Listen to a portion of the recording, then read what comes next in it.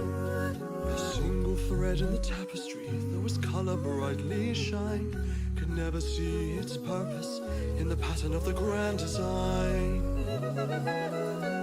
And the stone that sits at the very top of the mountain's mighty face, does it think it's more important than the stones that form the base? So how can you see what your life is worth or where your value lies? You can never see through the eyes of man. You must look at your life, look at your life through heaven's eyes.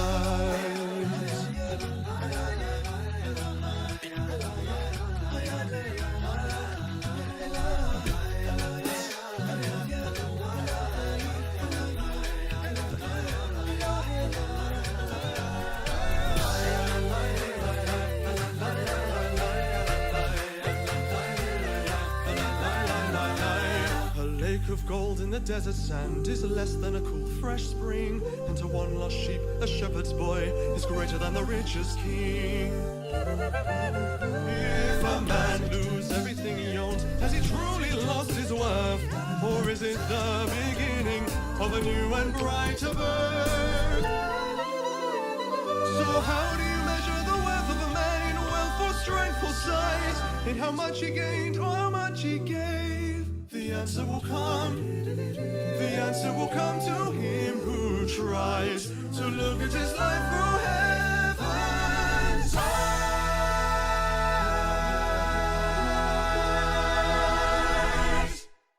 And that's why we share all we have with you, though there's little to be found. When all you have is nothing, there's a lot to go around. No life can escape being blown about by the winds of change and chance. And though you'll never know all the steps, you must learn to join the dance. You must learn to join the dance. So lie, lie, lie, lie, lie, lie, lie, lie, lie, lie, lie, lie, lie, lie, lie.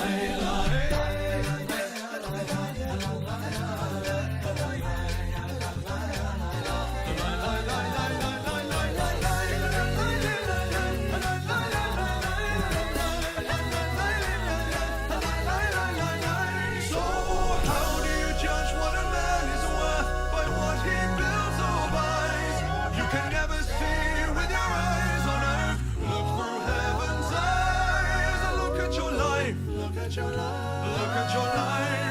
through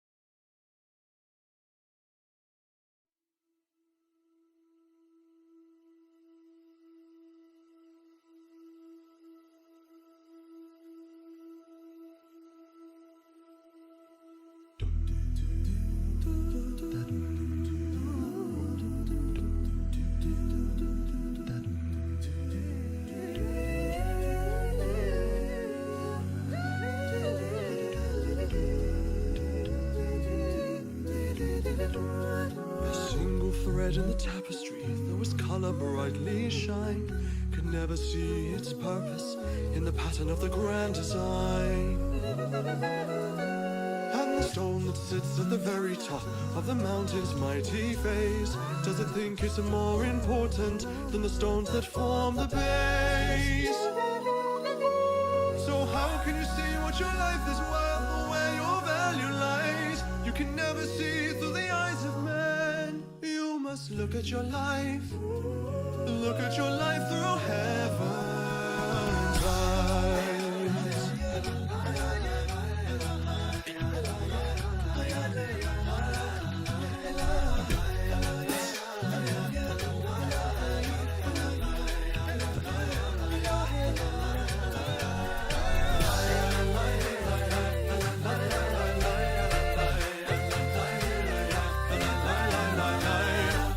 Of gold gold in the desert sand is less than a cool, fresh spring. And to one lost sheep, a shepherd's boy is greater than the richest king.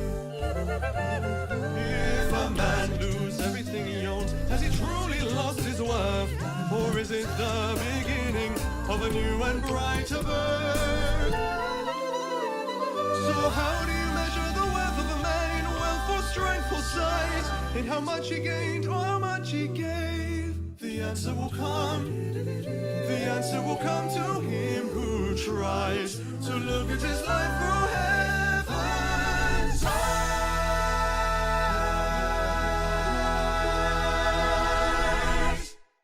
And that's why we share what we have with you, though there's little to be found. When all you have is nothing, there's a lot to go around. No life can escape being blown about by the winds of change and chance. And though you'll never know all the steps, you must learn to join the dance. You must learn to join the dance. So lie, lie, lie, lie, lie, lie, lie, lie, lie, lie, lie,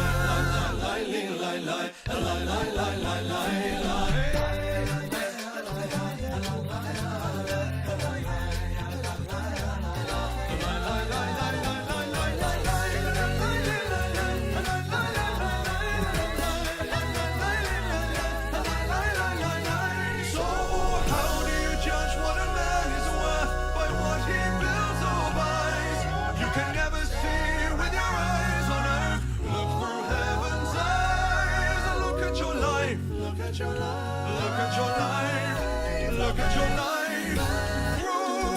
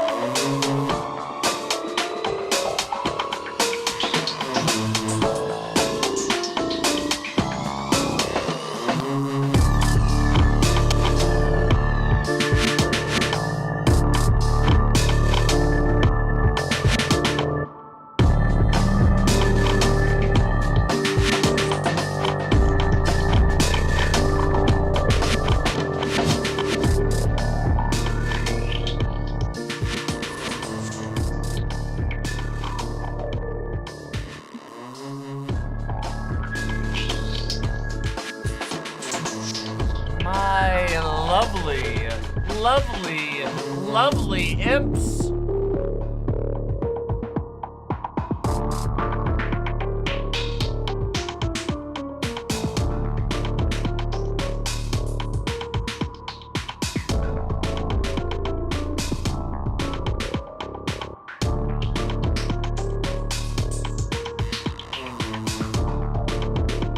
All right, come, good critters, good pups. Good doggy. Thank you for waiting for your treat. Thank you for waiting for your call out. Good job. A couple of you got impatient. No treats for you. EB the Purple, Harmsy, Mistress Lynn, Nasty Redacted, Bennett for the Potato, Girl with a Guitar, Metroplex Asylum, Nia Tigra, Fought Knight, Dragon Knight Born, 94, Aska, Uncle Gumbald, Mayfleet, Bennifer the Potato, Cookie, Cosine V, Rioma, Felson, Forma, Yak Daddy, Striped Kidder, Shrazly, Undead Collective, Tear Star, Sylvia, Nasty Redacted, the one and only, and Tony Bastard, Killjoy 40K. My face feels too dry today. The air's been dry all of a sudden. It's a weird thing. Thank you. Actually, hold on one second. Hold on, I'm gonna fix this. I'm gonna put a little bit of, watch this. I'm gonna do something.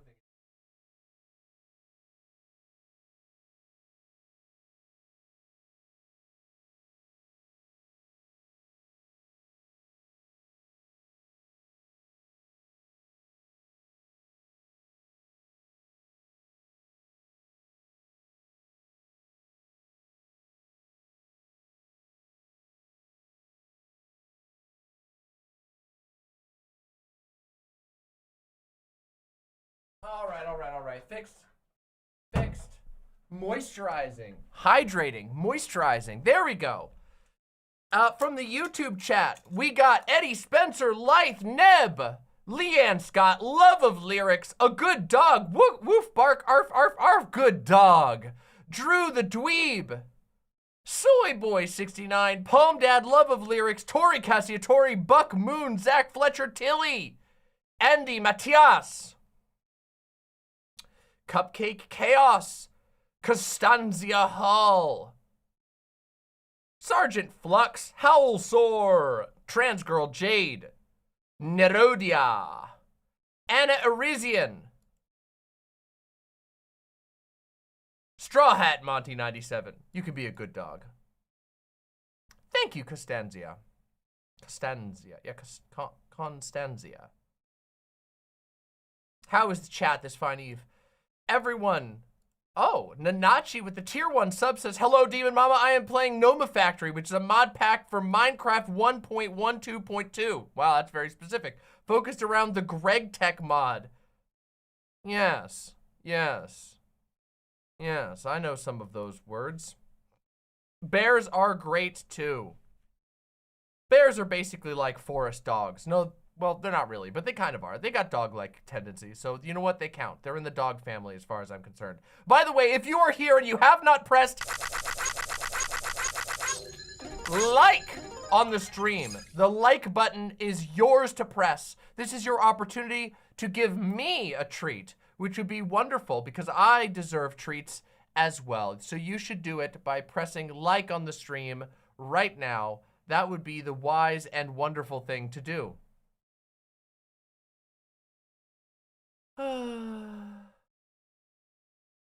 Everybody press the like button many times. That's wonderful. Kareem says, Demon Mom, I've been having a rough weekend, so it's a relief to be watching you tonight. Well, I'm happy to be streaming tonight. I was actually up in the air early this morning when I woke up. I was like, I don't know if I'm gonna stream today. And then I said, no, I am gonna stream today because we got some good stuff to watch together today. And I received a truly fantastic review of my show. I received perhaps the most flattering review ever, which is as follows, as you will see here. Demon Mama streams are just a dog park for trans people. Positive and correct. That is an incredibly positive thing to say about my stream. That is accurate. That is actually true. And boy, is it not the most highest reviewed dog park you've ever seen. What can I say? It's wonderful here. There's lots of toys and space and room to exercise and comfortable places for owners to sit, and everyone gets entertained. Isn't it great? Isn't it wonderful? Scampering, enrichment indeed, Nia Tigra.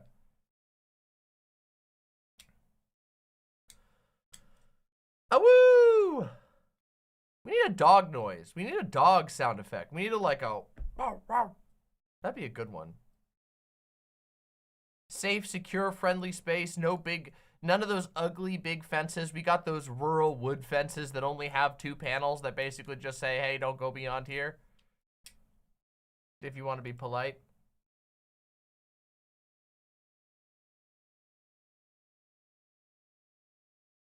That might be awesome, Danny. That sounds awesome. I wish Yoda did a proper bark, but usually she just goes, "Awoo!" Sergeant Flux says, heard you gifted Vosh a vacuum-insulated mug. Finally, he can neglect his coffee for a couple hours and it will still be warm by the time he realizes. That's why I did it. I noticed that yes, I did. For Christmas, I did get him a vacuum-insulated mug. I got him a mug very similar to the one that I use on stream, which is a Yeti, which I'm a big fan of. Not one of that, none of that Stanley bullshit, okay? I got him something good.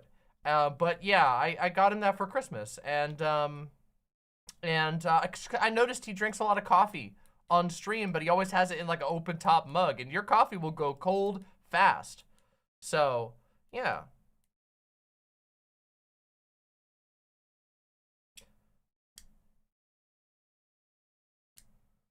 Also, look at this. I got a cool little fidget cube.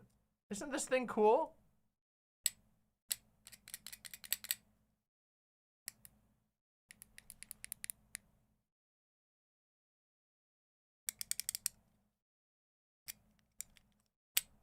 Could also function as a dog clicker, I suppose. It's kind of cool, right? I like it. It's pretty good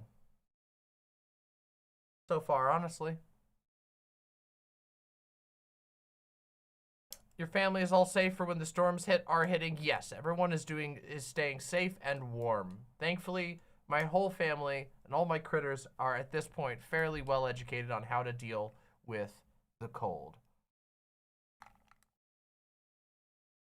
Straw Hat Monty, we don't have any rules against, we don't have any rules like that. Cis hets are totally allowed to hang out at our dog park. In fact, if they're hanging out here, then we know they're cool. Because, like, if you're a cis het and you're hanging out at the trans dog park, you gotta be cool. You're in, you know? You're in the know. It's one of those things.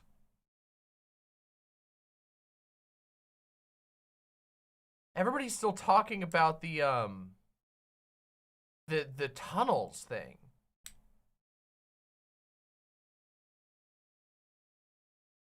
The tunnels. Tunnels? Like, it's, I don't know. I looked into this, and I'm not gonna lie, it seems really, really, not a big deal to me. And it seems like the reason people got so defensive over the tunnels initially is because it was on a holy site. For a small religion, well, not a small now, but a formerly, a pretty niche religious movement.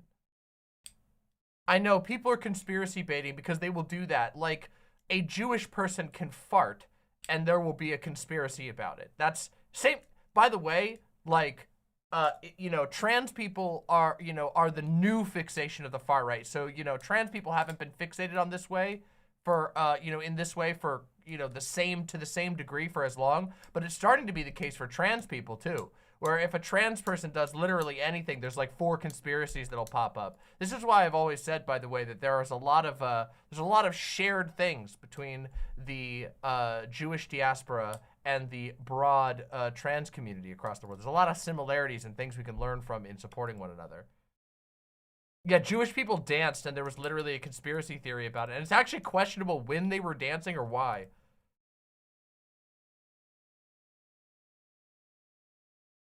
Based. Based, nasty.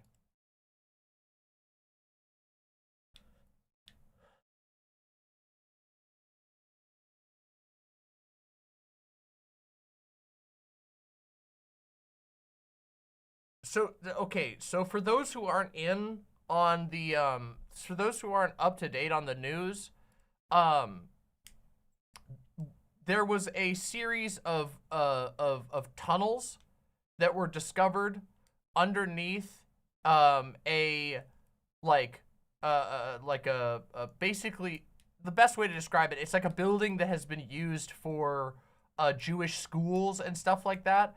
There was a series of tunnels discovered, and by that I mean a lot of people knew about them already, but the owners of the building, who are Jewish, basically called in a construction crew to fill in these tunnels because it's kind of complicated. There's actually a really good thread I was reading about it this morning that talks about like the full history. But the basic thing is that some of the tenants, and I don't want to call them tenants, some of the people that were using the building that is historically owned by a sect of like Orthodox Jews. Sorry, I should say not Orthodox, Hasidic.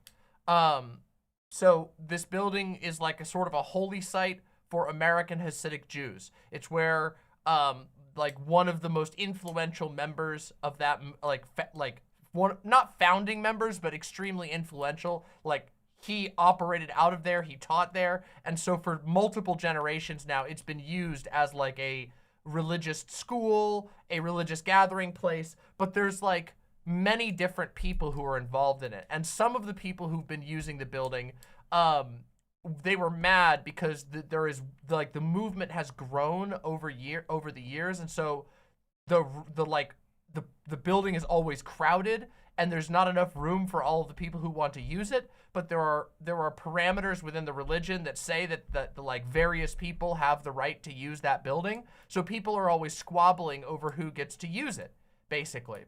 And one group of these people decided to expand the building illegally. And they did so by knocking out walls in the basement and basically just digging tunnels deeper in. And then, you know, the goal obviously is to build more space, but a lot of the tunnels were incomplete. And of course, it's like pretty unsafe to just sort of knock out walls and dig tunnels in New York City. And so eventually the people who have like the legal ownership of the building were like, we got to stop this.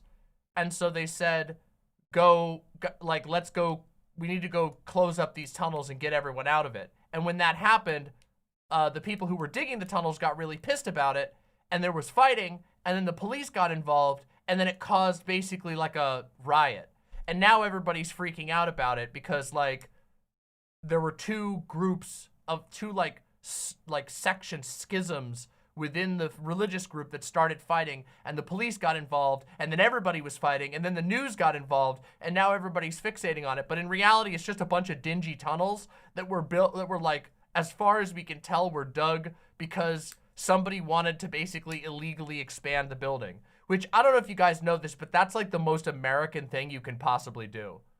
Like the most amazing, the most like American thing you can do is violate building codes while technically trying to expand the size of your house and or business and or church. It's like quintessentially American.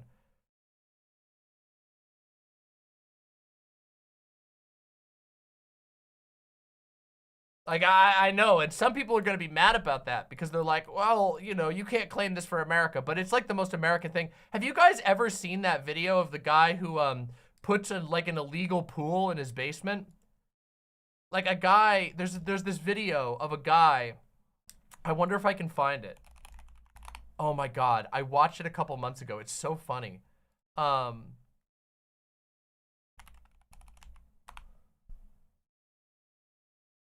Fuck. He put it on. Oh man, hold on. It was oh my God, I wonder if I can find it. Hold on, it might be in my history. Let me see if I can find it. It's so funny. Oh, I wish I could find it. Damn it. Now I'm gonna sound crazy, but basically there's this guy on YouTube who there's this, if anybody has the link to it.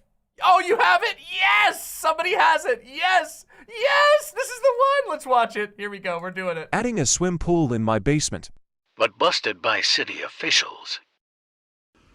Here's the final part of this story. You guys knew I was building a pool. I got that thing entirely done. I filled it with water. The family was swimming. Then I get Posadas John, thank you so much.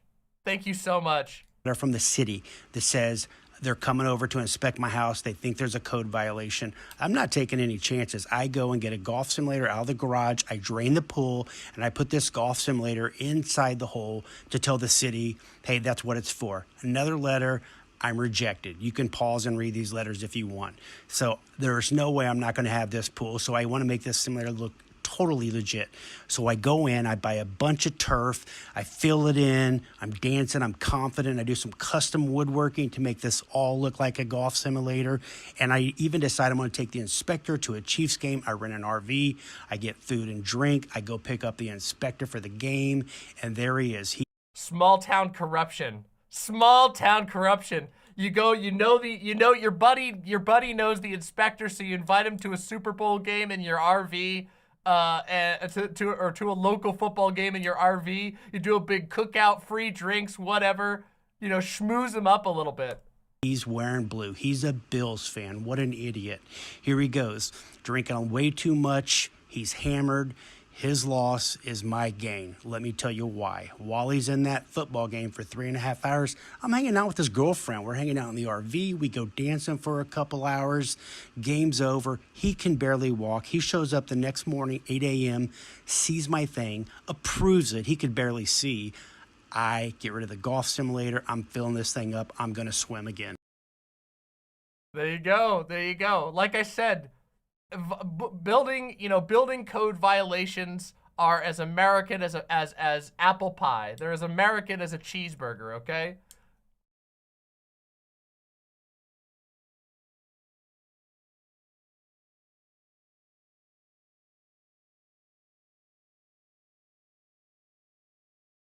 Obviously, I think that this little particular pool story is a bit of a goof and a gag. I highly doubt that he filmed and commentated and admitted to all of the things that he did online. Or either that, or he's got way more local power than he thinks. But oh, thank you, Mr. Krabs. We'll check that out in a bit. But like, oh, you guys, we went over Grover House. We went over Grover House on this stream. You guys know what I'm talking about, okay? Like, illegal expansions to your house that's patriotic, okay? And that's basically all this tunnel thing is. That's really all that there is to it. There's not much else to it, okay? What is Grover House? Well, you'll have to go check out my video on Grover House.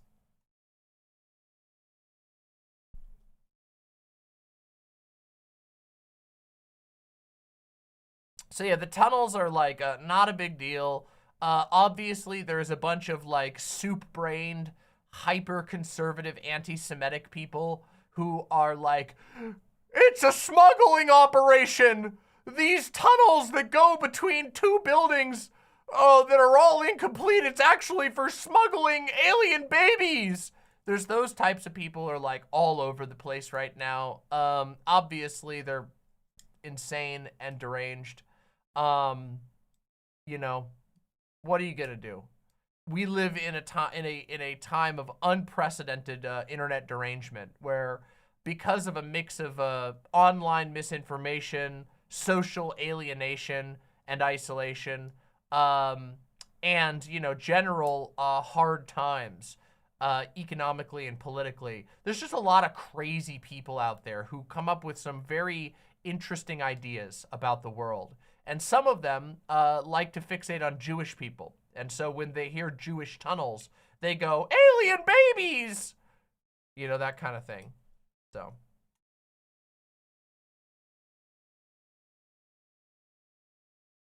Mudahar made an awful video about the tunnels. Oh my God.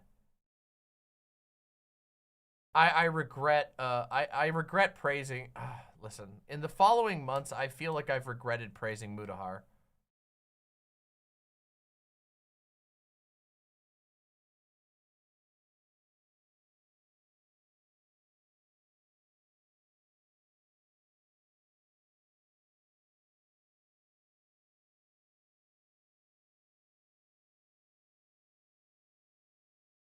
Infernatrix Sophia says, I'm trying to inform myself of this independently. The comment sections of the reporting looked like receiving tweets from a Nuremberg rally. Holy shit! Oh, man. Oh.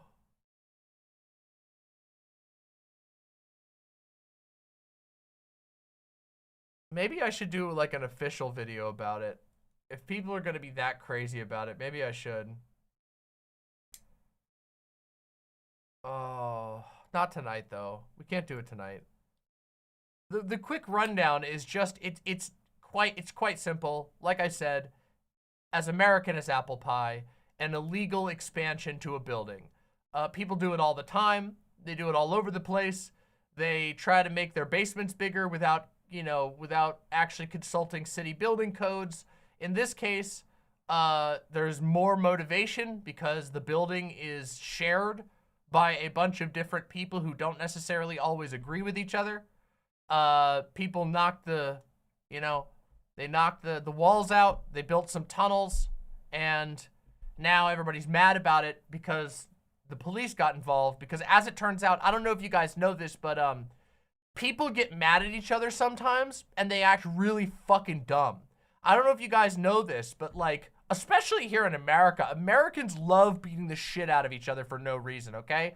Like, especially over property conflicts. Oh man, when I was, oh my God, I remember hearing the most insane story about these two guys that I knew back in my home state who were fighting back and forth about where a gate was placed on a rural road. Because the rule was you can't own the road, but you can, if you own the property, you could decide whether or not you put a gate on it. But there was a dispute over who actually owned that section of road, and one of them was getting mad at the other one for locking the gate that was on the road, so they had to get out of their car all the time when they were driving down the road to go, you know, hunting or whatever. And so it became this thing, this gigantic conflict where they were like intentionally cutting down trees. They sued each other like 4 times. They would get out there and fucking scream at each other all the time. They put like 14 padlocks on there to make it impossible to open the gate.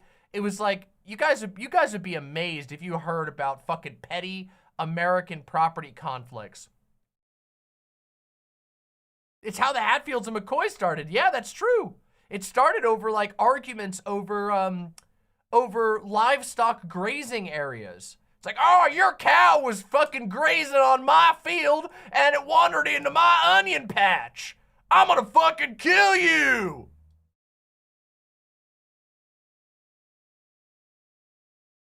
Killjoy says, I think most people are just weirded out about why the people were so mad the city wanted to fill in the tunnel. The city wanted to fill in the tunnel because, as I understand it, and it's hard to verify all of this, but as I understand it, the like official on paper owners of the building wanted to fill in the tunnel because they were worried about the safety and they were worried about getting in trouble for violating building codes. So it's fairly obvious why people wanted to fill in the tunnel.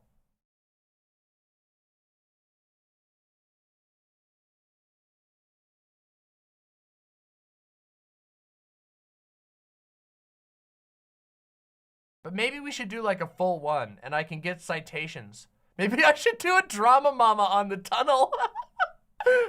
Drama mama, tunnel gate. That would be kind of funny, actually.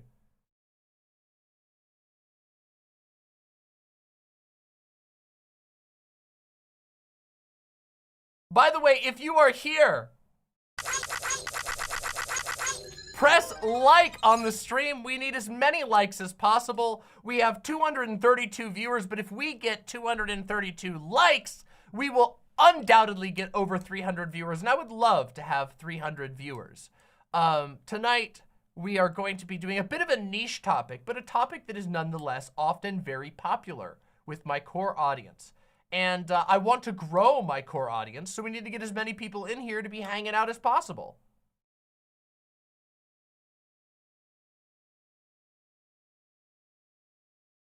Killjoy40K was saying, I get that. I'm saying, why were the people that wanted to stop them from filling it in? The city wants to prevent sinkholes and collapses. Yeah, absolutely. Save Tunnel Gate for April 1st. That's a long time. Nobody will even remember it by then. Nasty Redacted says, yes, the popular American stereotype in the EU is a guy who will shoot your head off if you step on his property. It's actually like, that particular type of guy is definitely a real guy that exists. But it's actually way more, they don't usually shoot random people, you know? It's usually they're trying to trick their neighbor that they hate into stepping on their property so they can shoot them. It's a common misconception. And from looking from the outside, I definitely understand why the American stereotype is that they'll shoot anybody. But the reality is they don't shoot anybody. They're specifically hoping to bait the neighbor that fucked their wife onto the property so they can kill him. You know? It's that kind of thing. And I know it sounds like a small distinction, but it does make a big difference, you know? Yeah.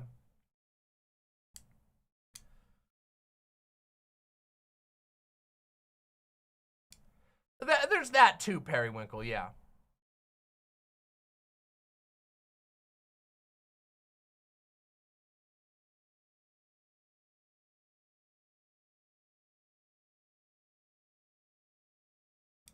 I had a gun pointed at me as a little kid for being in their woods. I've never actually had that happen. And but then again, like, and I grew up in a rural area, and I technically trespassed as a kid a lot. A lot of kids do. You know, you go out in the woods, you're just running around. I've never had anybody point a gun at me for that kind of thing. Weirdly enough, the most insane, like, angry hillbilly threatening violence situation I ever had was at a public beach. That was a weird one. Yeah. Yeah, that's true, Ukrainian. People are a little more chill about it because there's so much woods in Maine, but it happens.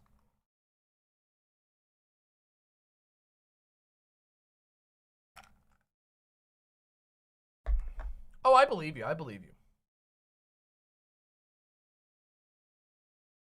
Dark Morgwin with the $10. Thank you so very much. Deeply appreciate that. Thank you so much. Killjoy 40K says, DM Mama, property mongers are weird. They build fences deliberately to piss each other off. I remember there was a whole ass story about a nightmare neighbor that built a fence on their property and turned it into a years-long lawsuit. And the state basically told one of the people to move instead of actually resolving the issue. Oh yeah, sometimes that kind of shit happens. Oh my God, I can tell you another story, okay? This is totally random, but one time, okay, so this was a friend of a friend. My really close friend had a neighbor that they were close with, okay? And that neighbor had a neighbor that they beefed with. So, okay, so my friend, their neighbor, the neighbor next to them, and these two were beefing. The two neighbors were beefing, all right?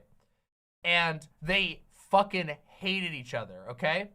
And it ended up getting to the point where there were multiple public confrontations in town hall meetings because the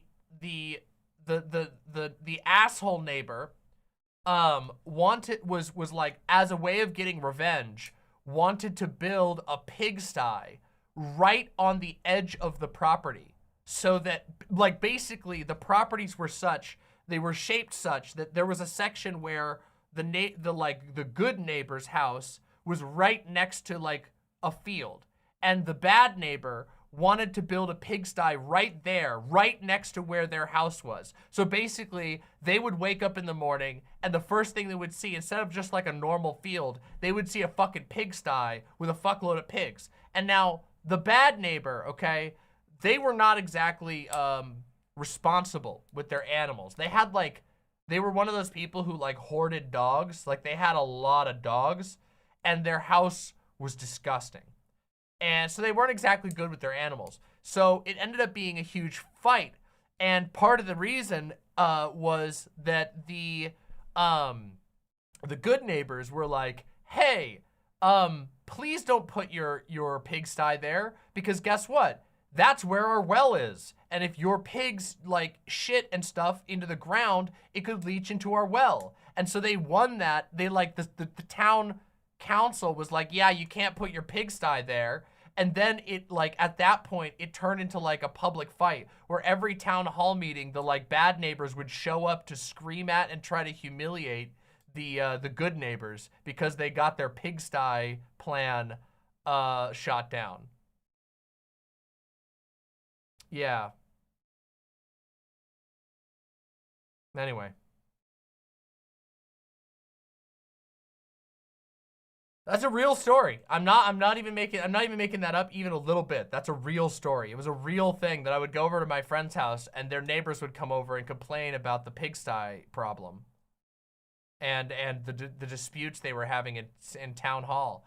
It like literally it got to the point where one time when I was over at my friend's house, we were walking up to the corner store, which was like a fairly long walk because it's in the middle of nowhere, right? So it's a long walk. And while we were walking along the road, the bad neighbors saw us and they knew that like my friend's family were like on the sides of the good neighbors. And so they would fucking honk at us and yell at us out the window and be like, fuck you, fuck you. It was fucking weird. All right. It was a weird experience, okay? It was a weird one. But I was like, why, what the fuck's going on? And then my friend was like, don't worry about it. They're just fucking pissed off.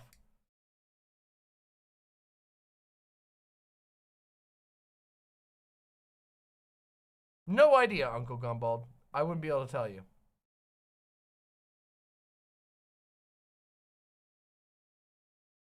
Oh yeah, and then at one point, all of my friend's family got bumper stickers that were making fun of the bad neighbor because the bad neighbor would kept calling the cops on them for like everything. Every time they had like a get together, the bad neighbor would drive by and see that people would be over, and they would call in a noise complaint, even though there's literally no physical way.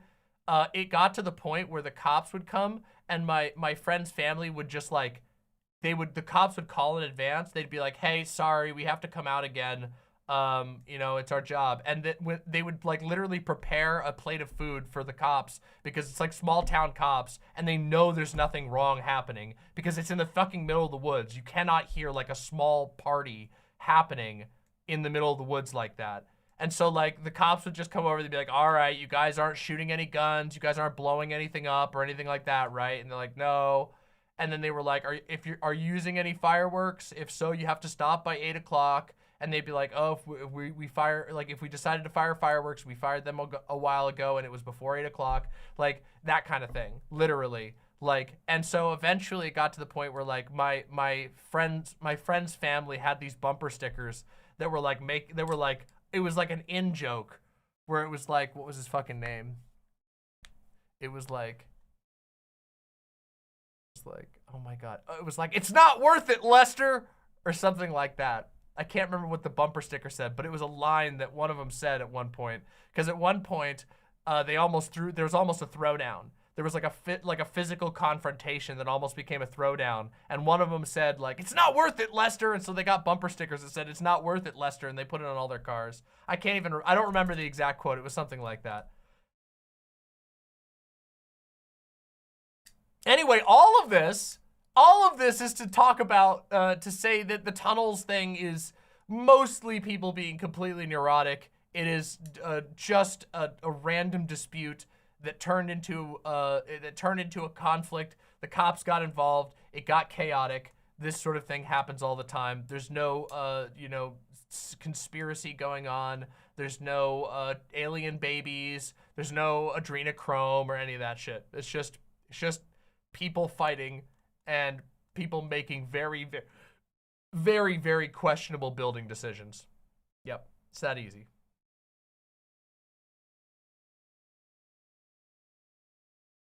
Oh, this is the tree fight, the tree conflict. I've heard about the tree conflict. It's country shit happening in the city, and so it becomes news. Yeah, it's country shit happening in the city, and it also did result in like the cops getting called because of like people fighting and shit. And so it like, yeah, it is basically that. Yeah, it's basically that. There's nothing to it. Yeah.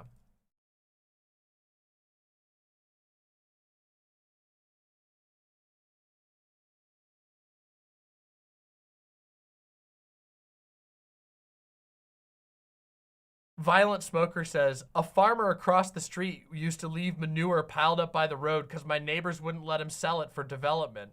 Flies were unreal. Yep. There you go. Fucking small town pettiness. Law don't say I can't leave manure at the end of my road. And then the lawman says, technically he can leave manure at the end of the road. And then everybody goes, God fucking damn it. And he's like, you should have let me sell. You guys should have let me sell my fucking property. That kind of shit.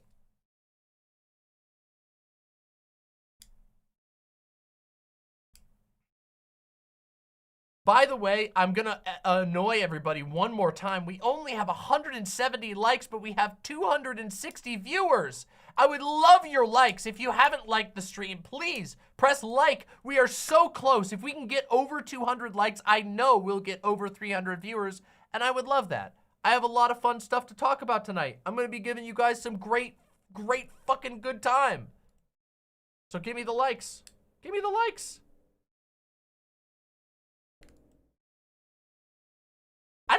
I feel like that was so messy it would be difficult for me to turn into an actual segment. I've been making that mistake lately. Lately I've been too much of a streamer, haven't I? Isn't it great to be a live viewer right now? I feel like live viewers are eating good and the channel is not eating as good. It's okay. I will have one big segment for tonight and we have some segments to post, so it's not like it's completely out.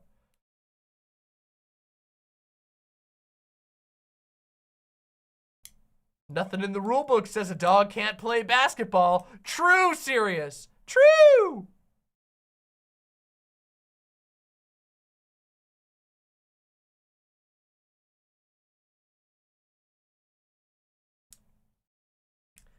That thing in Unit B. Hello. Welcome to the stream. Welcome to the stream.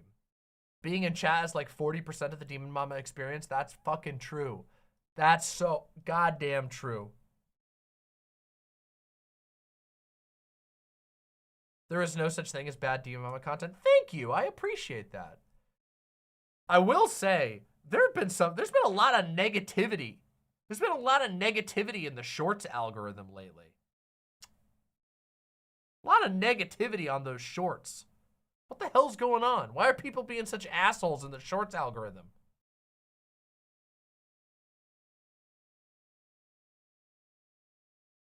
Ron's KFC with the unbelievably generous $20 super chat.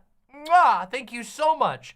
Did you ever play the game Redneck Rampage on PC? Look up the sound effects. You get off my land is my favorite. Actually, I didn't play it, but my partner Fawn did play it, and I watched Fawn play Redneck Rampage, and Fawn had a great time.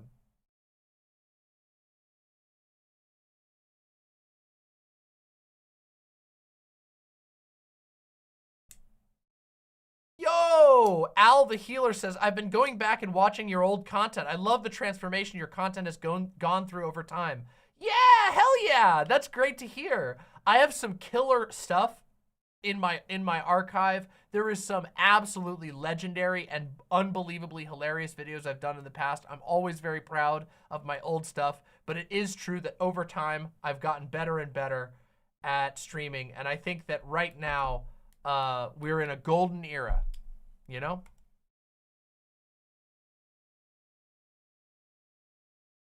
Based nasty.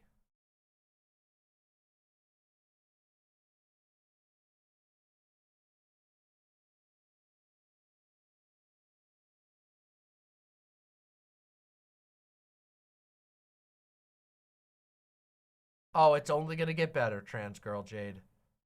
I can't even imagine where this stream will be a few years from now. You know?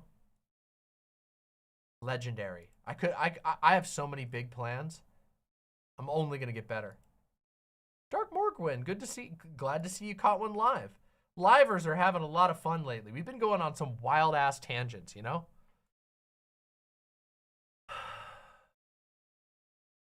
We've been going on wild ones, okay? It's been a weird time.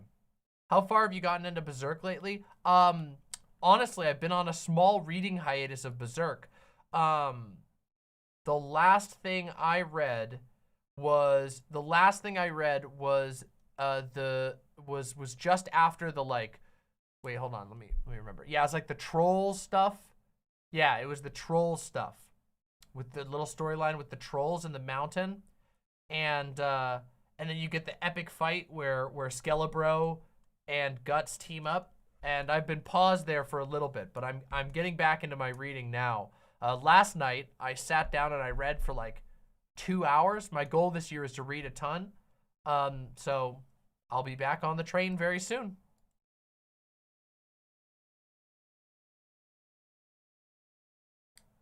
Skelebro.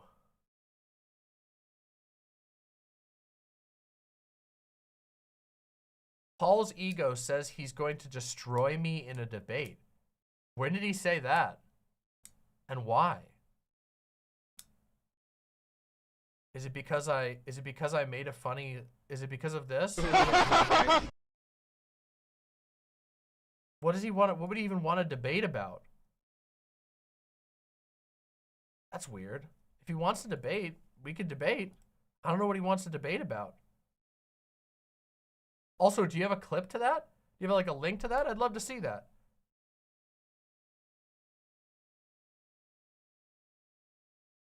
Sounds like a bit. Maybe it's a bit.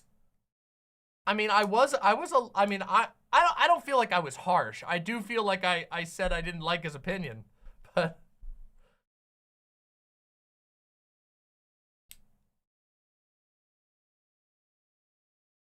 Yes, it was. Yes, it was Killjoy. Yes.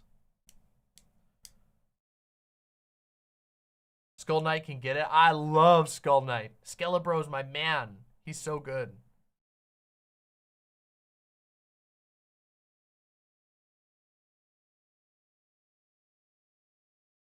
It's been a while since we had a debate. The last debate we had was the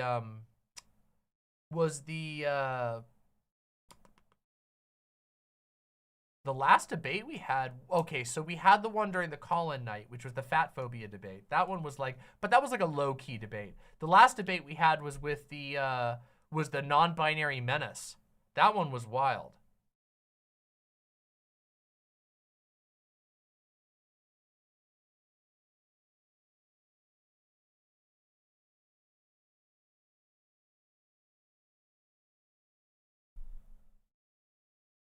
Who was the fat phobia debate with? That was with a community member.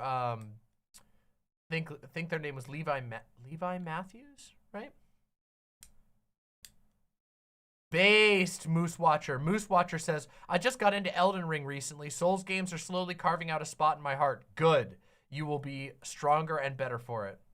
Was that the Blanchardian debate? Yeah, it was like this. It wasn't explicitly about Blanchard, but it was a little bit, yeah. It was basically about non-binary people. It was a weird one.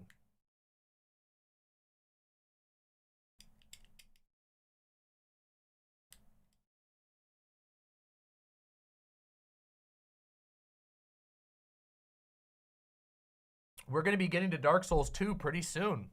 In fact, I installed Dark Souls 2 today in preparation. Oh, crud. I forgot my... Oh, no. I forgot my controller downstairs. Hold on. I got to send a message. Hold on.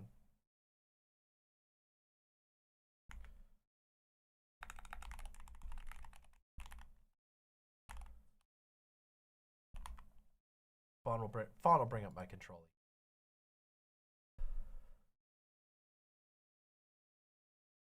That's awesome, Striped Kidder. Yeah, there is a really weird. There are so I don't know. It's really fat phobia is a weird one. Did you see the Alex Jones debate? Nah.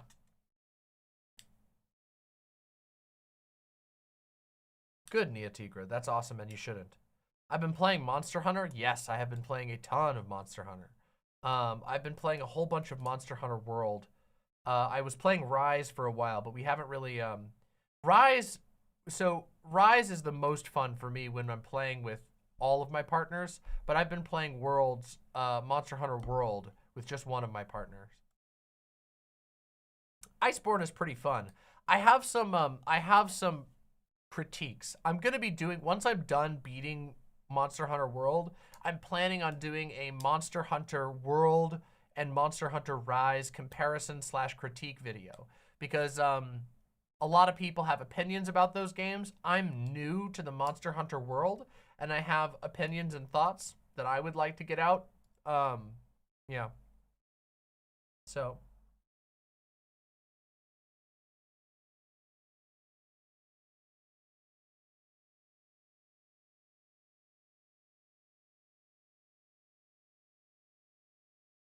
I know, I gotta do that too, Benifer. I've been holding off. I want to beat the game.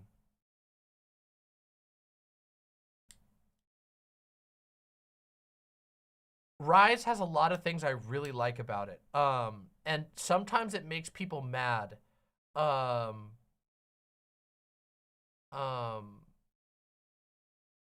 Sometimes when I praise Rise, it makes people mad, and I don't really know why.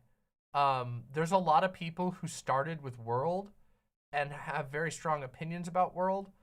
Technically, I started with World, but I kind of bounced off of it, and Rise was what got me into Monster Hunter. There's a lot of really good things to like about Rise. And some of it is a little bit, like a lot of the differences are deeper than you might think. So people don't always pick up on them right away. Rise seems good, but I don't know. I haven't played it. Rise has like an unbelievable monster variety, which is cool as hell.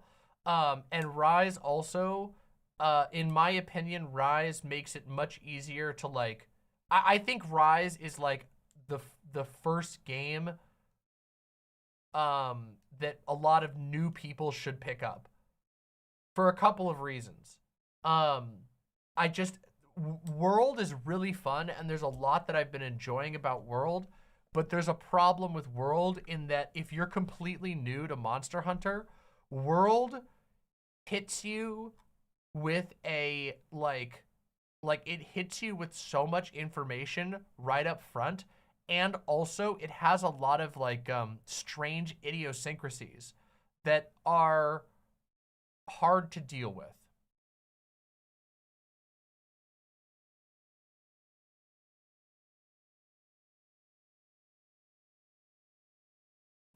Yeah, so Striped Kidder, a lot of people bring up the like color palette of World because World went for like a more gritty, realistic color palette.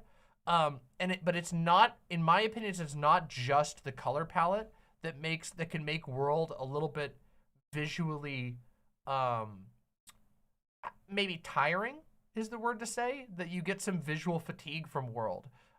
In World, there is so much going on the screen at all times, not just in the form of like the actual map that you're in. You've also got scout flies, you've got your little maps, you've got all your items, you've got like a whole bunch of menus. There's a lot of going on in World. And in my opinion, almost all of the mechanical aspects of those things are present in Rise, but Rise just kind of presents them in a little bit of a cleaner fashion. Killjoy 40K says, as someone who's played since Monster Hunter 1, the series has had some huge quality of life choices implemented, and most people who play Rise or World would hate playing Generations Cross because it's such a different type of game. But I love Monster Hunter games, and Rise had so much flavor. As Sunbreak as well is phenomenal. They've got Yokai, and Sunbreak picked the best Western classic monsters. Oh yeah, Sunbreak is awesome so far. I've been loving Sunbreak. There are some things that I like more in World than I like in Rise, but my bias is a little bit towards the Rise side of things for a couple of reasons, and I'll get into those when I do my video in full. It's probably not the reasons that most people expect. A lot of people, I've noticed a lot of people cite quality of life when they're talking about Rise as like a factor that people care a lot about. And I think I understand what people are getting at. But for me, those features, a lot of those features aren't like my favorite things about Rise. But I understand why people like them. Macchionio, have you ever played Dragon's Dogma? I really recommend it. Dragon's Dogma 2 is coming out in a few months. I never played Dragon's Dogma. And I can't believe I'm going to say this again, but Fawn, my partner, is like the biggest Dragon's Dogma fan I've ever met in my entire life. So I have watched a lot of Dragon's Dogma in the last few years. So I'm excited for Dragon's Dogma 2. I might play Dragon's Dogma and then Dragon's Dogma 2. I don't know for sure yet. I might just watch Fawn play it. I really enjoy it. I love video games, so a lot of times I enjoy watching other people play video games, even if I don't end up playing it myself.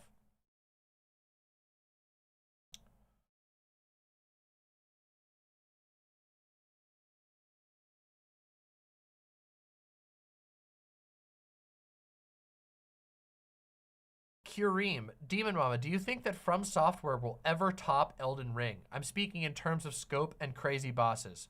Yes, I think they will.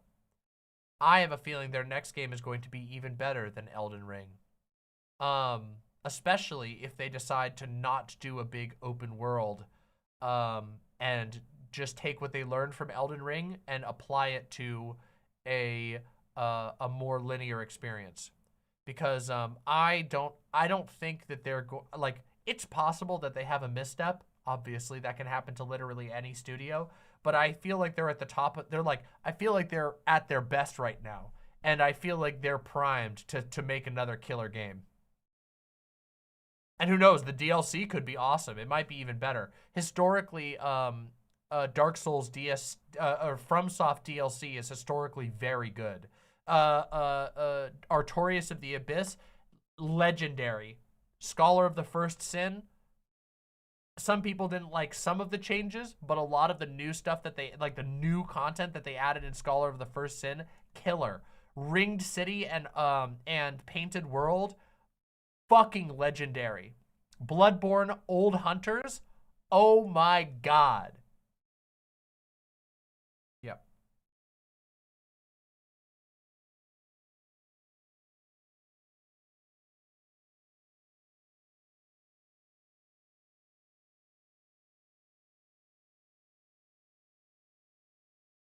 Hi, thank you.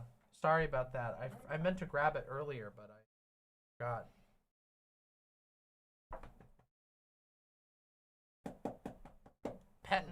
Petting the critter. You want to say hi to the stream? They never see you anymore. They never. Oh, come on, say hi to them. They never see you anymore. Look at that. Hi. Oh, says the friend.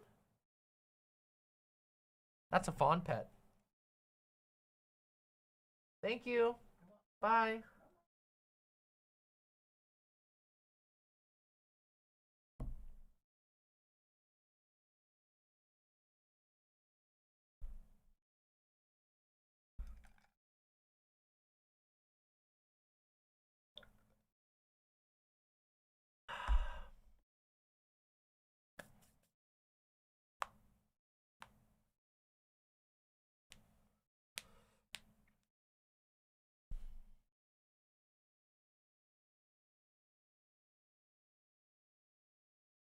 I've been practicing my piano more.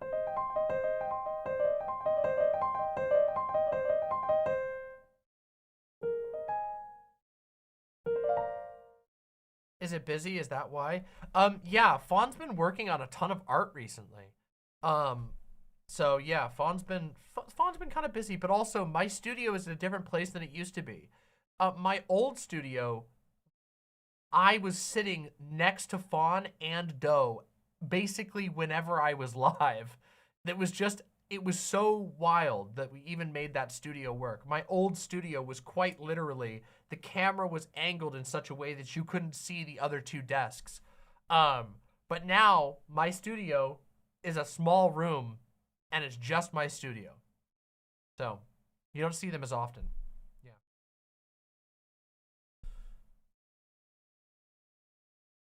Did you see that Matt Pat retired? I did see that Matt Pat retired. I did not hear that, the Shadow Wolf. A lot of people are retiring. Let's see. Matt Pat is making big changes to his channel. Big Joel is making big changes to, or Matt Pat's retiring. Big Joel is making big changes to his channel. Tom Scott is retiring. Yeah, a ton of people are retiring.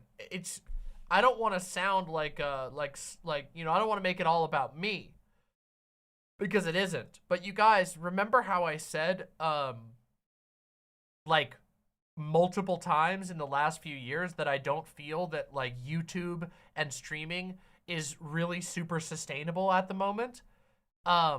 The fact that there are people who are basically at the top of their game, who are getting more views than ever before, and who are making more money than ever before, and they're still making the decision to retire. It just kind of speaks. I mean, we also lost like Jenna Marbles retired in the last few years.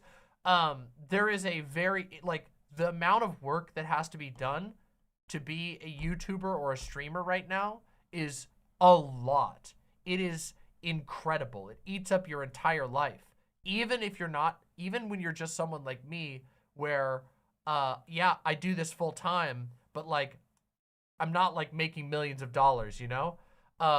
Yeah, they've definitely earned it, but also like, it's a fairly short career arc for a lot of people. Like, you have to realize that, right? Like a lot of channels do not want to keep doing this for very long because it is so much. It is not sustainable. I think things have to change a little bit, and I think they will. I think it will be inevitable. So, yeah.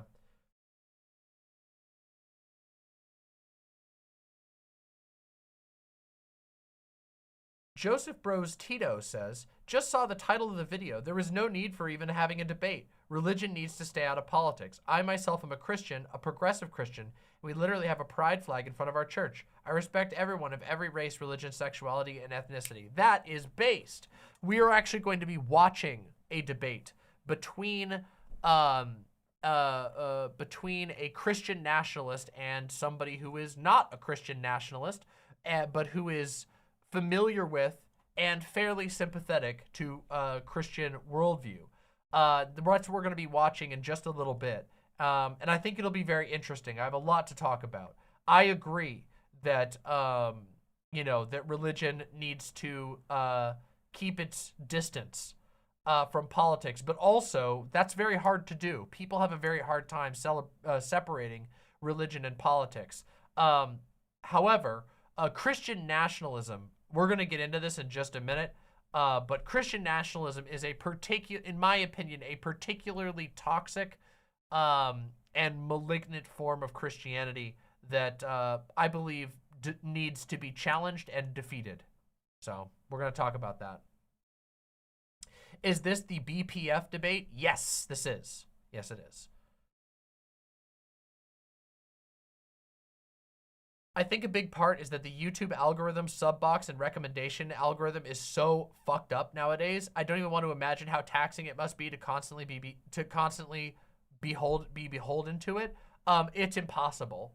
I don't know how to do it right. I haven't figured it out, and nobody that I know, no one knows how to do it the correct way. Everybody is just doing their best and hoping to figure it out. It's really hard. There are a ton of toxic incentives on YouTube, and there's also just a lot of bullshit. People talk about content mills and that kind of thing. There is so much of that on YouTube, it's hard to even explain the scope.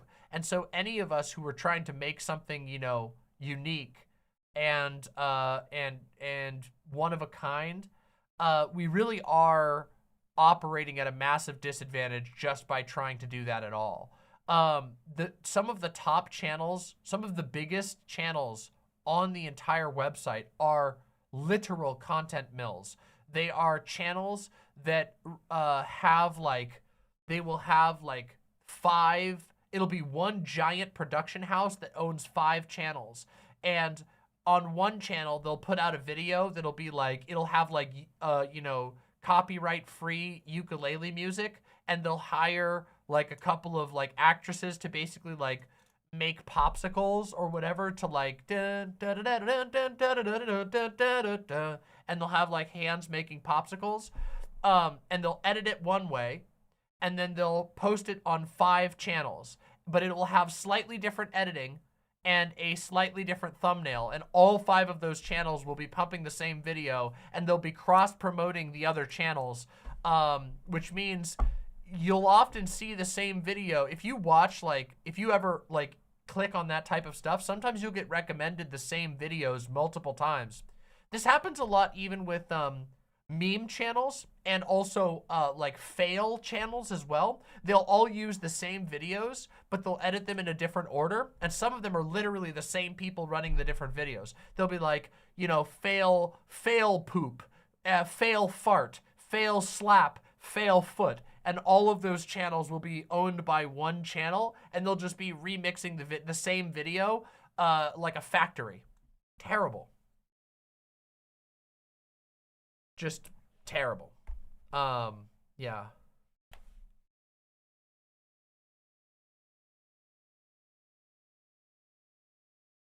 Yep.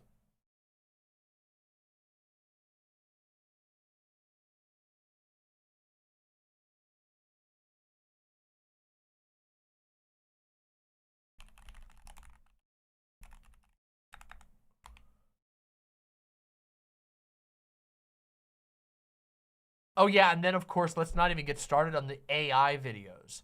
There's these new videos that are like AI movie reviews where it will be written by ChatGPT using like an AI voice to text or text to voice, text to speech, and it'll be like, the movie Godzilla -1 is a movie that really tests your mathematical abilities.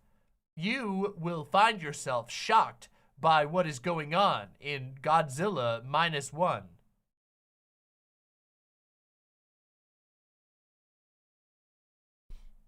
Who knows what awaits you in this reptilian adventure to the faraway land of Japan? Proving Beetle 16 says, hey, Dear Mama, here's a video about content Gen Alpha consumes that I think you should react to sometime soon. The tragedy of Gen Alpha. Doomed.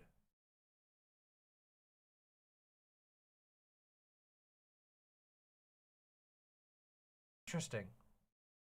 Interesting. We'll take a look at that. That actually does sound interesting. I'll put this on my watch later. I'll check this out. Thank you for sending me this. And also, thank you for supporting the show, Proving Beetle. Really means the world to me. Have you seen the new Godzilla movie? Not yet, but I'm going to be watching it soon.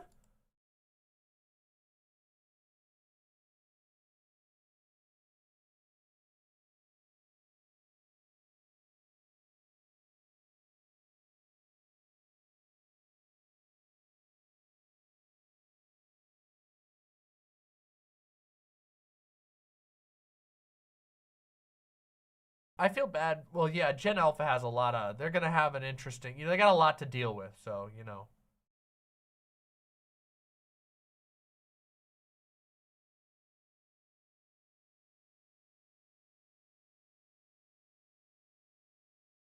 I'll take a look at that video. I just, I don't know. Gen Z and Gen Alpha have had to deal with a lot, I guess I have a lot of, sympathy, for the generations after mine. Going through the pandemic was hard as an adult, but I can't imagine what it would be like going through it as a teenager, young adult, or child.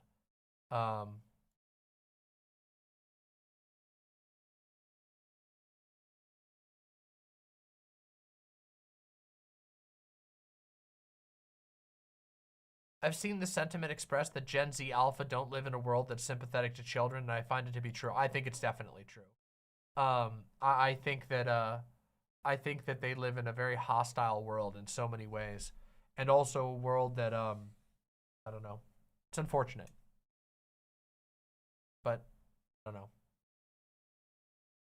Hey, it's up to people. It's up to people like me. It's up to it's up to the late millennials. Well, and beyond. It's up to us to make the world better and hopefully make things a little easier for them.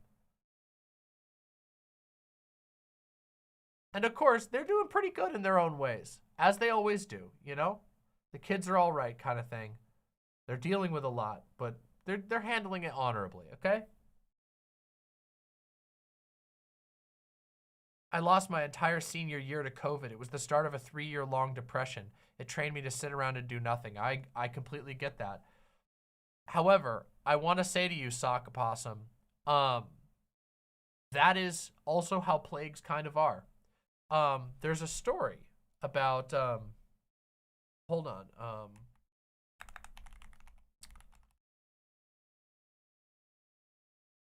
let me see.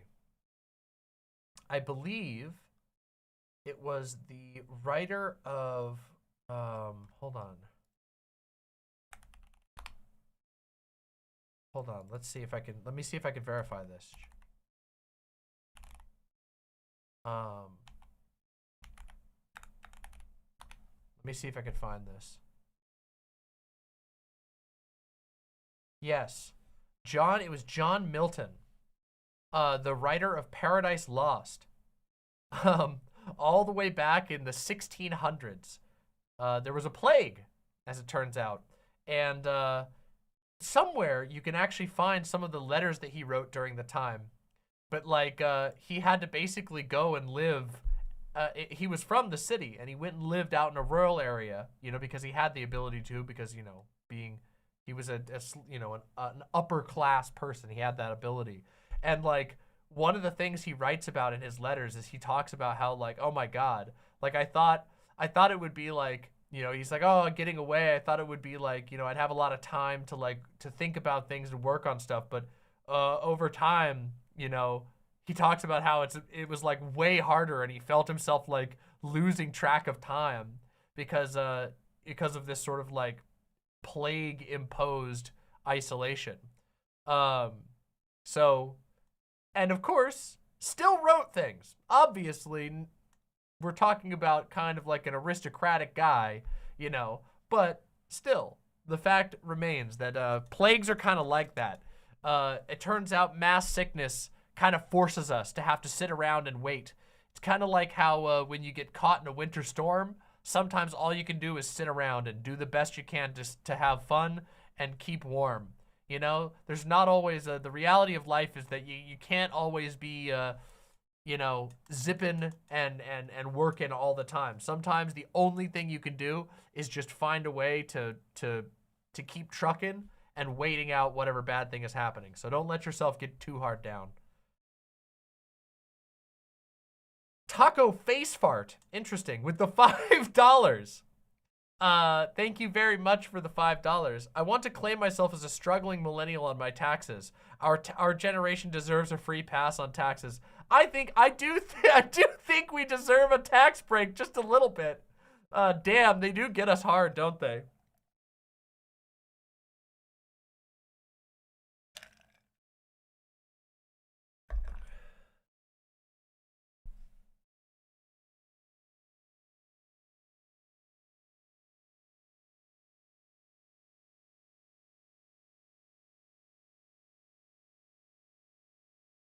Somewhat demigod. I think that's right. DM God. SMWHTXDMGD says, I know a brilliant story about the plague. I don't want to spoil, but it's set in a small town on the Russian steppe. You know, that sounds crazy good. I should check that one out. I bet it has a cool name like Pathology or something like that. Somewhat damaged. All right, that's cool. That's cool.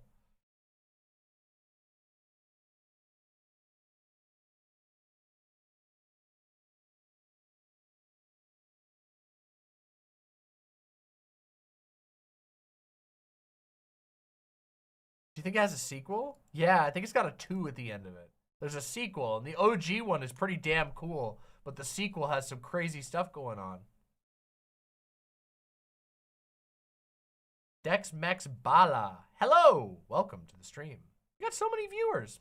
Are you guys ready? Are you all ready to do a debate review? I think I'm ready to do a debate review. I think I'm ready to do a debate review. I think it's about time we get started. I think it's time.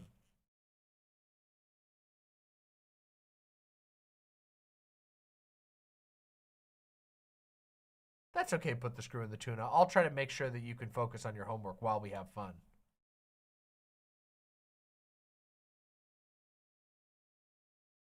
My lovely, lovely imps. Today, we are going to be watching a debate about Christian nationalism.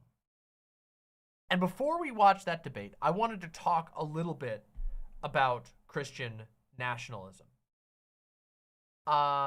It's a topic that I've talked about a lot on my channel, and it's one that I'm going to talk about a lot in the future. It's a movement that many people would be able to identify if I described it to them, but they don't know the term Christian nationalism. There's another term that this movement goes by, which is called Christian dominionism. And it is slightly distinct from Christian fundamentalism, but most fundamentalists are also dominionists and or nationalists. Christian nationalism is a rising movement in the United States especially. It's not new, but it's had a resurgence as of late. And the basic idea behind Christian nationalism is the idea that America is a Christian nation, that it was founded on Christian principles, and even if it wasn't founded on Christian principles, because that is a more complicated thing than anybody likes to admit, then it should be. It should be run on Christian principles. Christian nationalism claims that we should build our laws and our morality off of the Christian faith as they interpret it, and that's very key, as they interpret it. And it is a highly, highly conservative movement. And I mean that, you know, that like in the traditional meaning of conservatism. It is a movement that is resistant to, highly resistant to progress, political progress and change, to social change. It wants to preserve an order that they believe existed. Now, of course, there's a whole lot of issues, even fundamentally in the conceptualization of that type of conservatism. But we're not going to talk about that quite yet. Christian nationalism has had a massive upsurge in recent years. And a lot of it coincides with the rise of the MAGA movement, the Donald Trump surge, which is very strange because, Donald Trump is not a very religious guy. And a lot of his followers seem to kind of like the fact that he's not really a religious guy, that he's kind of a dirty, dirty, perverted, dirtbag kind of guy. And yet, the MAGA movement is absolutely full of Christian nationalists. And a lot of Trump's biggest cheerleaders are Christian nationalists. And they seem to just kind of look the other way, when people point out the fact that, like, hey, Donald Trump doesn't really seem to share a lot of your religious values. Why are you so gung-ho? And, of course, the answer is that they don't actually really care that much about an individual candidate following their beliefs or being a genuine Christian or anything like that, because they're fixated on the nationalism part. They want to make sure that they can get control of the nation to from that position, hopefully in their minds, impose their views on everybody else. Killjoy is bringing up the Seven Mountains Mandate, which is one form of Christian nationalism. The Seven Mountains Mandate is basically a outright manifesto for Christian authoritarian control of America. There are many brands of Christian nationalism, but it is increasingly popular among Christians in the United States. And Christian nationalism is in my opinion, a pretty terrible movement. And I don't even mean that just that like I disagree with it. I do vehemently disagree with basically everything that Christian nationalists put forward as their core principles, vehemently. But I think it's a bad movement in that it lies about what it actually is. It is misleading, and it does not serve the interests of any of the people that it is advertising itself to, with a very, very, very, very thin exception to that rule, which is, of course, the leaders of the movement are going to be benefiting quite a bit. Christian nationalism, like I mentioned before, is, in my opinion, a nationalist idolatry. It preys upon the genuinely held beliefs of Christians to convince them to essentially worship a totalitarian state that promises to deliver their vision for the world. But of course, it never can do so, because it isn't living up to anything that anybody would recognize as Christianity. It is raw power. It is a incredibly greedy movement. The Christian nationalist movement is obsessed with money. It is obsessed with power consolidation. It is obsessed with wealth. All of these things are in direct conflict with Christian values of basically any interpretation of Christianity. And of course, on top of that, it is a very hateful movement. A lot of Christian nationalism is fundamentally built off of spreading a narrative that that Christians have been aggrieved, that the world has been stolen from Christians who deserve to have control. And you'll notice if you listen to Christian nationalists a lot that they invoke God a lot, but always as a sort of justification for their actions. They don't trust God at all. No, they are the weapons and the vehicles of God. And it just so happens that God needs to put them personally in power in order to have his vision of the world, in order to have the kingdom of God, the kingdom of heaven on earth. Needs to be done by, empowering the Christian nationalist leader, the strong man, the father of the house. Apparently God isn't good enough to do it on his own. It's a very aggressive and very hateful movement. And of course, part of its, like many nationalist movements, a lot of its foundations are built off of needing a perpetual sense of fear, a perpetual sense of an enemy that needs to be defeated. That hatred needs to be there for people to feel strong enough that they need to get involved with this cause, to take over the nation for God. And the Christian nationalist movement, as it stands right now, is an enemy of liberty. They are truly, and I mean they don't even pretend most of the time. If they're called on the spot in public, they'll always be like, "I believe in freedom." But if you actually look at their beliefs, you'll find very quickly that they are obsessed with speech, with restricting speech. They believe that you shouldn't be able to say bad things about God. They believe that you shouldn't be able to critique certain forms of religion. They believe that, that gay people shouldn't have the right to express themselves. They believe that women shouldn't be able to wear men's clothes and men shouldn't be able to wear women's clothes. Like there's some kind of like God-given determination of whether a pair of jeans is for a man or for a woman. They're extremely restrictive on free speech and expression. They don't believe in allowing other people to practice other religions. They're hyper evangelical. They often believe in conversion by, if not explicit force, implicit force.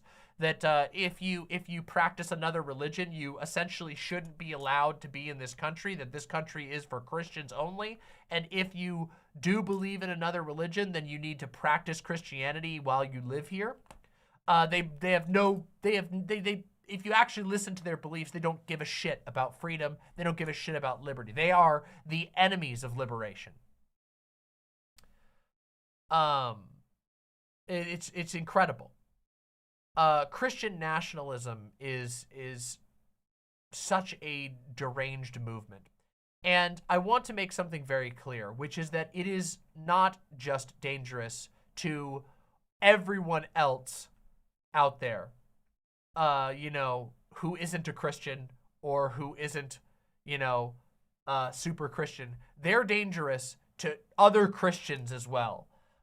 Christian nationalists, you never, if you ever happen to run into a Christian nationalist, especially a Protestant Christian nationalist, never ask them their opinions on Catholics. Never ask them their opinions on the sect of the church down the street, because what you hear will be something like this. That's basically what you're going to get back if you ask them their opinion on any other type of Christian. It's actually wild. And you might be asking, well, Demon Mama, how do you know this? Well, my fans will know this, but people who are new to me might not. I grew up in a fundamentalist Christian cult that has very, very much gotten on board with the Christian nationalist movement. So I'm very familiar with what they say in their own churches. I'm very familiar with what they teach. And I'm very familiar with the way that the fundamentalist movement has rolled into the nationalist movement. It's, yeah, it's not good. Christian nationalism is, they're not gonna be happy just going after gay people and just going after immigrants. That's bad enough as it is and should motivate you to think twice about whether or not Christian nationalism is a threat in this country. But the reality is that they are not okay coexisting with Christians who disagree with them. If you are a Christian who isn't 100% on board with Donald Trump, for example, who is their representative, Donald Trump is their vehicle in their minds. They believe that Donald Trump is the guy who's essentially going to tee things up for them to turn this into a Christian nation. If you don't agree with him, you're out. You're an enemy. They will do whatever they can to restrict you, to punish you, to harm you, to take away your rights, to restrict your speech, to make your beliefs illegal. And they've done it before. Again, Christian nationalism isn't a new concept. It's existed at multiple times in the past, and it always brings with it atrocities. Christian nationalism is a hyper puritanistic viewpoint. It needs to continually police its membership. And you'll notice, like I said, the leaders always get away with all kinds of garbage because they're on top.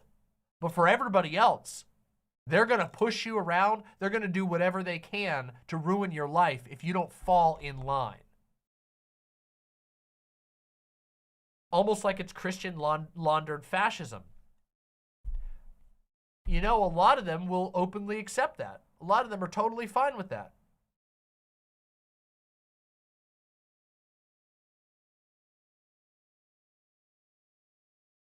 Christian nationalism is a topic that I've been trying to bring to people's attention for a long time. And it's difficult because a lot of people don't see it. Like I said, you recognize it when I describe the shape of it, but people don't know it by name, and they don't always catch when political actors are supporting that worldview because they don't recognize it out of its normal element. People can easily recognize Christian nationalism when I turn on a sermon and there's a guy standing up at a pulpit going, this rainbow pride bullshit is bringing down Western civilization before our very eyes. People will go, oh yeah, okay, I can see that. But they don't recognize it when those same people get a politician or a judge into a position of power who then, rolls back trans rights or, finds a way to restrict abortion or, passes a law that makes it punishable by law to wear clothes of the opposite gender, whether or not that's actually legally enforceable or not. They don't always recognize it in that form. And I want people to be able to recognize that. And I want us to become equipped to be able to fight back against this worldview because it is dangerous for so many things. To so many things. It is dangerous to so many things.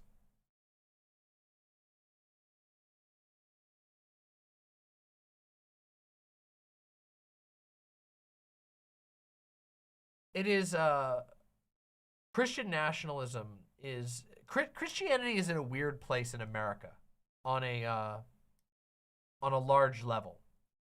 Because of course, we are at a point in history where less people are religious than ever before. We have had a massive surge in people who have abandoned religious belief, or at the very least are not comfortable, pledging themselves to a specific religion. And I think that's a good thing. I mean that. I think it's a good thing that we live in a period of time where people feel free enough to explore beliefs, to think about the world, and to come to their own conclusions instead of simply inheriting the beliefs of their parents. I think that's a better world to live in. But at the same time, the Christians that do exist, some of them have become threatened by a world that isn't as ubiquitously identifiable to their worldview, and have essentially found themselves in a position of believing that they need to change that they need to rewind back time. They need to find a way to basically force the world to match their worldview. And again, one of the things that's so strange about Christian nationalism is how little they actually seem to spend, how little time they actually seem to spend thinking about the teachings of their own religion, and how their leaders fixate on a handful of moral issues that they can police others on, while completely flaunting the core teachings of their supposed savior. That, Christianity is named after Christ, and Jesus Christ was not a nationalist. Jesus Christ was not a general. He wasn't a warrior savior, Messiah. Yeah, some people will say, will cite Jesus saying, I come, to bring a sword. But what he meant by that was that he was going to divide people, in that some people were not going to accept his teaching. He didn't mean that he was coming as a conqueror,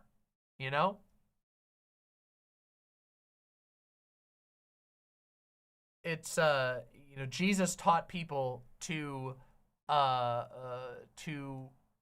have aggressive pacifistic approach, to basically be so willing to prove your confidence and faith in God that you would allow other people to strike you, that you would be willing to be a martyr to prove your faith in God to other people. That was what he taught. He taught poverty. He told people explicitly, go sell your house, sell everything that you own to prove to the world that you believe in God, there are poor people who need to be fed, and that you are willing to prove with your own actions that God will take care of you, that God will put food into your mouth, and that you should do your part to make sure that other people are fed.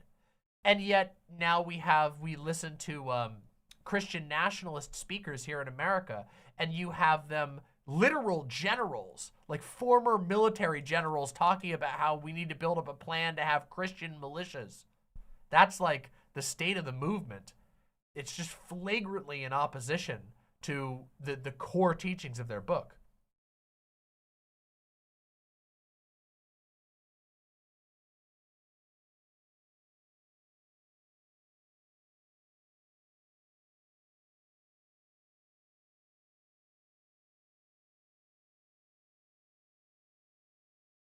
And what I'm trying to say with this part is that even Christians should be very suspect of this movement and should be ready to defend themselves against it, because it is a movement that aims to take advantage of their genuine belief.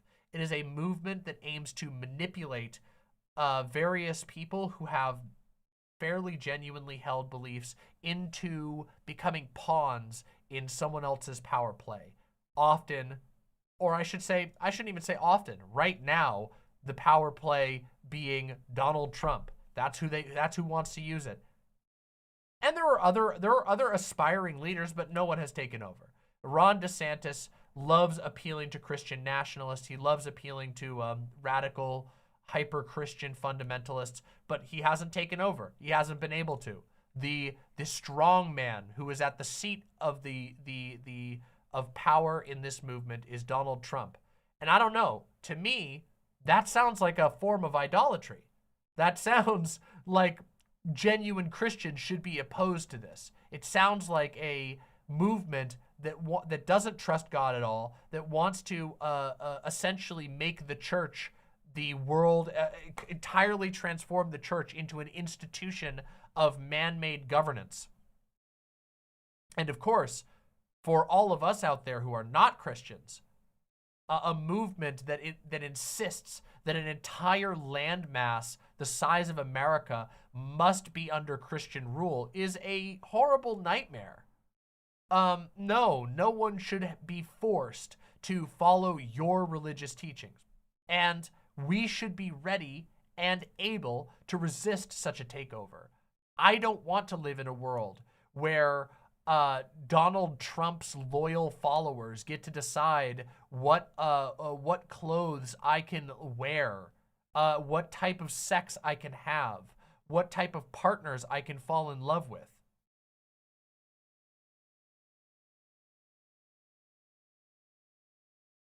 I don't think that is a good state to be in.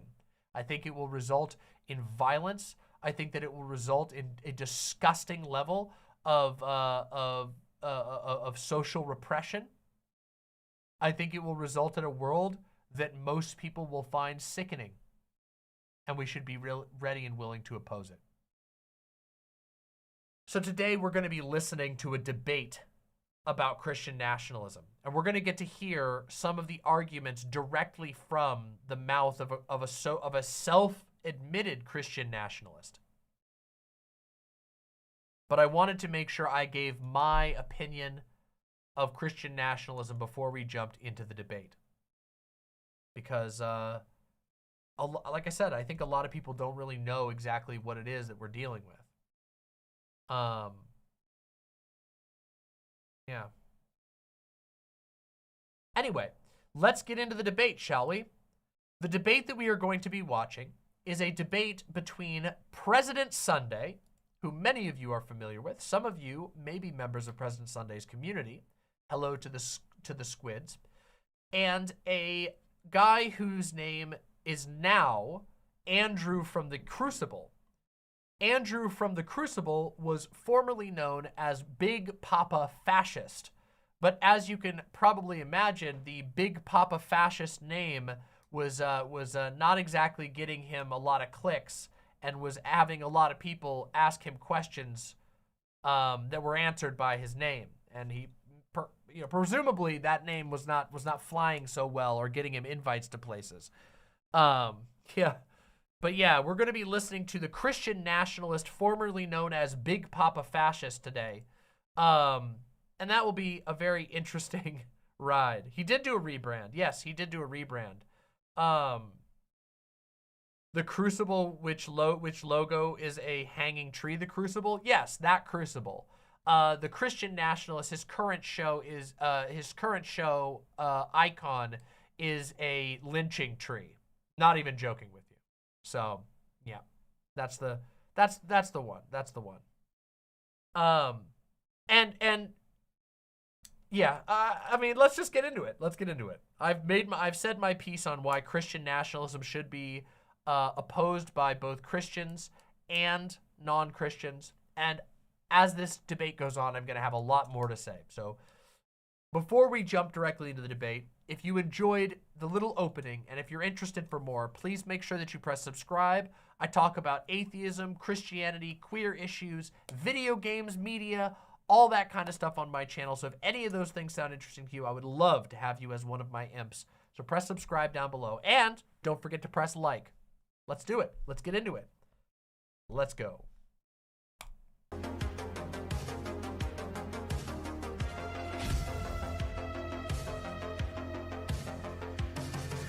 Oh yeah. Oh look, he simplified it. It's just a noose now. Ladies and gentlemen, welcome back to The Crucible. I'm your host, Zen Shapiro. Thank you all for being with us tonight. Very excited. We've got another great debate lined up for you. President Sunday making his Crucible debate debut to take on Andrew Wilson on the topic of Christian populism. So should be a lot of fun. Should be a high-octane debate. Hope you're all excited. I know we're running a little late, so we'll make the intro quick. We'll do the shilling quick, the shameless shilling, but we got to do it one way or another.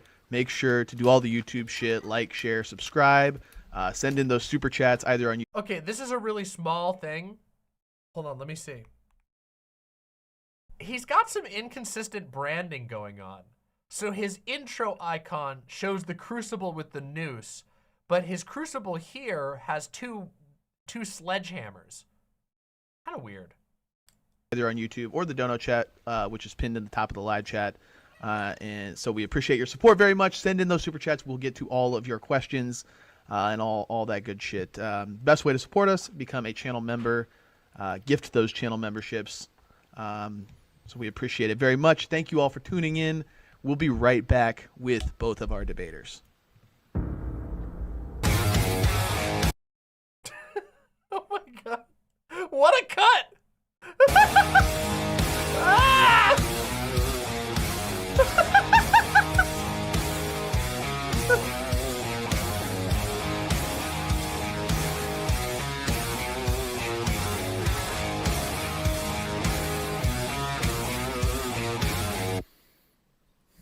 And we're back. We've got President Sunday on the right, Andrew Wilson on the left. Thank you guys for being here. Before we get into it, President Sunday, take a second, shout yourself. Big Papa Fascist already slamming down a Miller High Life fucking 40. Ah, yes. God's warrior on earth. Fucking pounding a 40. So much for that Christian sobriety. Out. Tell everybody where they can find you. Thank you very much. You can find me on President Sunday, spelled exactly how it sounds, on YouTube and Twitter, but who the hell cares about Twitter? All right, and Andrew Wilson, shout yourself out. Tell everybody where they can find you.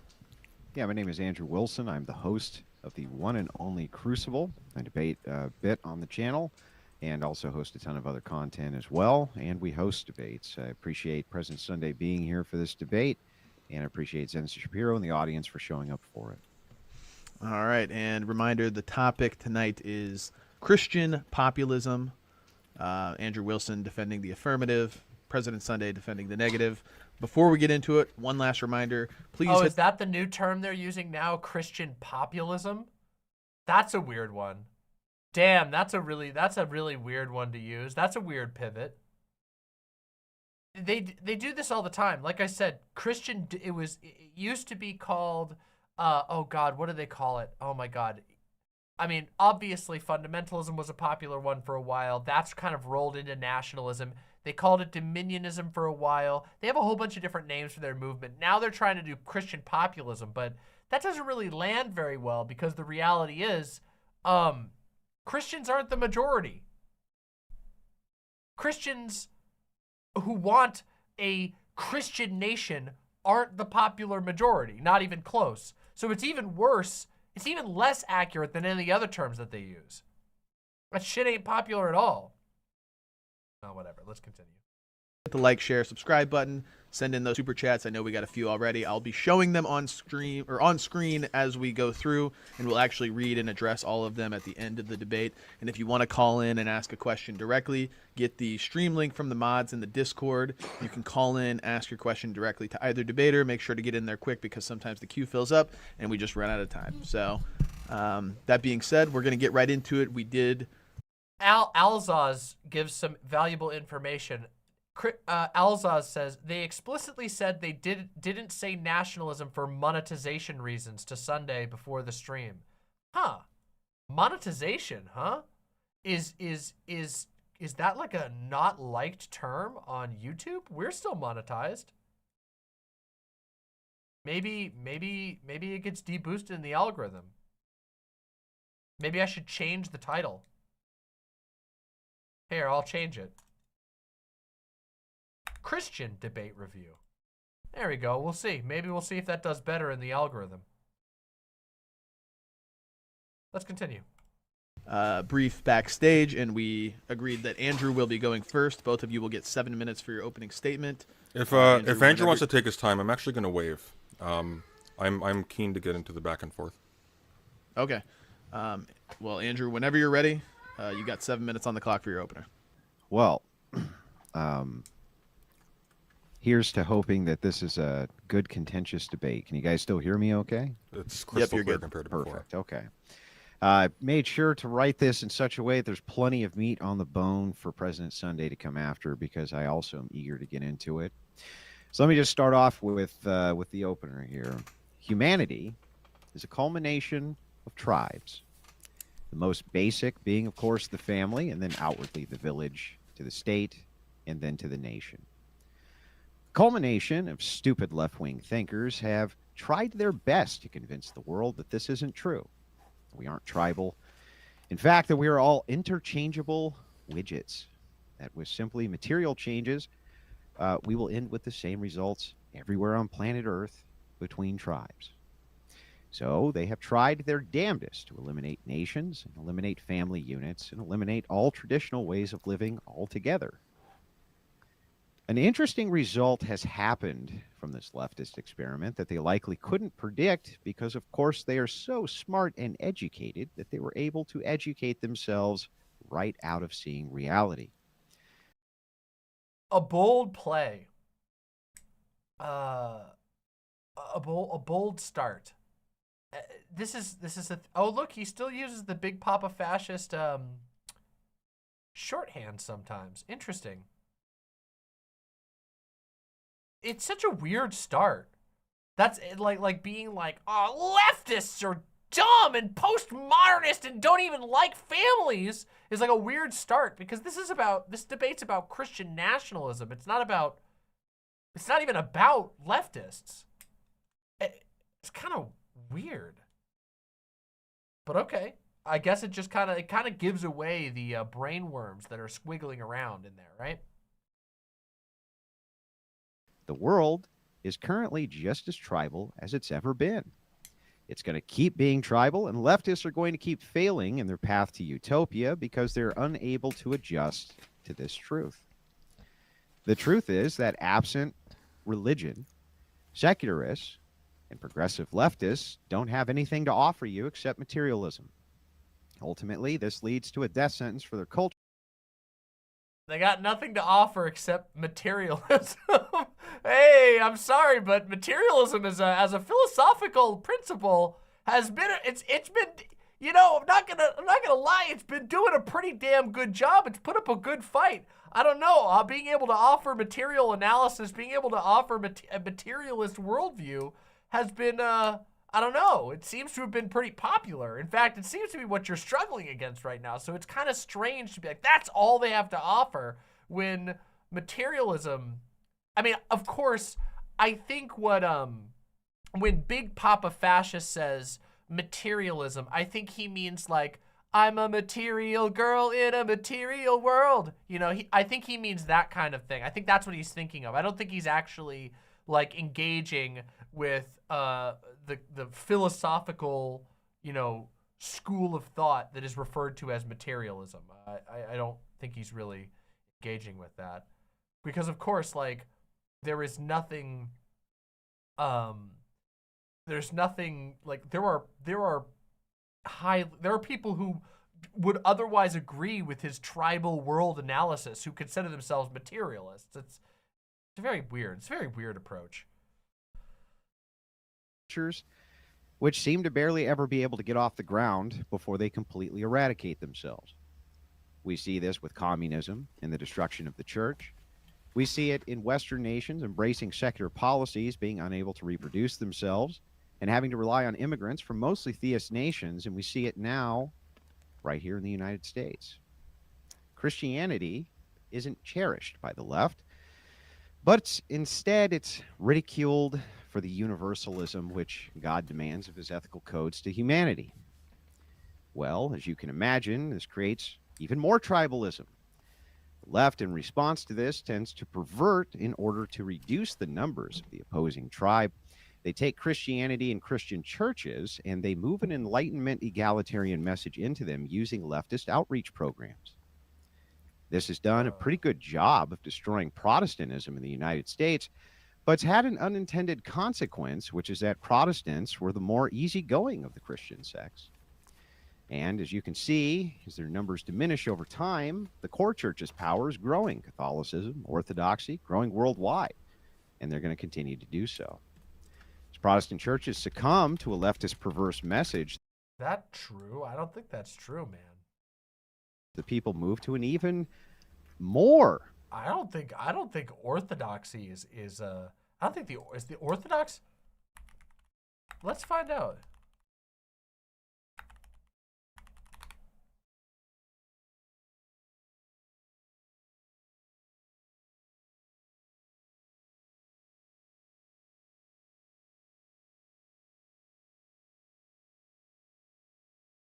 Eastern Orthodoxy gate. Well, I don't know.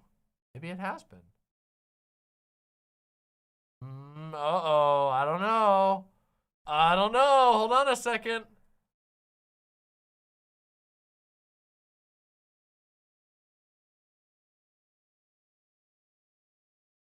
I don't know, man. I don't see it. I wonder if he's citing this Wall Street Journal article. There's a Wall Street Journal article that says there has been gains new followers in America, but that doesn't actually mean that the church is growing, because just gaining new followers doesn't necessarily mean that you're growing, because you might be losing old followers, either from old people dying off and their kids not following, or from people leaving the church entirely. So I don't know, man. I can't find anything that says that Orthodoxy is growing. That would surprise me. I mean, maybe if you go on like a long enough timeline simply because the world population has increased, but I can't imagine that as a percentage of the world that Orthodoxy is growing. Like, obviously the population of the world is huge now. Also, what is he not? Is he like a tradcath, or is he Orthodox? What is his position? It's weird. Anyway, let's continue. I don't want to get hung up on random stupid claims. He's going to make 100,000 unverified claims, I'm sure. Of what the left might consider a radical Christian message and institution. They haven't stopped tribalism with secular thought, just exacerbated. He's Eastern Orthodox? Really? Is he actually Eastern Orthodox? He's Orthodox, but not really. Is he a convert? It. Ultimately, every philosopher who has ever tried to replace theism with anything other than theism has come up short. This is because ethical universals require justification. The left can't give those to you, at least not in a way that doesn't require years of indoctrination and training to understand, and even then they tend to fall apart at the slightest scrutiny. The goal of Christian nationalism or Christian populism or Christian futurism, because they're all essentially the same. Killjoy says, I think he's a Vatican II tradcath who converted to Eastern Orthodox. Holy shit! That is a hell. If that's true, I don't know how we would verify this, and I don't really care, but if so, that is the funniest conversion to make. That is so fucking funny to me.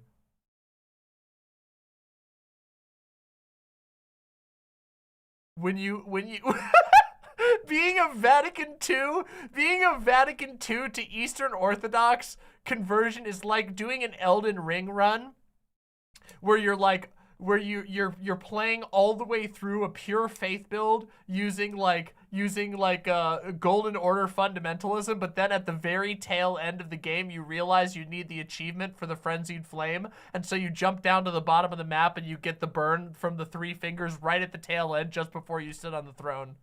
Like, like straight up it is.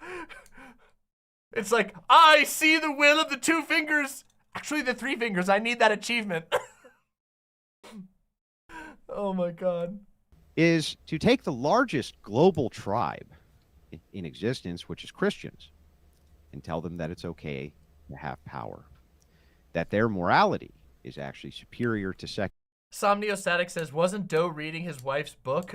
Yeah, my partner got a copy of, because of this debate, my partner was reading some of his wife's book, and look, I don't know his wife. I don't want to rag on his wife a whole bunch. I think he plugs the book at some point during this debate, but the book is really funny, okay? It's super, super funny. It is a book about how feminism is actually like a secret occult religion. And it is, listen, look, I think maybe we'll talk about that more. It made me laugh, okay? It made me laugh a lot. I'll just say that, okay? We'll get there. We'll get there. Morality, and that people actually thrive better and do better under rulers who have ethical standards. Also, since we have the biggest tribe, frankly, who gives a shit what the other tribes who aren't as big as us think about that? Symphonia is what this is called. The church and state working in tandem for the good of the people they rule. You see, the progressive left currently... Dude, I hate to tell you this, but Christianity might have the largest technical number of adherents. But first of all, Islam's catching up real quick. I mean, real fast. Islam's like right on the tail of Christianity. And Christians don't exactly, Christians sort of notoriously have a gigantic split, a huge schism, okay? They don't exactly see eye to eye on basically anything at all. So you don't actually have the biggest one. And I actually, even if you consider the schism within Christianity between just the Catholics and the Protestants alone, not to mention all the other schisms, I wonder if either side of Christianity even has enough to match the other world religions. I wonder, we could probably get hard numbers on how many Catholics there are worldwide.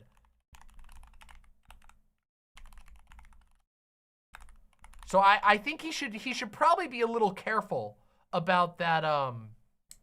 He should probably be just a tiny bit careful about claiming that you got the biggest tribe. Especially when, you know, half of the world, half of the Christians in the world would kick your ass for smoking and drinking while claiming to be Orthodox, you know.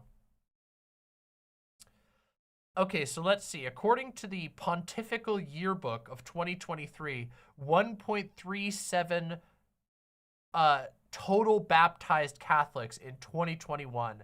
Now, of course, Catholics baptized when you're a baby. So that means that the number is significantly smaller when we consider practicing Catholics, which means, my man, I don't know, dude. I don't know if your tribe is gonna win the number count. It's getting real iffy. And if we want to talk about Eastern Orthodox, hold on, let's see.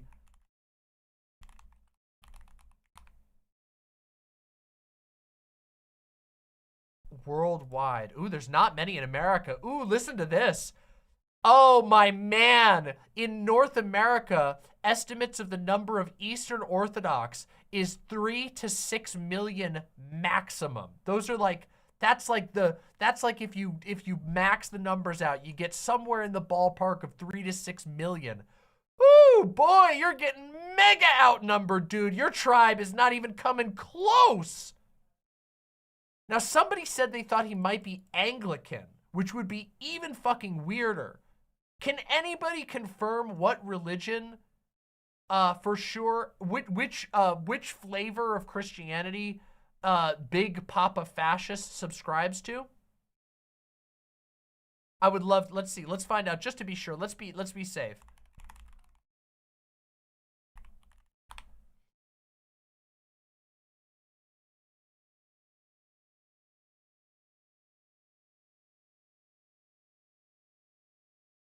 He has Catholic vibes. He talks about Eastern Orthodox. Okay, so he's Eastern Orthodox. Okay, good. So I was going to say, if he's Anglican, there's only 127,000 Anglicans in America. Dude, your goose is cooked? That's... oh, man. Oh. We have the numbers, man. Oh, all right. All right, we got to get back to this. We got to get back to this. This is funny. Has a false sense of security. This is due to their ideology being materialistic and ultimately short-sighted because of their materialism. They think that because they have control in the smallest and least populated centers of the world, that they are themselves demigods. Yet they have a population problem, and they are going to continue to import their undoing from theist nations that ultimately are much more lenient towards church authority. Christian futurism, nationalism, is about I'm sorry, can we hear that again real quick? Huh? Sorry. demigods. Yet they have a their materialism. They think that because they have control in the smallest and least populated centers of the world, that they are themselves demigods. Yet they have a population problem, and they are going to continue to import their undoing from theist nations that ultimately are much more lenient towards church authority. That's a weird thing to say because most immigrants who come to the U.S., even theistic immigrants, tend to have a more liberal worldview. And also, most of the immigrants that are coming to the U.S. Are certainly not on board for a fucking Eastern Orthodox ethno-state, or religio-state, theocracy, whatever you want to call it. So that's kind of a weird thing to say. Is anybody getting some like serious like fantasy fiction vibes coming off of Big Papa Fascist here? Because I'm definitely getting those vibes. It kind of sounds to me like he's talking about his D&D campaign. Basically nothing that he's said so far seems to have any grounding whatsoever in reality. Like, this is something we run into with like extremely far-right individuals where they've tunneled themselves into a bubble that's so deep that they don't even know like what's going on outside their own house anymore. But this is particularly bad. Like he's not even just kind of making like the immigrants are getting rid of our American values. He's trying to say that like atheist, materialist communists or postmodernist materialists who control the least dense population centers in the world are importing Christian nationalists from abroad. And I'm just like, so are you pro-immigration now then? Wow. Just wow. Christian futurism, nationalism, is about this. It's about us taking advantage over a few generations. Somewhat Damaged says, Demon Mama, he debated Vosh a couple of months ago, and Vosh asked him why he now switched from Catholic to Eastern Orthodox and to explain the difference between the two, and he couldn't name a single thing. Convert moment. Convert moment. To position ourselves to take power away from the left and put it back in the hands of the Christian. All right, is that your open? Power move. President Sunday opening a chocolate bar into the microphone at the end of Big Papa Fascist's statement is a power move. Okay, I'm sorry. That was really fucking funny. It's like... Statement? Nope. All right. Thank you for that opening statement, Andrew. And Sunday, given what Andrew said, do you still want to waive your opening statement, or do you want to exercise it? I do indeed. I suppose there's a number of points that I want to interrogate here. Well, hang on? Do you want an opening statement, or do you want to go straight to the back and forth? If it's all right, straight to the back and forth. All right, then, gentlemen, the floor is open. Before we get into it, I want to remind you guys one last time, send in those super chats. I'll show them on screen as we go, and we'll actually read and address all of them at the end. And if you want to call in, ask a question directly to either debater, get the stream link from the mods in the Discord, and you can call in and ask a question directly. That being said, gentlemen, the floor is open. We're going to do roughly an hour to an hour and a half. I don't, not an Android says, I don't think he should have waived his opening statement. There's like, what type of, I honestly, I don't disagree with his tactic here. I don't know what type of an opening statement you could make in response to that, other than basically just denouncing Christian nationalism broadly. But I think that Sunday is kind of right in wanting to dig into the details here. But I can understand where you're coming from. Of open dialogue. So I guess there were roughly three types of points that you brought up in that, Andrew. The first is you gave a statement about the essentiality of sort of the hierarchy of tribe, village, state, and nation. The second one was you suggested that God demands, if I'm misquoting you, by all means please correct me, I was running pretty quickly, God demands universalism, and then at the end you said the goal of Christian nationalism was to take the largest global tribe, which is Christians, and tell them it's okay to have power. Which one would you prefer to dig into first? It doesn't matter to me. Doesn't matter to you? How about that first one? Let's talk about that. So this tribe, village, state, nation sort of set of tiers that you've... I think I'm going to turn this up just a little bit. How's the audio levels? President Sunday seems a little low, right? Can anybody verify? I feel like he's a little low. All right, I'm going to boost his audio just a tiny bit. By that, I mean quite a bit. Hopefully this will be better. You've outlined. Can you elaborate on that a little bit? Yeah, so it's my belief. They're both really quiet. The host is like really loud. So we might have to just turn it down whenever that guy's talking. Belief, and it's the Christian belief as well, that humanity is set up into a section of tribes. It seems to be obvious to everybody who looks at it. I don't think you would dispute that, would you? That it's obvious in Christian doctrine that humanity is distinguished into separate tribes. I mean, there's descriptions of tribes in the Bible, certainly, but I don't know if there's a claim that these have essential properties as such. I mean, Well, certainly if they you're do. talking about Christianity is trying to make one tribe, Christians. like Our job is to make a single tribe, which is Christians, out of all nations. I don't know where he's pulling that from. I don't know where he's pulling that from. Like, at least, I mean, that sounds like an interpretation of a lot of things, but I really don't believe that's like what the Bible, that's not how the Bible characterizes it at all. In fact, the Bible still acknowledges the various tribes of Judah, which are separate tribes, but united in being God's people, but they're separate tribes. They're like acknowledged, you know, or like, yeah, the separate tribes. Like, I don't know. This is weird. fair enough. And so, like, there's obviously this stratification between different subgroups of humanity. There are different, like, worships. There are different, like... Okay, another board person says, I am now mostly sure that he's Eastern Orthodox. He has a lot of Orthodox debaters on the Crucible show, and he had an Orthodox versus Orthodox debate on the Hypostatic Union.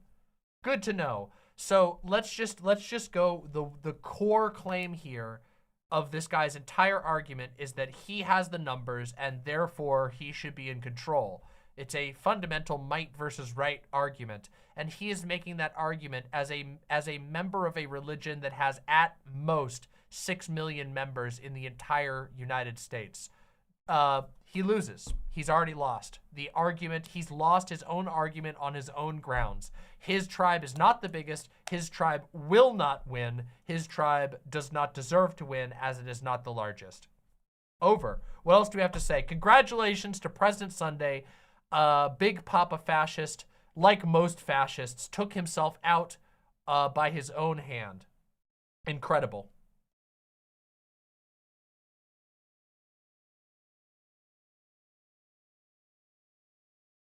even ethnicities or whatever, and the goal of Christianity, of course, is to fold all of these into one church that sort of covers it globally. One tribe. Okay. All right. So when for example, you say that leftists characterize these as being essentially non-existent, in a sense, you actually more or less agree with them because they're less real than, of course, the church body that would come Sorry, to be I misspoke. I realized I misspoke before. I said the tribes of Judah. I meant the tribes of Israel, of one of which is the tribe of Judah. There are 12 tribes of Israel. Anyway, that was just a small misspeak. This sort of global conversion has taken place. Yes? Because No, presumably, like they this would tribal exist existence in- wouldn't persist past like the unification of mankind. They would exist within Symphonia. within Sympathy. We don't. Yeah, we don't eliminate the tribe. We give unification through Christendom. That's the point. Okay, but it's So if you're so it would Greek, be you a- get to stay Greek, right? Nobody's saying that you can't stay Greek. That's why if you look at the Orthodox Church, you look at the Catholic churches, they do the same thing. They usually will add their ethnicity in with the church. So they'll say this is the Greek Catholic Church, Roman Catholic Church. This is the Greek or Roman Orthodox Church. This type of thing. The tribe is As we all know, when you get to heaven and you're a spirit, God will remember the random geographic section of the planet Earth that no longer exists. He'll remember that because it totally matters where random fucking bureaucrats drew lines on a map, you know. That's super important to God. He's really picky about those details. able to stay intact. It just has a unification of glue, a universal glue, and the universalism is the moral ethical system. So what we're trying to accommodate here is universalism through ethics. Okay, that's interesting. So the because Christ is pretty explicit that in heaven there is no, for example, marriage bond, or I think even male or female, but tribe persists even into the 1,000-year reign on Earth. Well, okay. Well, you're talking. Are you talking about eschatology here? What do you mean? I suppose in a sense, like when we're talking about like whether something is real, we're talking about whether something persists beyond convention, right? We're talking about whether it exists beyond simply how people behave and act. Like if an alien were to come to Earth, they would find these distinctions themselves in exactly the same way. That's how the contours of these things sort of... Yeah, it is kind of funny. Yeah, exactly. Mayfleet brings up Galatians 3:28, which says, "There is neither Jew nor Greek, there is neither bond nor free, there is neither male nor female, for you are all one in Jesus Christ." I mentioned this in my intro talking about Christian nationalism, which is that they are always nationalists first. And the Christian stuff is just the it's just the leverage that they use to get people, you know, to leverage their worldview over others. They worship the nation and they worship the political power that comes with the nation. They basically spit in the face of Christ. People like Andrew Wilson, if Christianity it turns out to, by a miracle margin, somehow turns out to be true, Andrew Wilson is the type of person that God would literally slam dunk directly into hell. It's incredible. Like, just the amount of, like, I'm spitting on the teachings of Jesus Christ. I'm spitting on the teachings of his chosen disciples.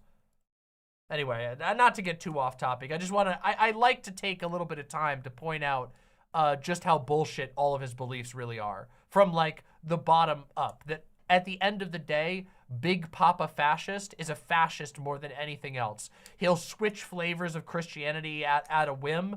You know, his reverence for God is next to nothing. But his reverence for the boot is like it's like his entire soul reverberates at the sight of a leather boot. persist. At least that's how I would think about it.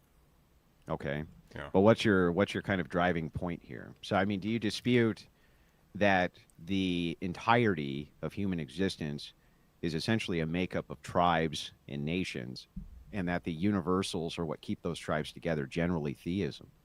I probably have some quibbles about what comprises these things and in what sense they have an existence as like a stable constitutive mesh, I guess, that makes up mankind. As far as the universals are concerned, I mean, that begs a whole ton of questions, but I think the basic point about there being groups making up mankind, I think that's trivially obvious.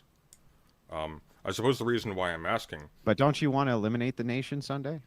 Do I want to eliminate the nation? Mm-hmm. I would like to eliminate arbitrary divisions between people that have their own interests that can conflict, for example, with the interest of mankind. I would say also that this is probably... dovetails well with your notion of symphonia, where... well, what does that mean? What does that mean, though? What are the arbitrary notions which hinder us from... Are you talking about unification? Are you talking about, like, unification, global unification? Well, let's talk in the context of this symphonia you described. For different groups to serve less than one master, in some sense, their identity has to be put beneath that of the collectivity. So obviously, for example, there will always be ways in which you can categorize people. Wait, hang on, back up. Criteria. I want to make sure I clarify this. Sure, please. Sorry, I don't mean to cut you off. I just Not at want all. to clarify. What's the order of operations, how you just described it? Well, if you're talking, if the goal of Christianity and of Christian nationalism is the ultimate unification of all mankind, right? Well, the unification of all mankind is going to be predicated on the interest of its parts, not superseding the interest of the whole. Or put another way, the veneration of the part is going to be under the veneration of the global church and of God, presumably. And so, while like it may be the case, there's still Greeks and their food and their culture and their whatever and so on and so forth, and just whoever else exists, they're not going to exist in the sense that we talk about the nation as the be-all, end-all of one's existence. You know, the whole pro patria mori shit, right? Like that's obviously going to fall away to some degree. Why? It hasn't in the entire history of Christianity. It seems that these nations remain fully in. Oh, Big Papa Fascist trying to make a fucking historical materialist argument in the face of fucking divine declaration. God says there will be no nation, there will be no division between my faithful. And then Big Papa Fascist says, well, there's always been nations. Again, fascist before anything else. Literally willing to ignore the claims of his own fucking prophets, ignore the claims, the divinely inspired claims of the disciples, ignore the words of the God he claims to worship in order to try and make a naturalistic fallacy about the state of the nation, about the state and the nation and the tribe. Incredible. Absolutely.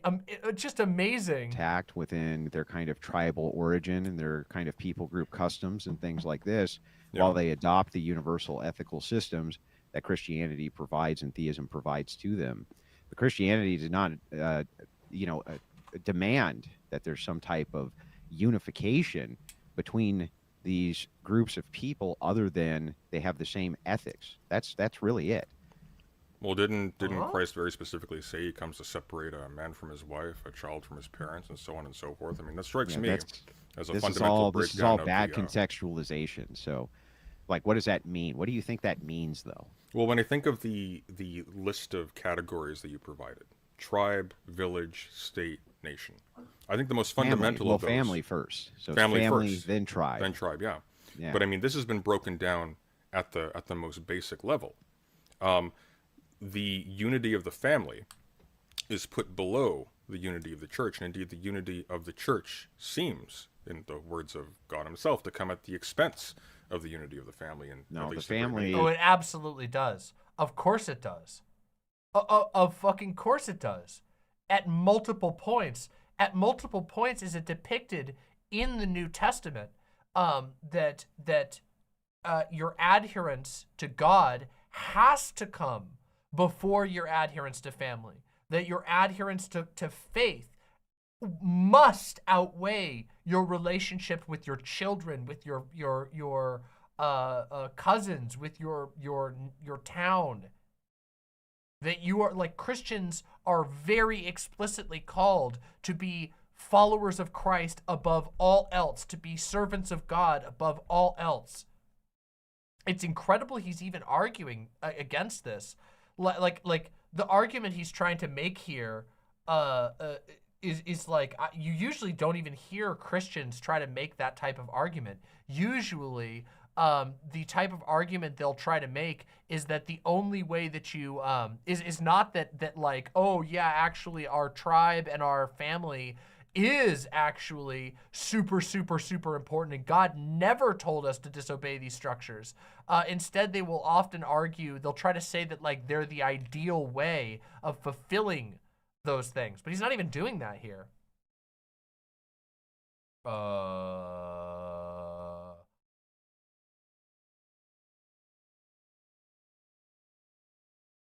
Okay, let's continue.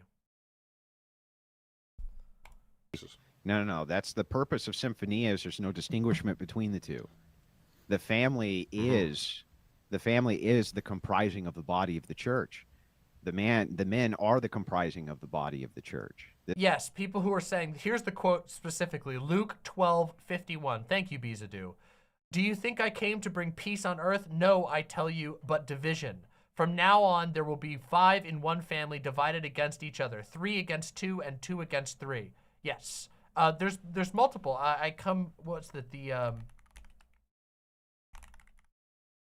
Let's see, here we go. Matthew. In Matthew 10:34, do not think that I have come to bring peace to earth. I have not come to bring peace, but a sword. I have come to set a man against his father, and a daughter against her mother, and a daughter-in-law against her mother-in-law, and one's foes will be members of one's own household. This is what I was talking about in the portion before. These are 2 of the verses I was talking about. Now, of course, he's not saying he's a conqueror. What he's saying is that inevitably what he is teaching will bring division, because there will be people who disagree. It will disrupt the previously existing structures. That the idea of the church family, that the new church that he is trying to build is supposed to be a family that surpasses the lines of nation, of tribe, of all of these things. It is so fundamental. A part I mean, oh my God, he even has people abandon their former names. He has his disciples abandon their given names, the names that refer to their previous nationality, in the name of committing themselves to their new belief.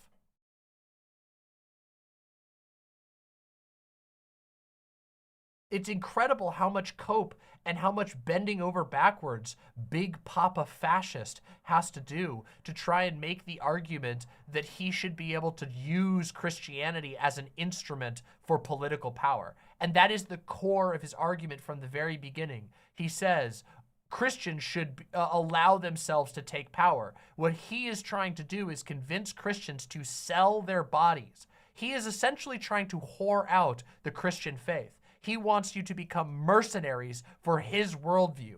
And by that, I mean for Donald Trump. That's what he ultimately wants people to do. He wants Christians to bend over and take Donald Trump's fucking rotten orange fucking cock into their ass. And he wants you to do it.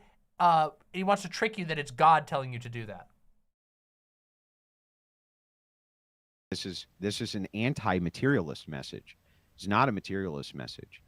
So there is no distinction between the two. We are the makeup of the It's body. literally, yes. Benefit the Potato says this is Antichrist shit.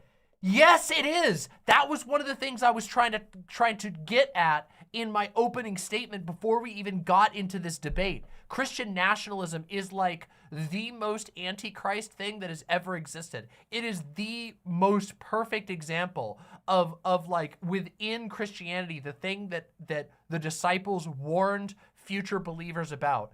They warned them about leaders and movements that would attempt to subsume their faith and use it to create an empire of man. And is that not literally what fucking Big Papa Fascist is trying to convince the Christians in his audience to do? Is that not exactly what he's doing? Church. But you do That have... is Symphonia. Fair enough, but I mean, you do have material bodies, and so it is still a material makeup, yes? Well, I mean, yes, the men as being parts of families. But that's just parts of trivially tribes, true. and, yeah. That's just trivially true. I Like, think yes, it's true, but so what? That's not really the point of the message. Like, Well, it's not.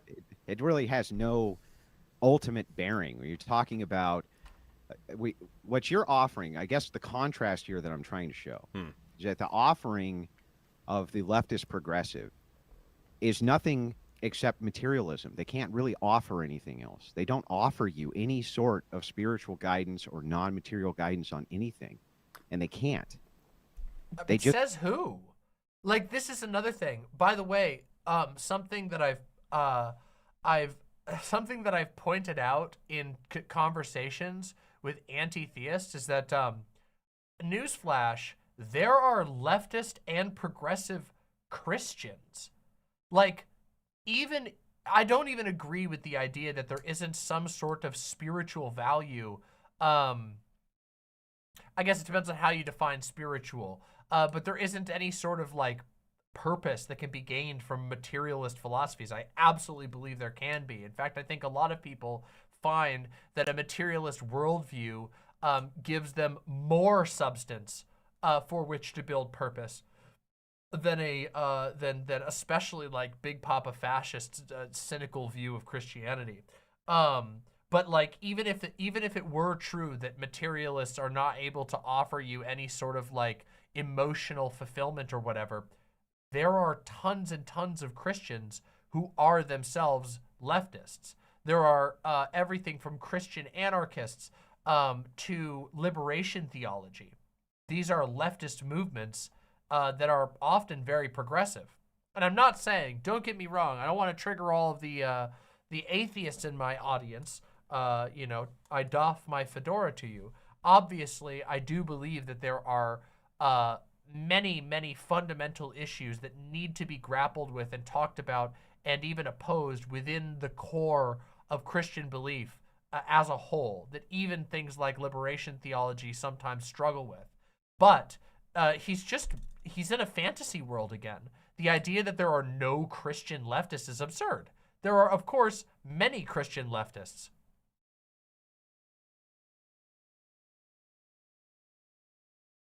Yep. Let's continue.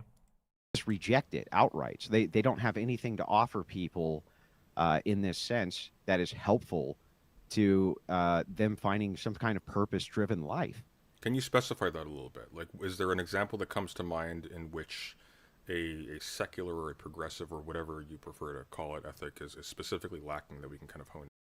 Tristan Elaine says, this is why I'm having a bit of an issue with ActualJake's anti-theism lately. It's gotten vitriolic in places. Oh, we're going to talk about that later. For those who are interested in that, I actually got in a small argument with ActualJake before this stream, and I'm not gonna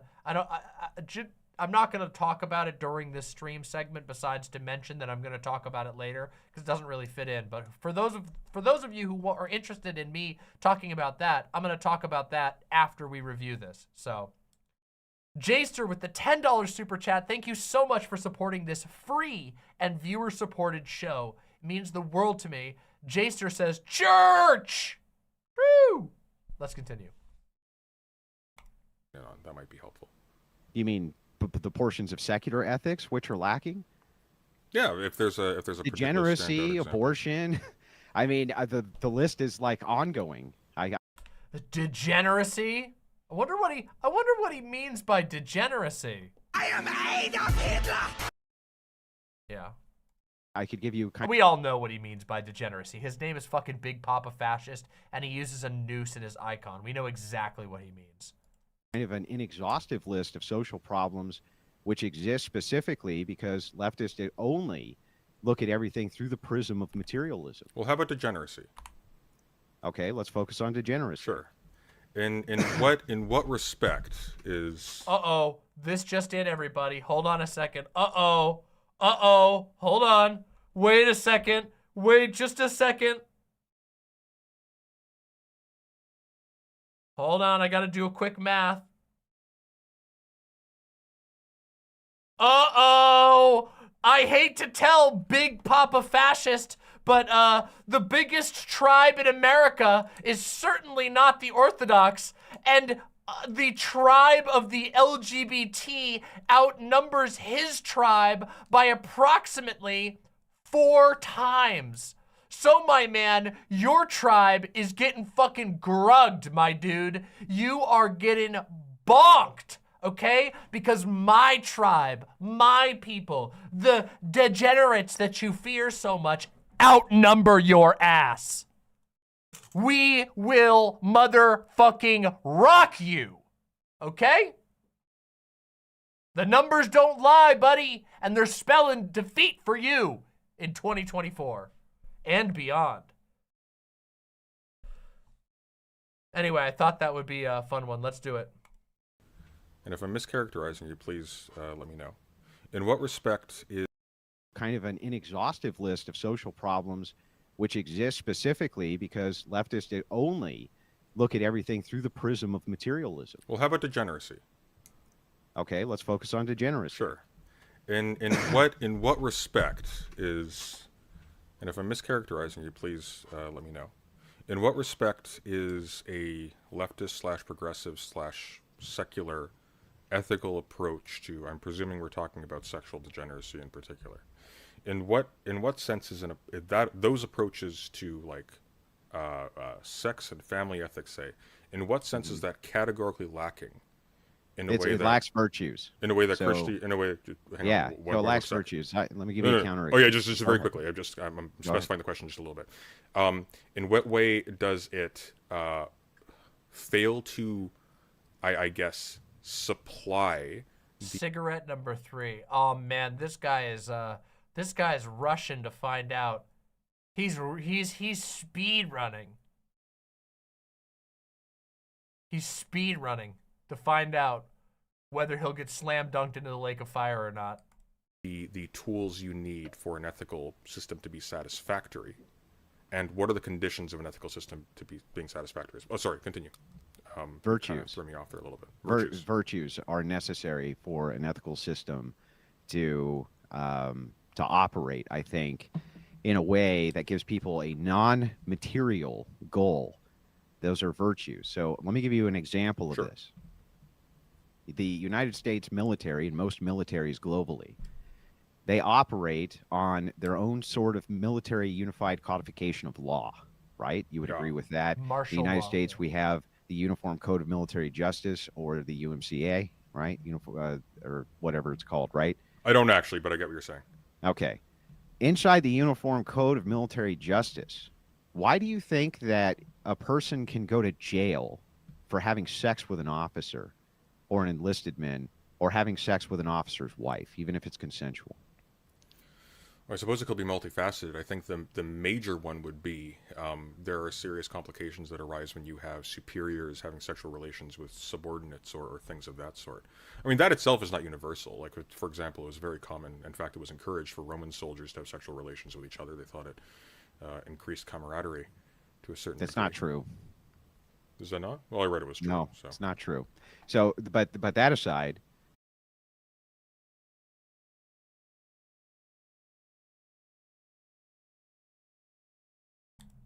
the reason for this is because inside of military culture, honor is very important, and it's always going to be important. How dare you insult the Romans? I love those guys! Again, always a fascist. Also, did he forget? Did he forget that he converted to the Eastern Orthodox? Like, I don't know if you know this, but the fucking Eastern Orthodoxy split off from the Roman Catholic Church. You aren't supposed to idolize those guys. Your guys hate those guys because they fucking degenerated into a shitty version. What the fuck is this shit? Fascist first, Christian second, always.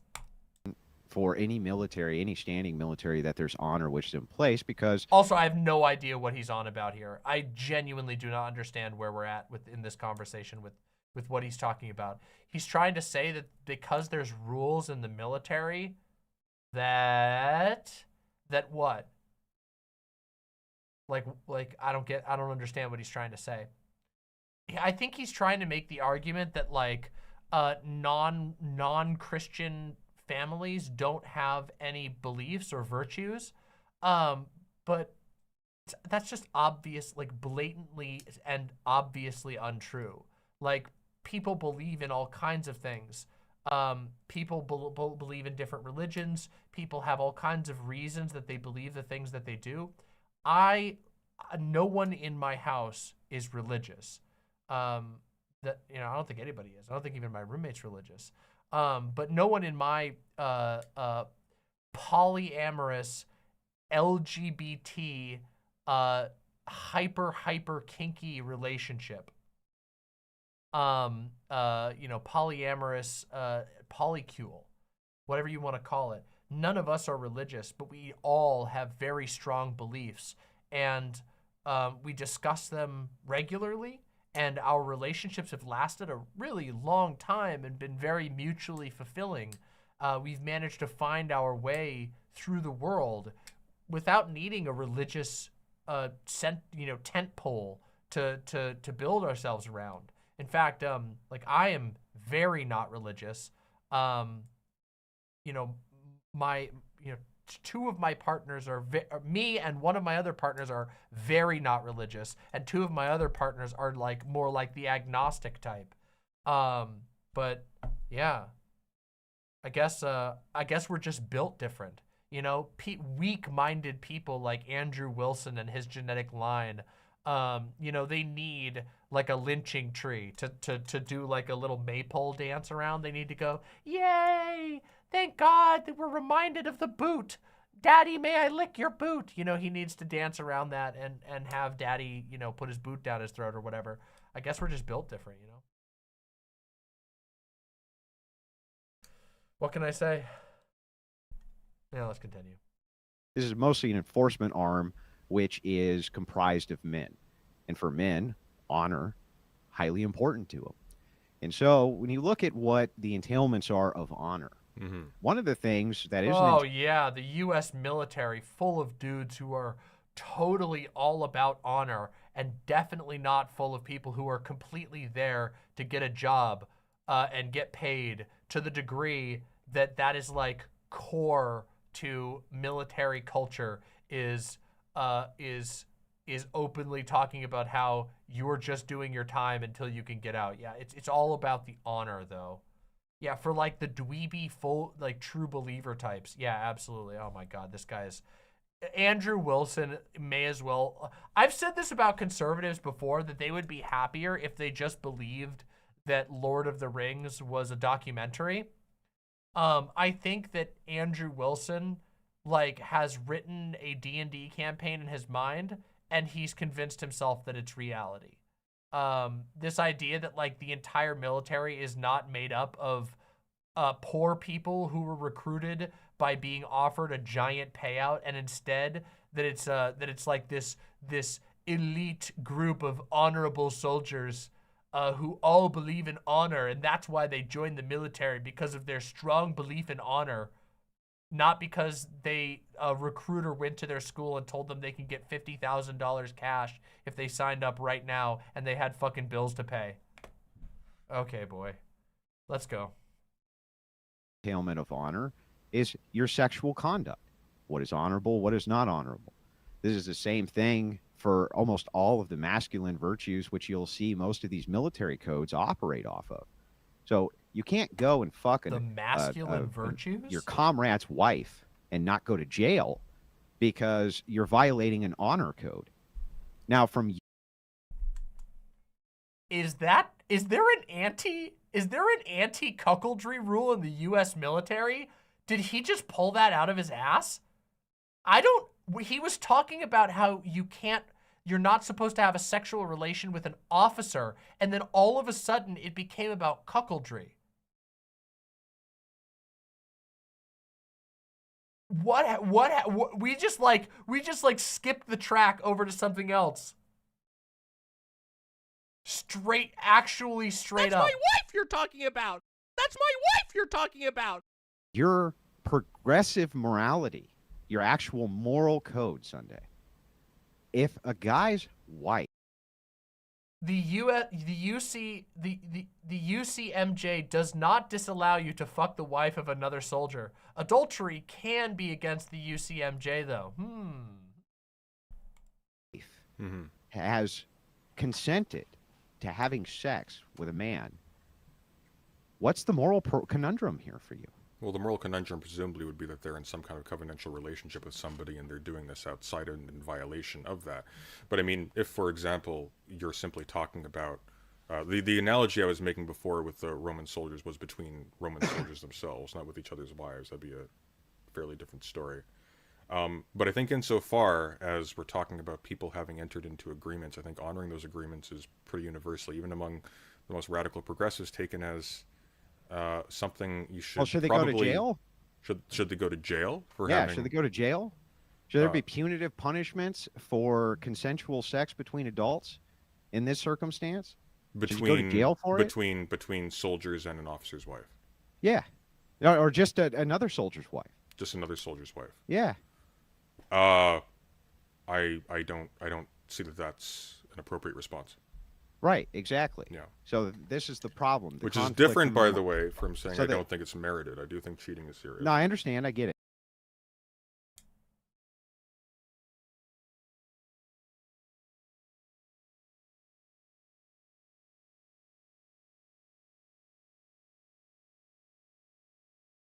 Okay, listen.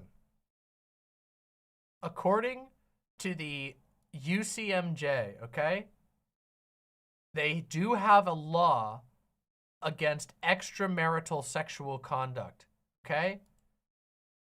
Soldiers are not supposed to have sex outside of marriage and can get in trouble for it, okay? But I'm going to tell you something right now, okay? And I know this is going to come as a giant shock to you. That rule is definitely not enforced, okay? And I bet a whole bunch of you out there have had sex with people in the military so you can, and they didn't lose their job in the military. So, I'm just gonna go out on a limb and say I don't think they're enforcing that one too hard, and I don't even know why we're bringing this up as an argument. But military guys are kind of notorious for having sex when they're when they're on they're overseas on a base. And then they go into town, and then they go to the bar, and they get fucking plastered, and then they fuck some guy in the ass. You know, happens basically multiple times a day, every single day, all over the world. It's kind of like a thing that happens literally all the time. And I guarantee you that there are people listening to this right now who have fucked a military guy or a military girl in an exactly such a situation, probably this weekend. In fact, no, you know what? Don't volunteer yourself. Actually, no, you know what? Do it. If you're in my chat right now and you have fucked somebody who's in the military and you're not married to them anytime recently, drop a fucking emote in chat, okay? Drop me a hypers, okay? In chat right now. If you somewhere in the chat, anywhere in the chat, have in like the last month, let's say, fucked someone in the military who wasn't married to you. Not this weekend. All right.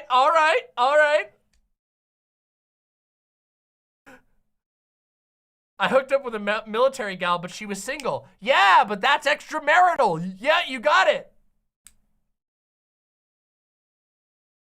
Yep, my partner. Okay, YouTube chat's on it. YouTube chat is supporting the troops, okay?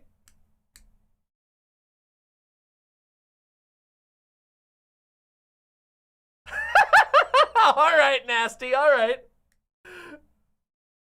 I'm going to this weekend.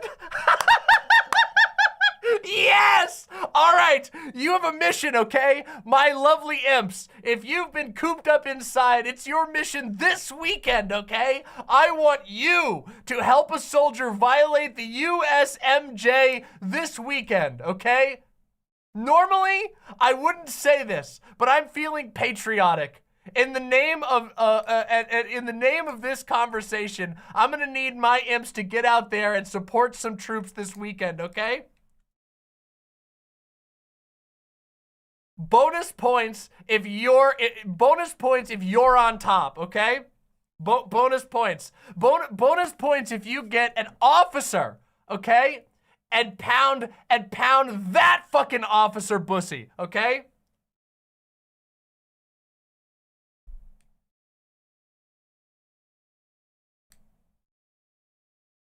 All right. Okay. Life, it's okay. You still count. You still count. Don't worry. I still give you points.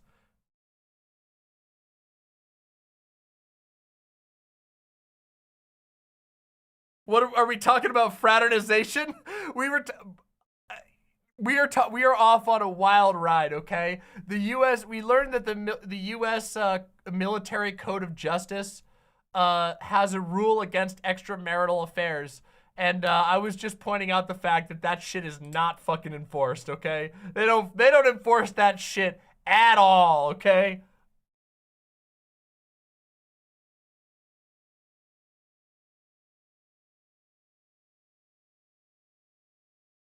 What's the prize for the highest rank? I'll give you a copy of Brotato, okay? I'll give you a free copy of Brotato. No, just kidding. You know what? I'll even do this. I'll give you a copy of Metal Gear Solid 5 in honor of the Battle Queers, okay? There we go. All right, let's continue. Who's got the 4-star general? Oh, man. Oh, this is great.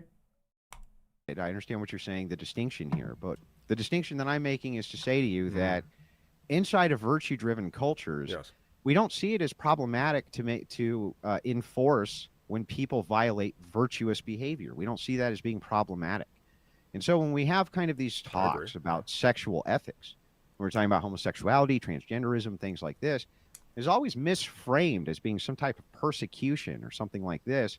It really isn't. It has to do with an enforcement of morality based around virtues and what's considered virtuous and what is not.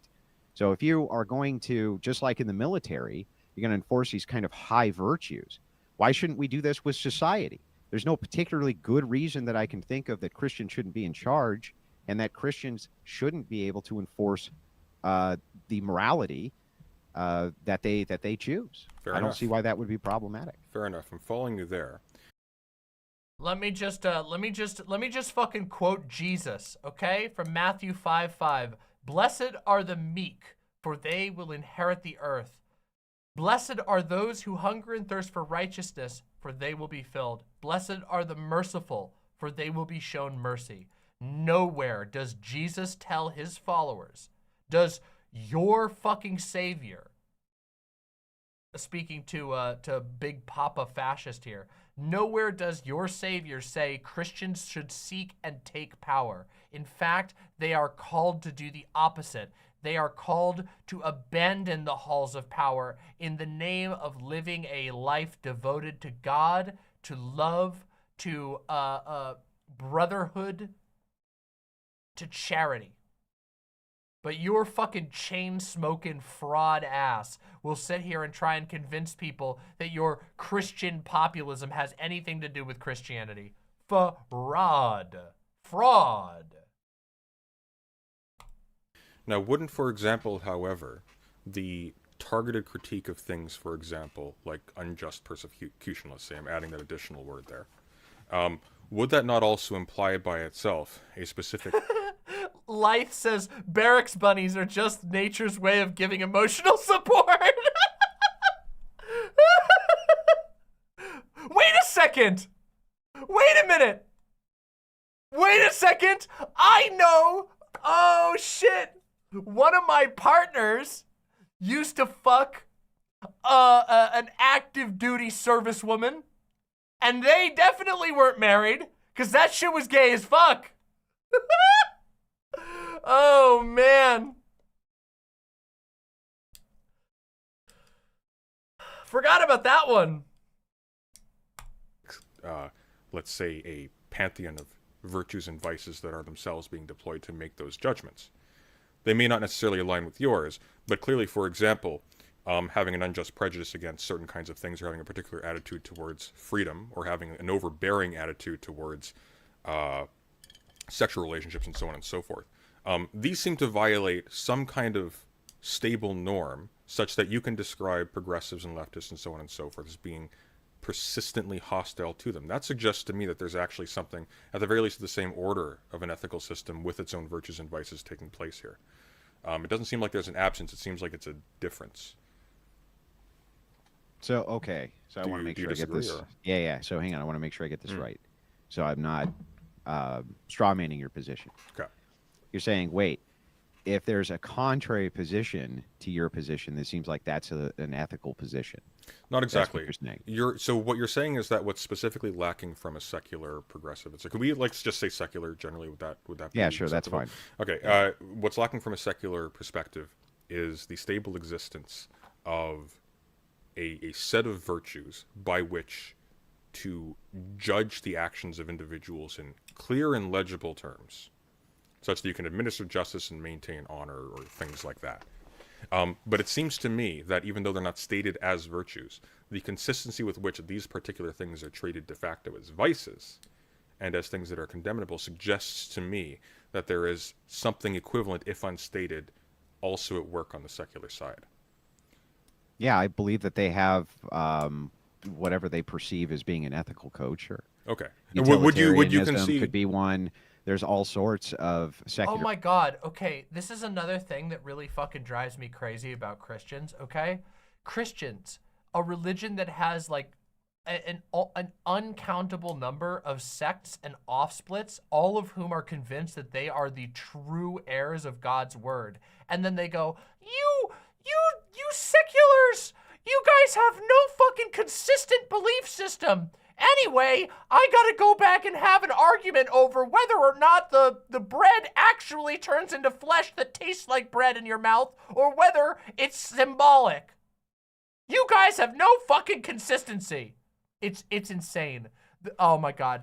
The most obnoxious thing is to be like lectured on consistency about the guys who unironically had a violent religious war over whether you were supposed to do the sign of the cross with 2 fingers or whether you were supposed to do it with 3 fingers. I'm literally not even kidding. That is a real thing that happened in the church that Andrew belongs to. There was a sect, there was a split between Roman Catholics and Eastern Orthodox, and then even within the Eastern Orthodox, as to whether you're supposed to do the sign of the cross with 3 fingers, or 2 fingers and a thumb. No joke. That is where it came from in Elden Ring. That's.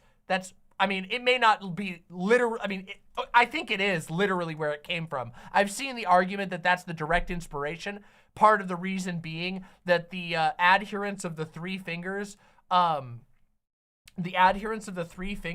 the trap. I'm not gonna go off on this. There's a great video by Tarnished Archaeologist called "The Real Life Lore." I think it's called "The Real Life Lore of the 3 Fingers." You should look it up. And he makes the argument that there's basically no doubt that it was inspired by this. But regardless, that is a real thing that happened. Don't believe me? Fucking look it up.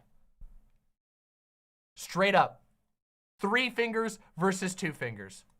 And this guy wants to lecture you on moral consistency. Oh, you seculars you guys can't have any grounded beliefs. You don't even know that you're supposed to use 2 fingers. Meanwhile, on the other side of the room, I'll stone you for that. It's 3 fingers to honor God.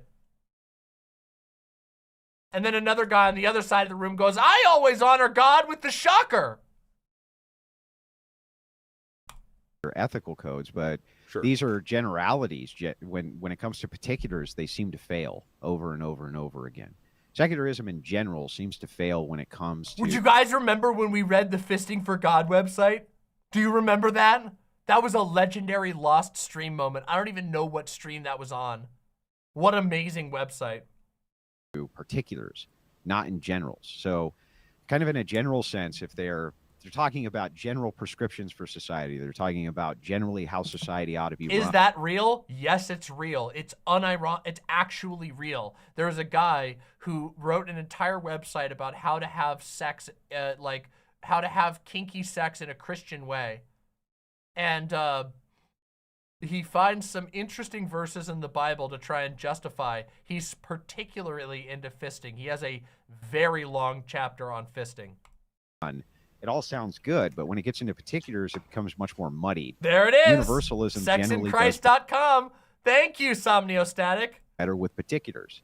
So when we're talking about the particulars of virtue, things like this, it's seemingly easier for theists to, when it comes to particulars, make good judgment calls on those particulars, whereas utilitarians use, and usually most progressives are some form of consequentialists, not all utilitarians, but they tend to kind of run awry there because they have a mathematical formula for utility, but it's not anything that's set in stone. Every single consequentialist distinction in what gives most or less, least amounts of utility is all over the place. We have. Do you think he's arguing with Vosh in his head now? Did President Sunday ever say he was a utilitarian or a consequentialist? I don't think President Sunday is a consequentialist. How did this even come up? Did I miss something? Does he just assume that all secular people are consequentialists? No idea what that metric even is. By a good judgment on particulars, what do you mean? Let's take theft. Okay. This is a simple one. From your worldview, if a child is starving, is it okay for him to steal from a rich man? No. No. Why? I think that as a general rule, theft, for example, is something that is destructive. It involves some kind of putting forward of your own interest above your own notion of right or justice or whatever. At the very least, a neglect without any sort of conference with a society about what its rules should be or ought to be. That being said, if theft took place because somebody was starving under those conditions, I would absolutely turn a blind eye to it. Yeah, no, I understand you might turn a blind eye to it, but I'm not understanding why it's morally incorrect.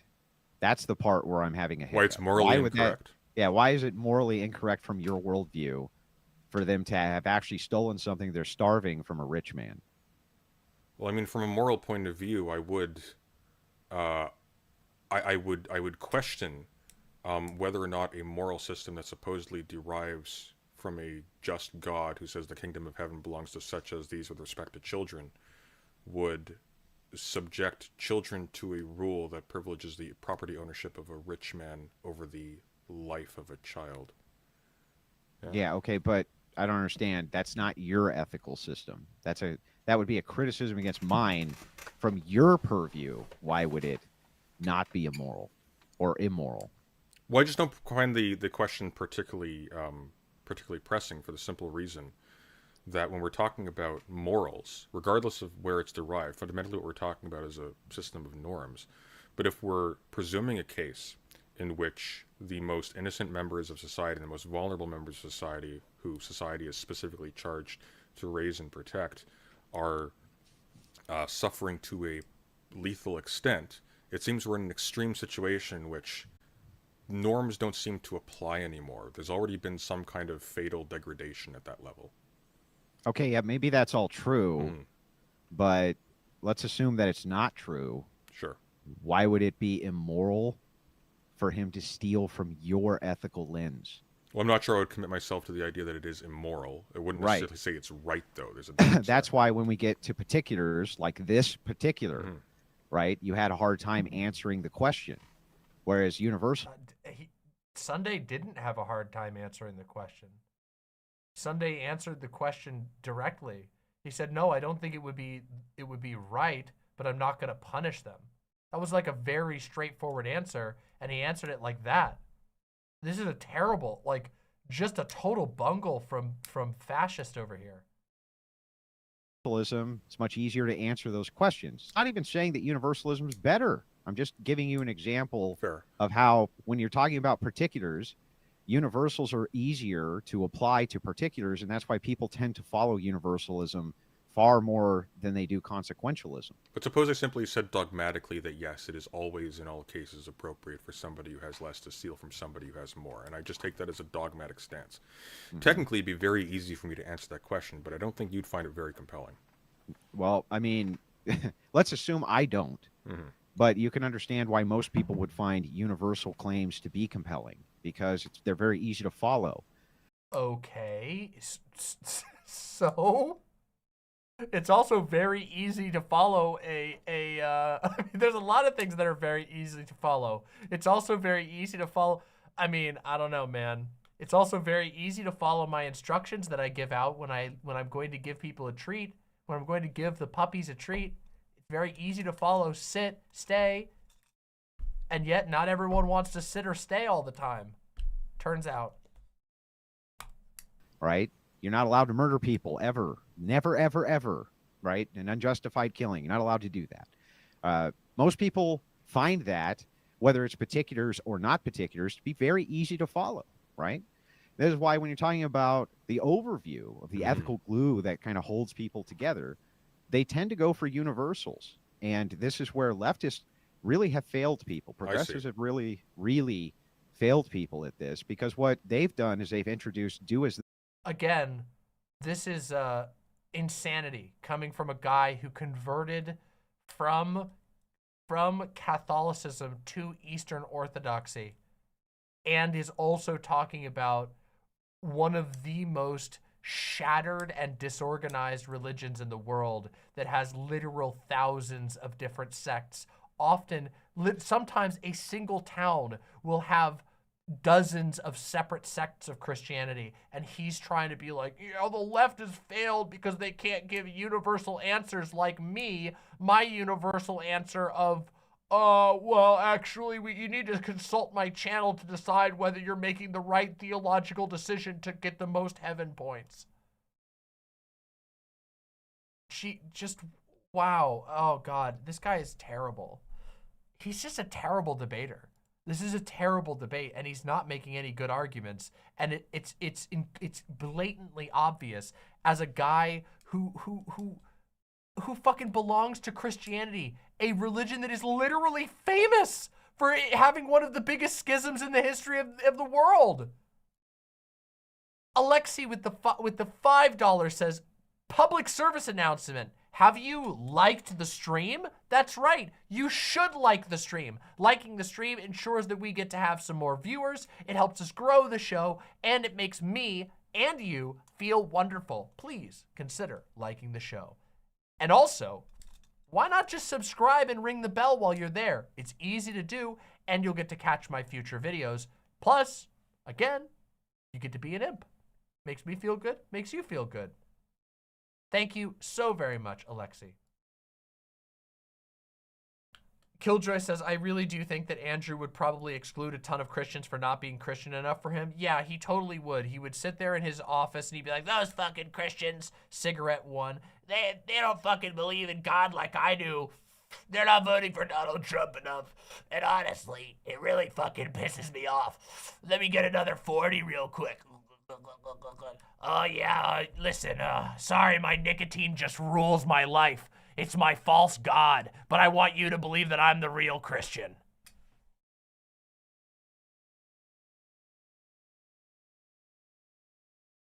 Thou wilt. They don't have universals for conducts and how society should be run. Seems like porn is fine. It seems like any form of sexual degeneracy is fine. And it seems like decadence is fine. It seems like nobody gives a shit or wants to legislate away any of that. Even forms of corruption seem to be okay. Just depends on what their form is. So all of these things in decadence, it all seems to stem from the do as thou wilt. I'm not entirely sure that's ideology. True. So, for example, you yourself run into constant... I'm not gonna lie, it's really funny to like say that leftists believe in do what thou wilt as like a general principle, because that is so fucking not true. That is like there is a subsection of leftists who are also Satanists. Like, yeah. And Satanists, okay, there's actually, depends on the Satanist type that you're talking about. But yeah, a lot of Satanists do tend to be left-leaning. But the idea that most leftists follow the Satanist ideal of do what thou wilt is just not true. Like, not even close to true. Leftists, tons of leftists, especially online, ones that are vocal, are often making very specific moral claims and are not advocating a world of do what thou wilt. It's just very weird. Exactly. Chariot says, this is just a bunch of you can only get morality from God stuff. Pure delusion. This entire debate has been really weird because the entire time he's trying to claim, he acknowledges schisms within the church within the first 5 minutes of the debate, and then has spent the rest of the debate trying to basically snidely comment that leftists do not have any moral consistency because they don't have a foundation on which to build. After he spent the first, in the first 5 minutes, he acknowledged like historical world-shattering schisms within his own belief system. It's just crazy. It's actually just a crazy worldview that requires basically shutting off entire portions of your brain so that you never acknowledge different truths at the same time.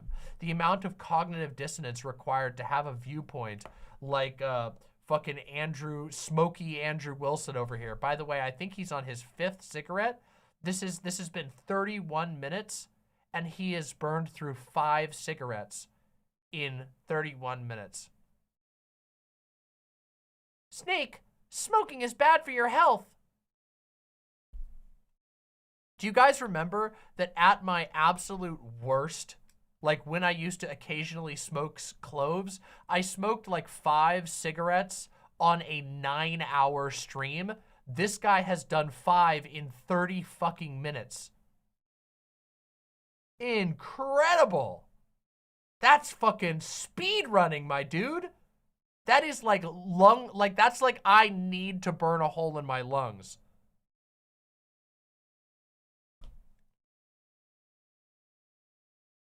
And arguments with people online about the appropriate role, for example, of women in subjection to men. Now, there are certain very strong and consistent ideas about autonomy, human dignity, and the equality of people, irrespective of sex and gender, that actually seems to be pretty stable. A great point. He surely can't run very far. His lungs must be deep fried. Imagine posturing about how your tribe is gonna grug thump the rest of the other tribes in America when A, you belong to a tribe of only 6 million people and literally gay people outnumber you by 4 times, and B, you fucking smoke a pack on, you are visibly on camera smoking a pack in a 2-hour debate. Just imagine that level. Again, the cognitive dissonance necessary.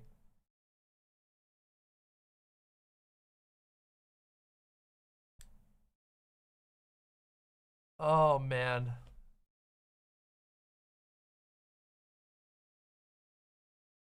Across most leftist lines, mega communists excluded. It doesn't seem to me like there's actually much difficulty dealing with such things as that at all. Now, you exclude those on the basis of highlighting things like pornography and what you call sexual degeneracy. But it seems to me that these are more or less equal in terms of like the way in which they address things. Systems that are simply interested in different things. Yeah, listen, the alcohol cigarettes combo right now is giving me mad vibes from that one Tumblr post. This one. The science behind the THC plus alcohol as a combination is literally so interesting because it basically causes the crimson red duckling in your body to confront the serpent in the bronze vessel of your heart. Basically, you feel good because the duckling is able to eat the harmonious seeds stored within the vessel and transfer these positive energies into your body. You can have bad highs when this happens if the duckling awakens the serpent and it bites the duckling. The interesting part is when you ingest alcohol after THC because it floods the vessel and causes the serpent to fall into a deep sleep. The duckling never gets attacked by the serpent at all when this happens because it is unconscious, and the duckling is actually able to get fat from the harmonious seeds, which causes an enjoyable sensation.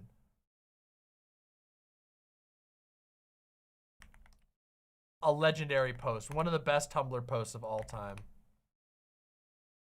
That's the patented Andrew Wilson logic for why he needs to do a debate about Christianity while downing a fucking Miller High Life 40 and also smoking an entire pack of fucking Marlboro Reds.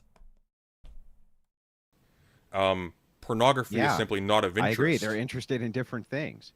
True, but while pornography, for example, is not of interest to a great many leftists, not all, by the way, there are a great many, including myself, who are very aware of the pernicious elements of pornography as well as the industry that produces it. But leaving that aside, there is, by the same token, a high degree of concern with the subjugation of an entire half of the species.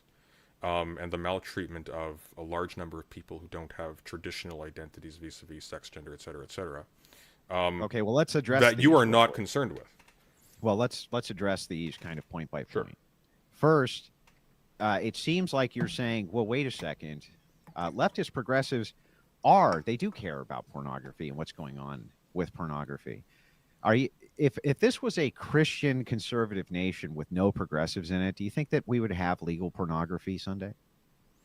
Legal? No, they wouldn't. And no, they wouldn't. And the black market for pornography would be fucking massive. It'd be incredible. It would be absolutely towering. There would be a guy who looks like fucking a Big Boss from Metal Gear Solid 5 who has an oil rig that's stacked with porn DVDs from the Fallen era. And you would have to go there and pay in pure diamonds, and he would let you go in a room and watch one of the DVDs, and if you don't pay up on time, his soldiers would throw you off the oil rig into the ocean. Well, that's an interesting question, because at one point in time, I say this, I'm in Canada, but at one point in time, yours was a Christian conservative nation, and yet pornography right. somehow emerged from it. Yes, this is due to Supreme Court rulings, not because the majority of the people wanted it. But the Dude, come on! That is the most ridiculous, that is the most insane Christian cope! Yeah, porn only exists because of a mandate from the Supreme Court and not because of people wanted porn. Dude, crazy! You have to be insane. You genuinely have to live like this isn't even Christian derangement, okay? This is another level of derangement, okay? Most like Christians would acknowledge like, okay, yeah, people do like pornography, but it's bad and you have to resist the sin. Andrew Wilson right now is trying to argue that porn only exists, illegal porn only exists in the United States, not because there was a demand and desire for legal pornography, but because sneaky Supreme Court justices wanted to make sure that porn was delivered into every household. That is insane. Beyond insane. That is one of the most insane things I could, like, that is more insane than most, like, flat earth conspiracy theorists. Insane. He's just fucking riffing at this point. people got in, but the people got into the Supreme Court as a result of presidents who were elected by the people. Yeah, but even the justices aren't elected, True. right? So you take a gamble with some of this sometimes, but the way that a justice can interpret this, if it was put up to a popular vote at the time, there's no possible way that. Ruby Meadle says how to join on-screen chat. That is right on the screen right there. Boop. demonmama.com/live. It's super easy to join the on-screen chat. The website is beautiful. We got tons of beautiful emojis you can use. We'd love to have you on the site chat. Site chat is bumping always. We got a hell of a community up here. So please come join us. demonmama.com/live. Pornography would be considered speech. That's insanity. But this is a progressive doctrine. There's no possible way that conservatives in a conservative Christian nation, and you can see this in the more conservative Christian nations which exist right now, they're not allowing pornography. It's a no-go. Would you suggest that a majority of the American population would vote against its own constitution? Because if they... Yes. Well, at this point, yes. Well, at this point, yes. But would you say so? I'm actually in the dark about this. Would you say so at the time that... I'm actually not sure of the exact history of the legalization of this, but let's say there was a point in time at which it was put to a judge or to the Supreme Court, hey, we want to have these lewd images of individuals engaged in degenerate acts in our newspapers or magazines or whatever, and they decided yes. At that point in time, maybe a little bit prior to that, do you suppose that the majority of American citizens were actively hostile to their to the Constitution of the United States as such then? Oh, wait, actually, this is a great point. Remember how at the beginning of this segment, I did a little statement on Christian nationalism, and I said that these people are the enemies of liberty, that they will pretend publicly to care about free speech, but then when you actually hear them talk about it, they want to get rid of free speech and expression as soon as possible. Case in fucking point. What Andrew is currently advocating for is a world in which it is illegal to consume pornography of any type. You're not allowed to look at naked people because Andrew Wilson doesn't want you to. But it seems to me that if they aren't, then there's a tacit consent to the decisions of the people who are put into places of power as a consequence of the ordering of that constitution. No, well, no. Wait a second. So there's a lot of presuppositions which are driven in here, and I understand that this is done in question form, but let me address some of these concerns. My point here is to say that if people were actually voting on these issues, right, just like we see with gay marriage, when they actually voted on that issue, they did not say that they did not vote for gay marriage, not even in progressive places like California. Okay, the Supreme Court. Except in my home state of Maine.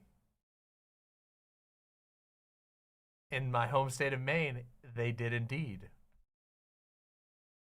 Made rulings on this, and that's what allowed it to go through. It's not the will of the people that this happened, and it's not the will of the populace. This is why I asked this question, though, because it seems to me when you're talking about the will of the people, you're not just talking about what they would vote for given a specific plebiscite for a specific issue, because of course there's too many issues. Thank you, Beard Panda. I appreciate that a lot. For the population as a whole to be taking part actively in every single one. You would never get anything done. Moreover, it would be illegible to the vast majority of the population. It'd be too specific, too complex, etc., etc. It seems to me that when we're talking about the will of the people, what we're talking about specifically is whether or not. I mean, that sounds like you're for elitism. No, not at all. Not at all. Are you sure? Because it sounds like you're saying the stupid plebs don't even understand what's going on. No. This occurred. This granular and complex that they. Well, you're an Eastern Orthodox. You believe you explicitly. What is going on in this man's brain? Is this supposed to be like a ha hypocrisy? I got you. You laid out that you believe that there is a strict, naturally existing hierarchy that goes family, tribe, state, or family, tribe, town, I think, state, nation. You belong to a church in which there is a specific hierarchy in which there are people who are above you who tell you God's will. This guy is just his brain is made of Swiss cheese. I don't believe anything that this motherfucker says. I think he's riffing constantly. I don't think he has a consistent view in his mind except, I want power and I hate gay people and I want power so that I can hate gay people with power. This applies to even the most specialized bureaucrats, just because the issues of government are so complicated and so specific and so wide-ranging. Like, we're not just talking about like broad decisions, like, for instance, should depictions of the naked human body in coitus be allowed in publicly accessible media. We're talking about all of the decisions that lead into the selection of examples, the people who are responsible for making all the decisions in terms of who to admit to the court, who not to admit to the court. What and happens so on and is so this: Supreme Court justices are lifetime nominated. Sure. Okay. As culture shifts, the viewpoint of these people tends to shift along with the culture. They don't tend to stay stagnant either. Or they can use. Why do they keep showing super chats on screen and then quickly getting rid of them? Because these types of shows are desperate, incompetent, and lacking in aesthetic. Thank goodness you're watching a show right now that exudes aesthetic, looks awesome, and doesn't have annoying random fucking pop-ups all the time. Isn't that great? Isn't it wonderful? Did you know you can support this show and you won't even make a pop-up appear? Pretty cool, right? Older policy prescription or older worldviews, or a more modernistic worldview in which to make these interpretations. Okay, but generally speaking, the Supreme Court justices, which are nominated at the time when the presidents of these of the nation nominated them, if you look at what they thought about degenerate issues, the public, they definitely were not voting in the president so that in 30 years the Supreme Court justice would go ahead and okay social degeneracy. That was not what the population was after at all. I'll grant all of that.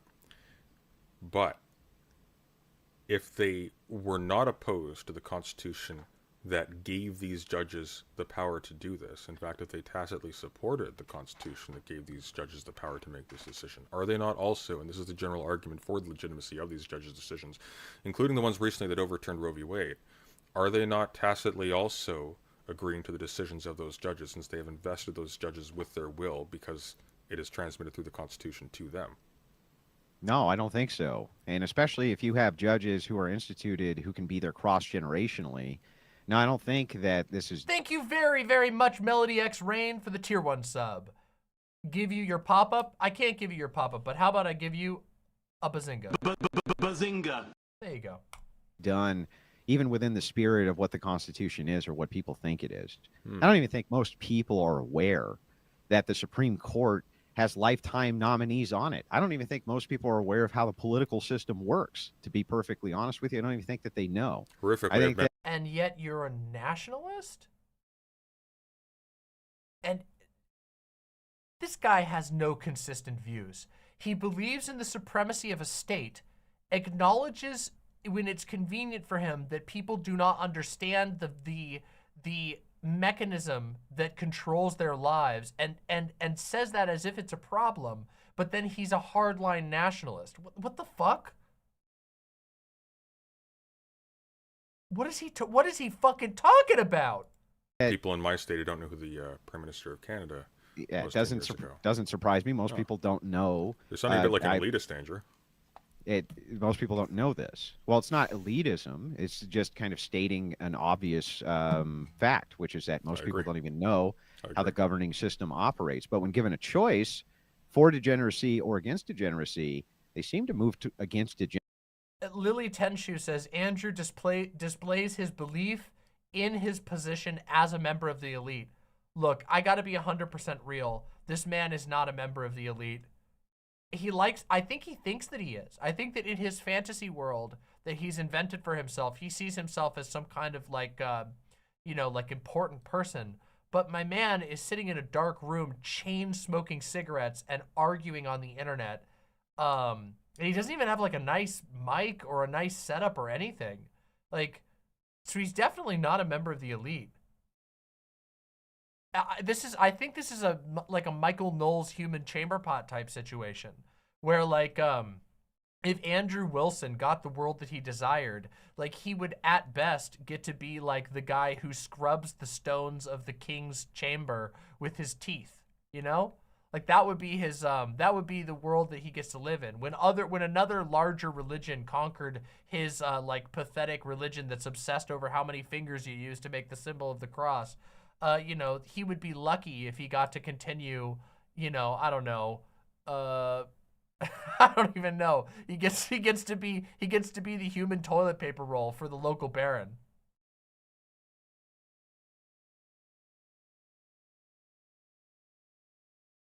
Degeneracy. Even the leftist elitist scumbags seem to do this, Sunday. For instance, you don't want people to walk around naked, right? The local baron will just unroll his tongue like he's like a cartoon, like just like pulling it out like a roll of toilet paper and folding it over itself.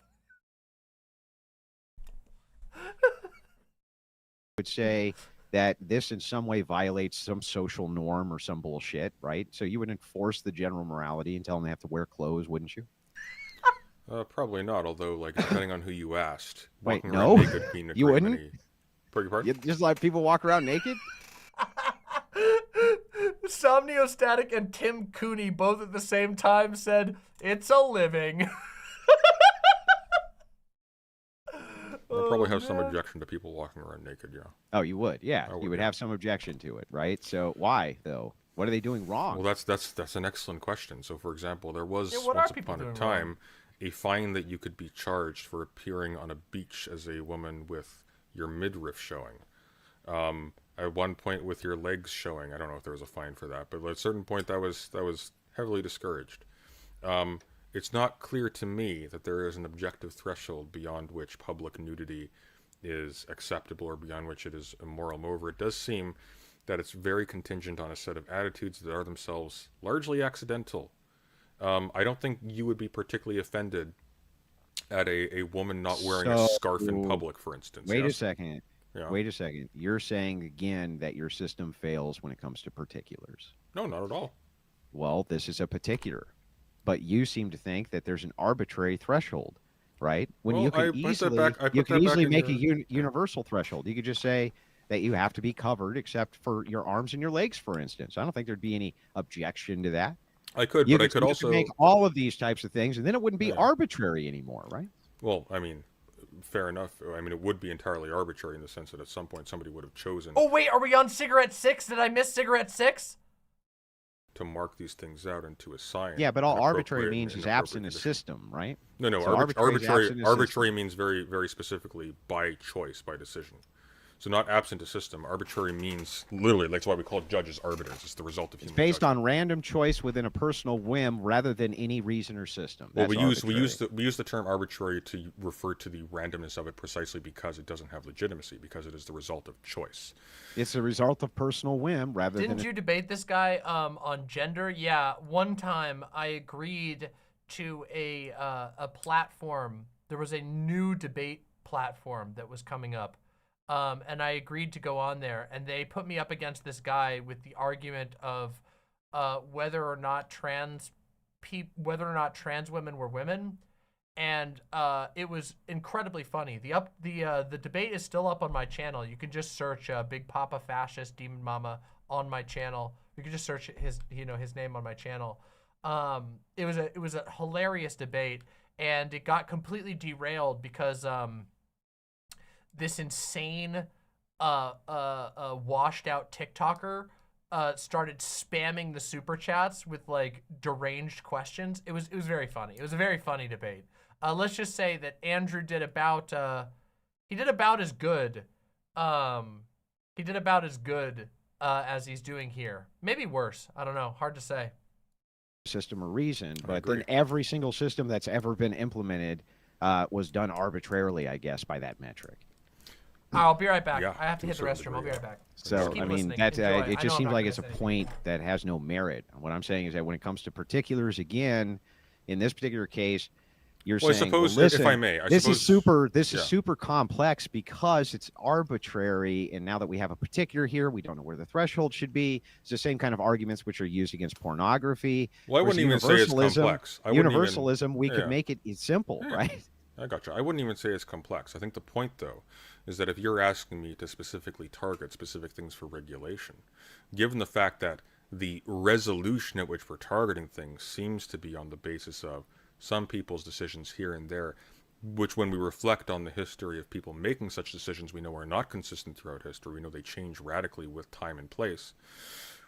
I would question whether or not it's a condition of failure that a system of ethics doesn't specifically target all of the same things for control. Maybe I deliberately allow a wide berth for different types of expression and configuration and so on and so forth. But I do so deliberately. I regard certain, like, let's say, mediums between different extremes, total nudity, full-on burqa, let's say, in which there is an appropriate range of types of dress that I will allow. And Like maybe a some of them scale. make me uncomfortable, but there's a difference between what makes me comfortable and what's appropriate to legislate for other people, right? Or for what makes for like a stable society and so on and so forth.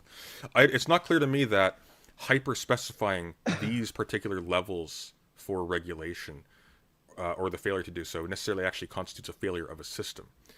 In fact, a system may work Which better. is why, Yeah. when it comes to particulars, the progressive left is such an objective failure, and why it is that we can't seem to regulate out things in a society which we don't like, that we want to get regulated out, that people have vast agreement that we want out of here, that seem to move into the systems and unification of both the ethics and the religion, which most reflects the population. But the problem is we quibble over the particulars for the universals. And it's like, we don't really have to do that. It's not necessary to do that. And so what I've returned. Christians would posit is this. We would say, okay, I understand that you want to have kind of this granular, nuanced particularism system, which is on some kind of scale, and it becomes kind of an irreducibly complex issue because of this scale and this type of thing. Very difficult for us to figure out where the line is, so we just kind of allow it, right, or whatever. I don't see why Thank you, that's Glitchy. a better system or a more reasonable system or a better, or in any way superior to a system that has universal codes for conduct, how people need to behave inside of society, or why it is that we should allow secularists to maintain power instead of Christians maintaining power. I don't see what makes you better qualified for that, or why it's a better.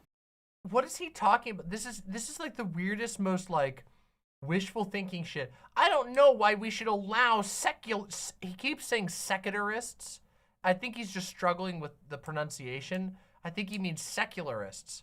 But he's like, why should we let them maintain power? Dude, they are maintaining power because you don't all agree. All of your Christians don't all agree on shit. You guys, it's not like Christians don't vote. Christians love to fucking vote, okay? That's like the one thing they do, okay? They love fucking voting. You guys don't agree on everything, as it turns out, especially with your particular flavor of Christianity. Eastern Orthodox isn't exactly the most popular in America, so you can like smugly be like, well, you know, the Protestants, they kind of stink and I don't like them, but they think you stink and there's more of them than you. Your tribe is getting grugged on by the fucking Protestants. Sorry, bro. Society because you're in charge. That's the problem. I completely agree. So I think the question then is, given the fact, and we'll just lay on an additional piece of trivia, given the fact that at one point in time Christianity itself was subject to the exact same criticism, namely it involved Cigarette 7. Cigarette 7. That were considered sacrosanct by the surrounding culture. Well, that's happened again and again and again. Oh, it has indeed. That's not a mark against it or for it, but the point is... Okay, we're going to do it. This is our chance. This is actually our chance. We have an opportunity to test out the death counter, but we're going to call it SIGs. Wait, hold on. Holes in lung. No, just kidding. Yeah, we'll just go SIGs. We'll do the SIGs counter, okay? Bam. You guys ready? We're at what? 7? 1, 2, 3, 4, 5, 6, 7. There we are. We're at SIGs 7. Wait, why is the 7 so far away? I didn't move that there. Boop. Closer. Bam. Okay, now we can lock it up. There we go, everybody. Yeah, the death sticks, yeah.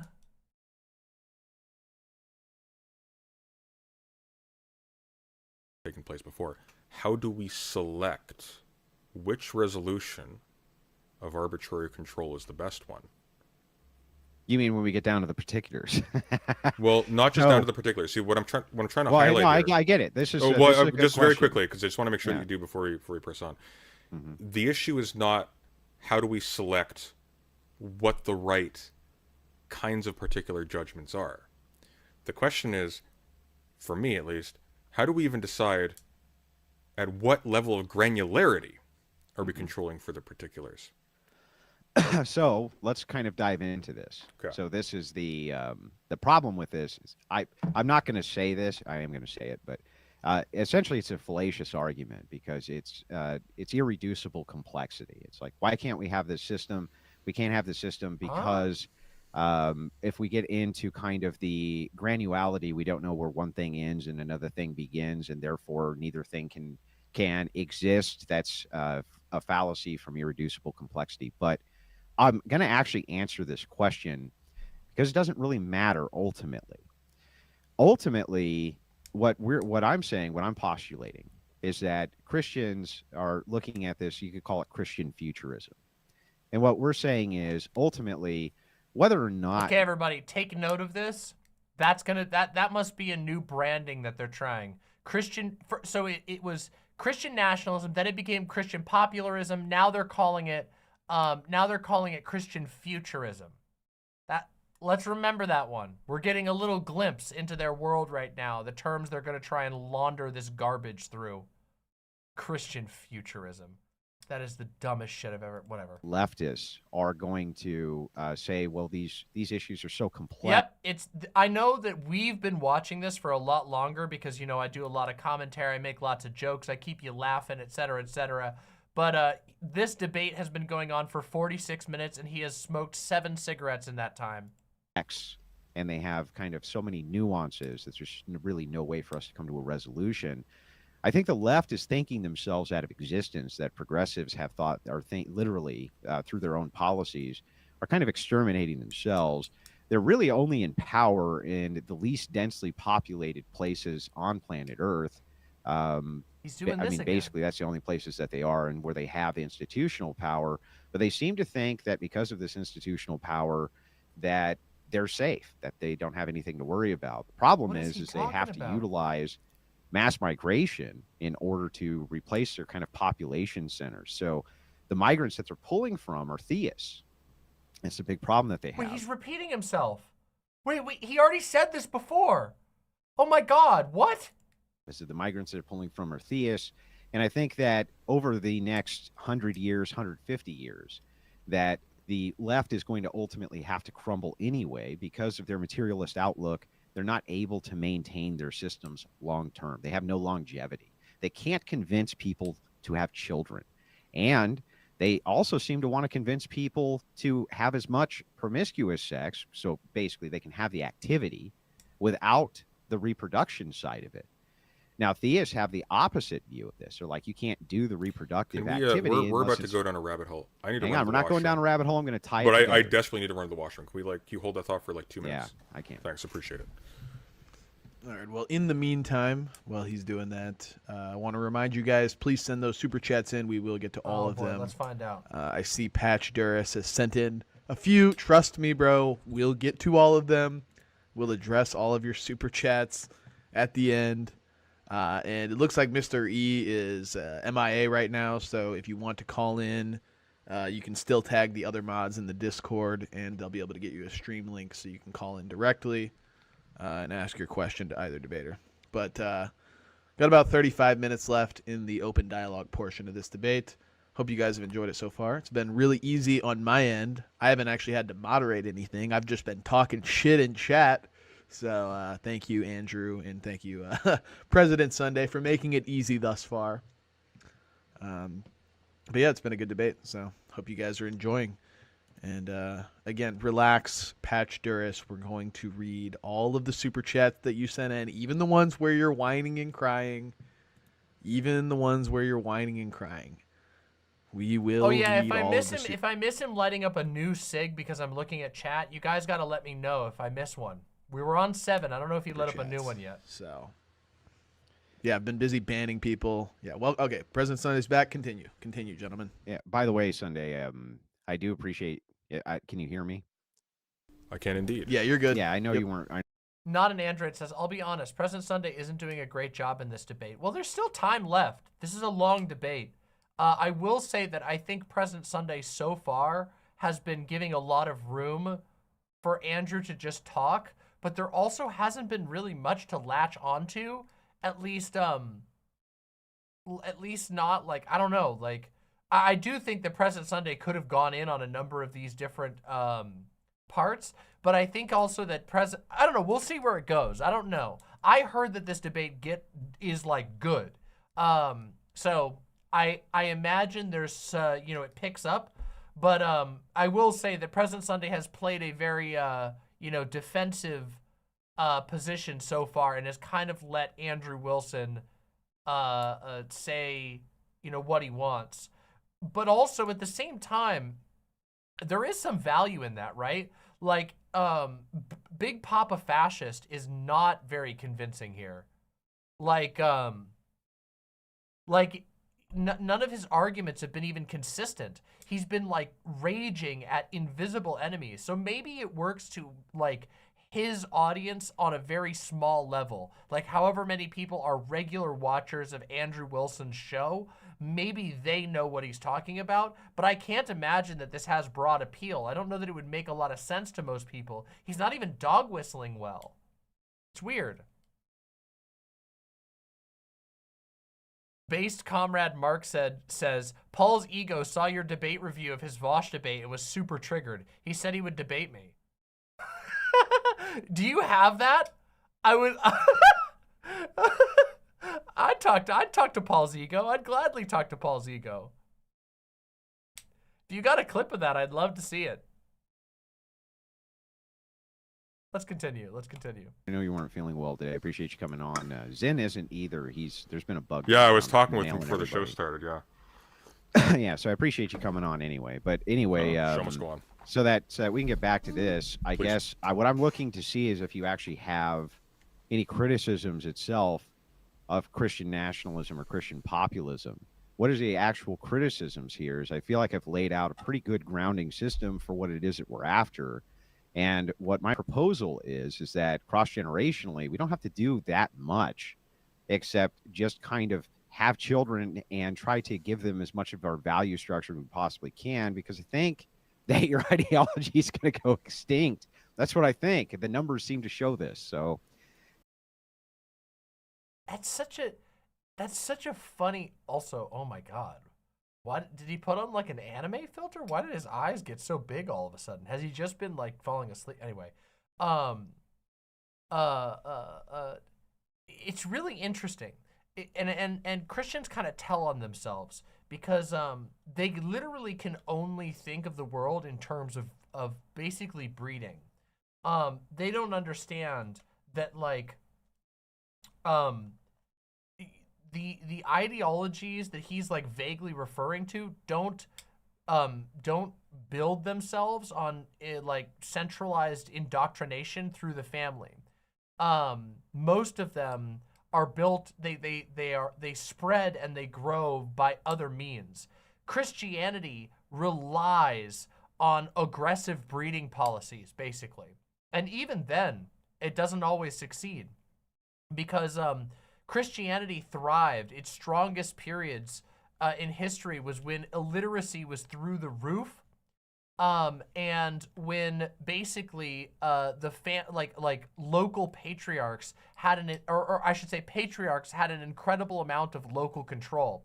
So a dad can get a guy can get a wife, have a whole bunch of kids, and then he can control everything with those kids because they're dirt farmers. And if they want to be able to eat food, they have to keep in the good graces of dad, so he'll let them have the farm instead of kicking them out, and such similar structures. And so, Christianity relies on people having tons and tons of kids that are strictly indoctrinated into Christianity, and then those kids have tons and tons of kids who are strictly indoctrinated into Christianity. Other worldviews do not rely on that. They don't rely on strict indoctrination and isolation. And it's funny because Christianity runs into this problem more than anybody else. He believes that because he has a straw man in his mind that like the gay progressive liberals don't have any kids because they just ass fuck all the time, which based. But that's his like straw man of every person who's not a Christian. But in reality, the truth is that Christians have to continually isolate themselves from the rest of the world, which means, first of all, that they increasingly fall out of step with the rest of all society, technologically, intellectually, even so far as fashion. They become alienated from the rest of the world. And then if they don't, then their children naturally come into contact with other worldviews that are better and stronger and more useful than them. Why do you think that Christians right now are so insanely obsessed with trans and gay kids specifically? They're afraid that their kids are going to, go on the internet and become gay or trans, when in reality what it is that trans and gay children just exist. And sometimes if they grow up in an environment that's constantly telling them that they're wrong for just being, they will come in contact with a different worldview and they will recognize, oh my God, I don't have to live like my shitty cigarette smoking fucking entire pack of cigarettes in 2 hours father.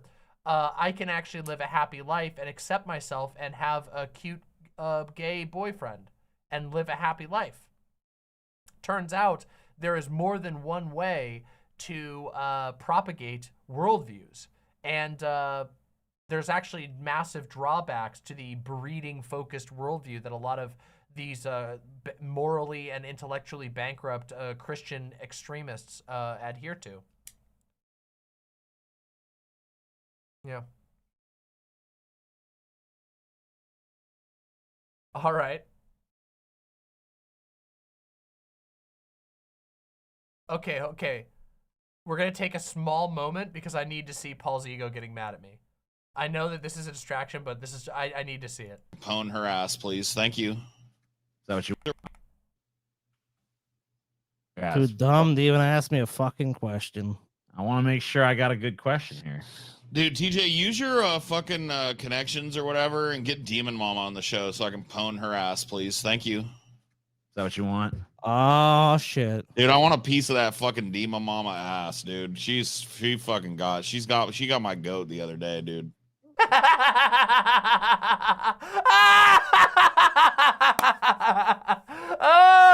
I got you, my man. Did I? Got under your skin.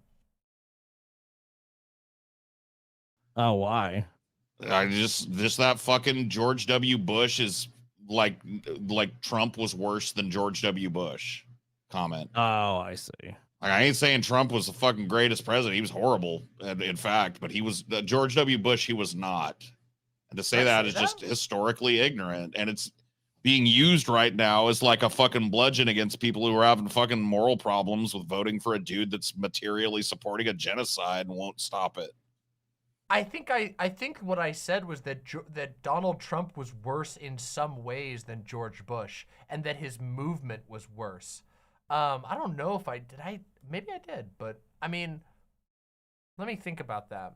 Was George Bush a worse president than Donald Trump? I don't know. I feel like Donald Trump was really fucking bad. Like, it's true that Donald Trump didn't do the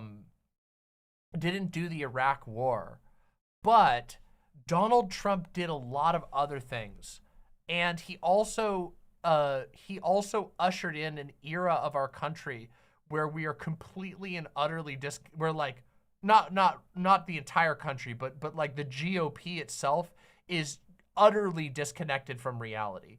Like Donald Trump ushered in, like his actions brought about the like current era of misinformation derangement. And of course there's the Supreme Court too, which George Bush didn't do.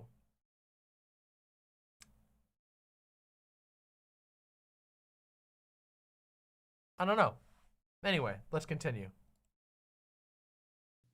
You know, and it's being used like, oh yeah, well yeah, he sucks, but Trump is the greatest evil that's ever been visited upon mankind. Dude. Like, he's a piece of shit, but Genghis Khan, he is not, okay? Like, let's Quietly, be real. look, Joe Biden quietly behind the scenes is working on stopping it, dude. Yeah. Quietly behind the scenes. Look, Quietly quietly, I'm behind the trying to scenes, figure it yeah. out. Yeah, I mean, Paul, look, you know, Maybe the you first should thing try about doing it diplomacy. loudly, Joe. Maybe quietly ain't working because it doesn't seem to be stopping. So maybe loudly next time. Maybe Look, try this. Instead of making this fucking address to the American people, pick up the phone that's right next to you on your desk and say, get me Bibi Netanyahu. And when he answers, you say, shut it down now or I'm cutting the fucking purse string. And then it stops. How hard is that? Well, I'm glad he admitted that I pissed him off.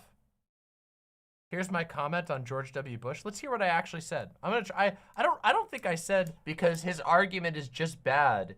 Even if he remembers what George Bush was like and it was bad, it's just, there's just so many fronts on which Donald Trump was worse. Donald Trump was everything that George Bush did and worse. Oh, I guess I did say Obama was not everything that George Bush did and worse. Obama was some things that George Bush did and some things better. Biden has been some things that George Bush and Trump did, but better on other things. His argument is just, he's just mad. He's triggered now. It's so ridiculous. He's lost in the sauce and he's gone full nostalgia critic. Okay. Yeah, I think I'd stand by what I said there. Because I don't really think there's any way in which, what substantial way did George Bush, did Donald Trump like revert on anything that George Bush did? It was more like a matter of chance, right?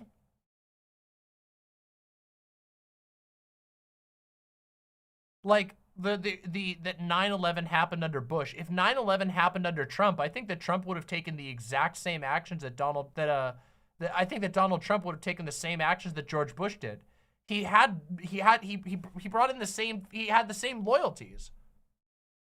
And by the way, I'm totally open to have a conversation, debate, throwdown, whatever with PaulsEgo. I'm glad he admitted that I was able to get under his skin. You know, that says something. I respect that. I do get under people's skin. I have that effect on some people. It's true. So, but I would be totally open to that. If there are viewers of Deep Fat Fried, you guys can tell PaulsEgo, I'd be totally down to have that discussion. Yeah, and I'd be totally down to discuss what I said about George Bush as well. And in fact, I'd even be willing to I'd be willing to sit down and do some proper research on it. I don't know. When he says that George Bush was worse than Donald Trump, I just wonder what he, in the context of what we were talking about there, it was comparing Obama and the steps they are taken. I mean, George Bush didn't pass an explicit ban on trans people. I don't know. Yeah, totally. That'd be great, Northern Angler. You can tell him, you can send him this clip if you want to. I'd be totally down to have that convo. I like TJ a lot. You know, TJ and I get along well. So.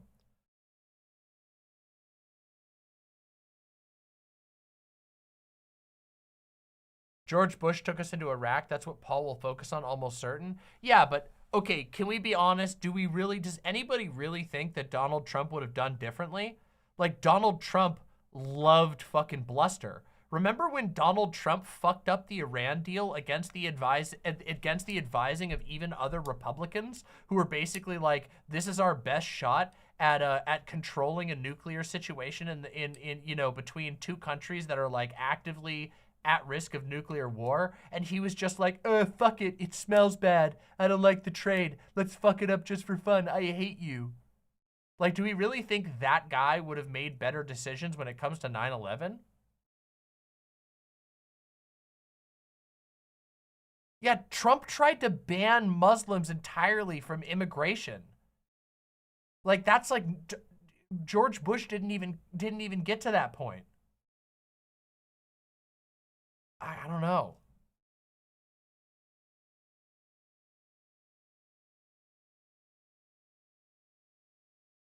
I recognize that some of this is speculative, but I think that like trying to claim that I'm like historically wrong for saying that Donald Trump basically did everything that George Bush did and other things, I don't know. I don't feel like Donald Trump was like a maverick who went against the like policies of the existing GOP in any way. Anyway, I'm totally down to have that conversation. That would be a really cool one.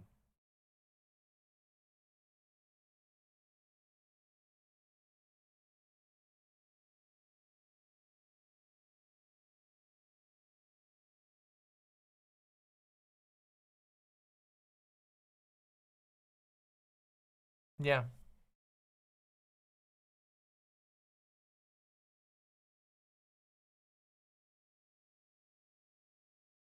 And of course, yeah, then you have to consider like the coup shit.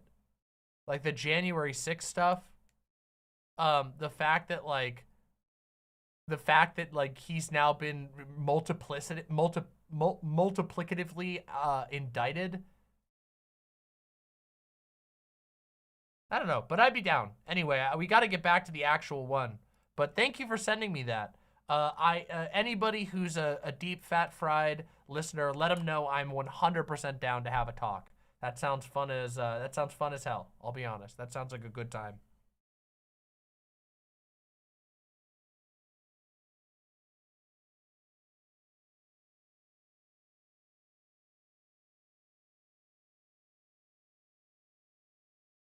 Danny Fallon says, Bush and Trump were both monsters. Bush paved the way so that Trump could exist. I could see the argument that Bush led the way to deeper fascism, but then if you make that argument, then he would have to admit that Trump was the deeper fascism that Bush was just paving the way for, which would make Trump worse by that argument, right?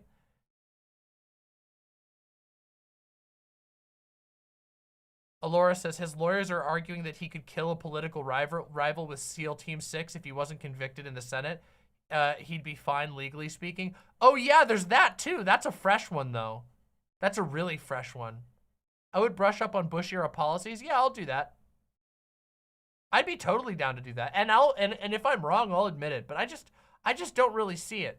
I don't really see a strong argument to be like, it's historically wrong. I'm super pissed off. Like, I can understand disagreeing with me, but being super mad about it, I don't know, man. I don't know.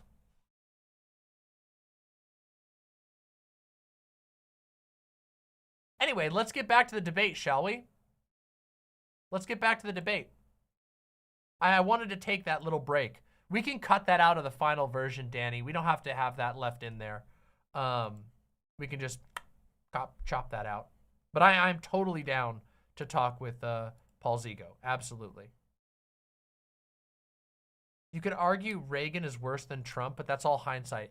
I mean, I think in some ways the argument for Reagan is easier because Reagan did so much deregulation that neither Bush nor Trump would have been able to do. But also that was Trump's thing too. Like Trump set up for the fucking choking out of the postal service. Like that's horrible. And of course the AIDS crisis.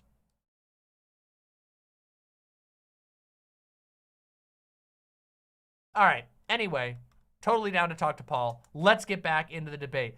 Last thing we were talking about in the debate, for those who have forgotten already, was I don't remember. Who cares? Let's go. Well, I mean, once upon a time, not so long ago, the numbers were showing the opposite. Yeah, porn. That's right.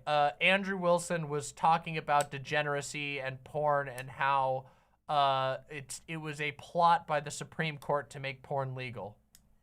So I guess my criticism, such as it is, would be... When were they showing the opposite? Because everything that I look at shows the scale from the 1800s current that the... Pseudonym, thank you so much for the incredibly generous subscription to the Chunky Imp level on YouTube. Thank you so much. Has it been 6 months already? It's a privilege to help support a channel tearing down the establishment and playing Kingdom Hearts songs on keyboard. Thank you. I haven't played a Kingdom Hearts song in a while. I gotta do that soon. Thank you so much, Pseudonym. Appreciate that very much.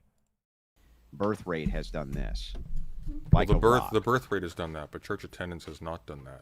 And I think one of the things that you're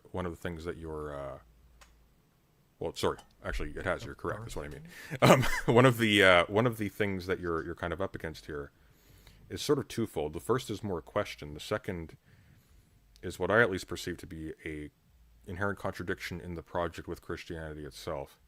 The first one is that let's presume you're right, and that Christians will continue to reproduce in numbers vastly, outnumbering those of their secular and otherwise competitors. And let's assume... Yeah, I didn't pre-watch this. I heard that it was good.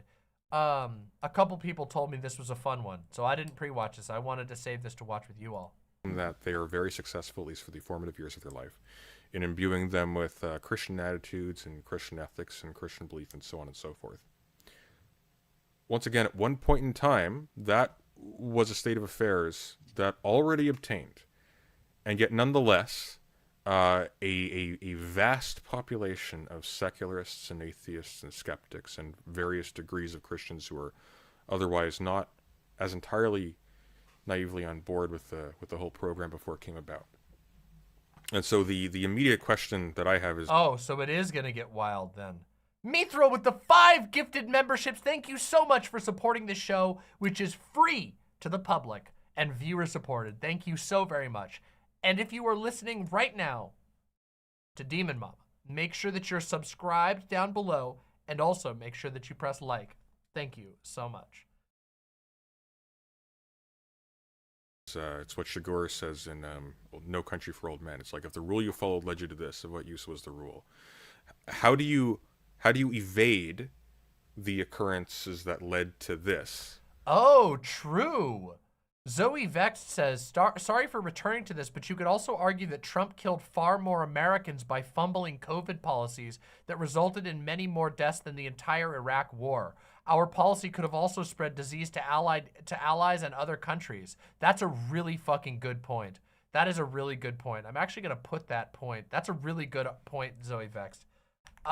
I'm going to put that in my prep document. That's a really good fucking Simply idea. by repopulating. I feel like I talked about that in the original one, too. Maybe I didn't, though. I don't fucking remember. That was a long react, and it was a while ago. Your country with raised Christians. Well, actually, you guys are the key. So, from my worldview, this actually makes sense. You guys are the kind of one of the best things that ever happened to Christianity, whether you know it or not. We had a Protestant Reformation.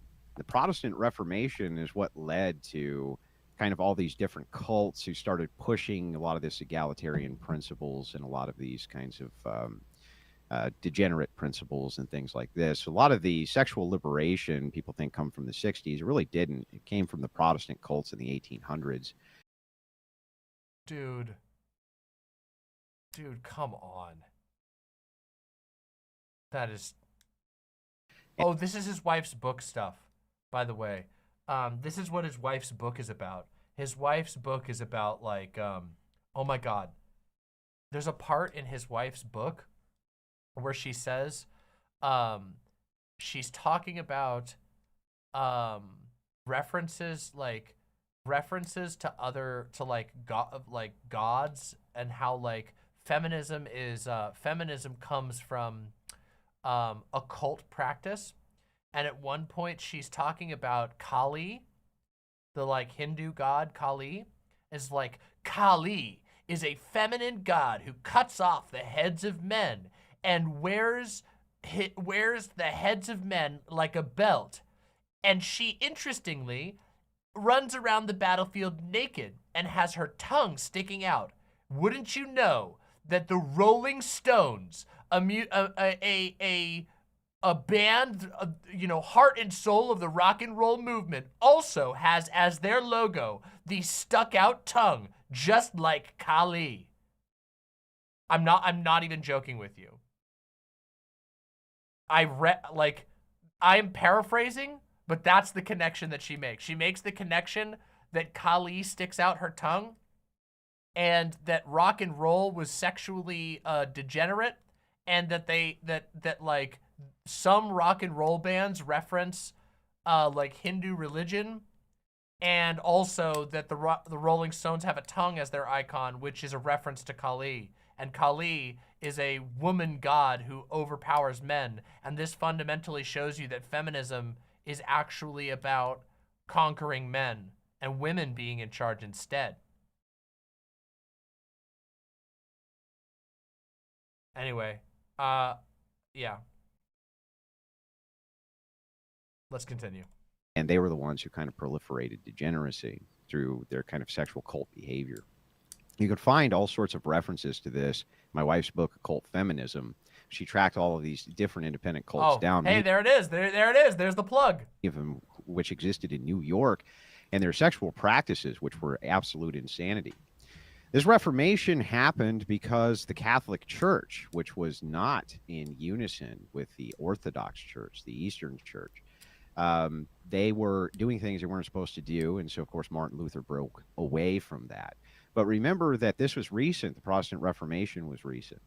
Yeah, that's it. If I had to summarize, you know, if I had to summarize one of the greatest religious schisms in the history of the world, I would basically summarize it as, well, you know, the Catholics, they weren't really doing everything they were supposed to do. And, you know, so Martin Luther just he was kind of done with them, you know? And then they had a bunch of weird sex and feminism happened, and welcome to now. Let me have another cigarette. But Protestantism was able to spread in the West almost like a cancer, like a plague. And because they didn't have really good coherence. Also, hey, one more point to my fucking foresight, okay? One more point of wisdom to my foresight, all right? Remember when I said back in the intro section that Christian nationalism is terrible for other Christians? Here's this guy describing all Protestants and even Catholics by extension as cancer. What do you think this guy would do with all those troublesome Protestants once he gets his Christian world and gets to have his religion on top, so to say? Interesting, right? It's kind of like my summary of Christian nationalism in the beginning predicted almost the entire line of argument that he's made so far. Wild, right? Coherent theology. Secularists were kind of able to always infiltrate and kind of destroy this theology. And what's happening right now is you're seeing Protestantism on the decline, and you're seeing Protestantism on the decline globally, except for a few different sects. And so I'm actually for this. I'm actually glad that it's being decimated, because the actual churches, which have ecclesiastical authority and ecclesiastical methods for law and believe in the concept of symphony. Sounding like a little bit of an elitist there, my man. That doesn't sound very populist to me. Remember when he was calling it Christian populism, and now he's talking about ecclesiastical authority? That is an explicitly elitist worldview. The idea that you have a select class of people who get to decide your religion for you, that is explicitly not populism. This guy is brain soup. And it's funny because there's just no consistency in his worldview. Everything that he's saying is just a contradiction of something he said earlier. It's laughable. Are growing like weeds. And this is what the trends show. So it actually does not surprise. The sig counter has stayed at 7 because we haven't seen him lift up the cigarette, or at least I haven't. And also we paused for a bit. Surprise me that because there's a discord in theology that things go haywire. But they tend to correct themselves, especially as people fall away from these institutions for more traditional outlooks. Thank you, Mother Meerset. But I put the ball back into your court, because the problem there is that the original Catholic Church, which had all these advantages that you say they now have as opposed to the Protestant sects that emerged from them, nonetheless gave birth to that same Protestantism. They were vulnerable. Mm-hmm. They were vulnerable to internal corruptions that sowed the seeds of their own destruction. So yeah, everything. Well, it didn't sow the seeds of their destruction, ultimately. Well, certainly the destruction of their hegemony. Yeah. Well, yeah, but here's the kind of poison pill to this: is that there was a new world to escape away from the church too. Unless you're going to colonize fucking Mars in the next 100 years, which I doubt.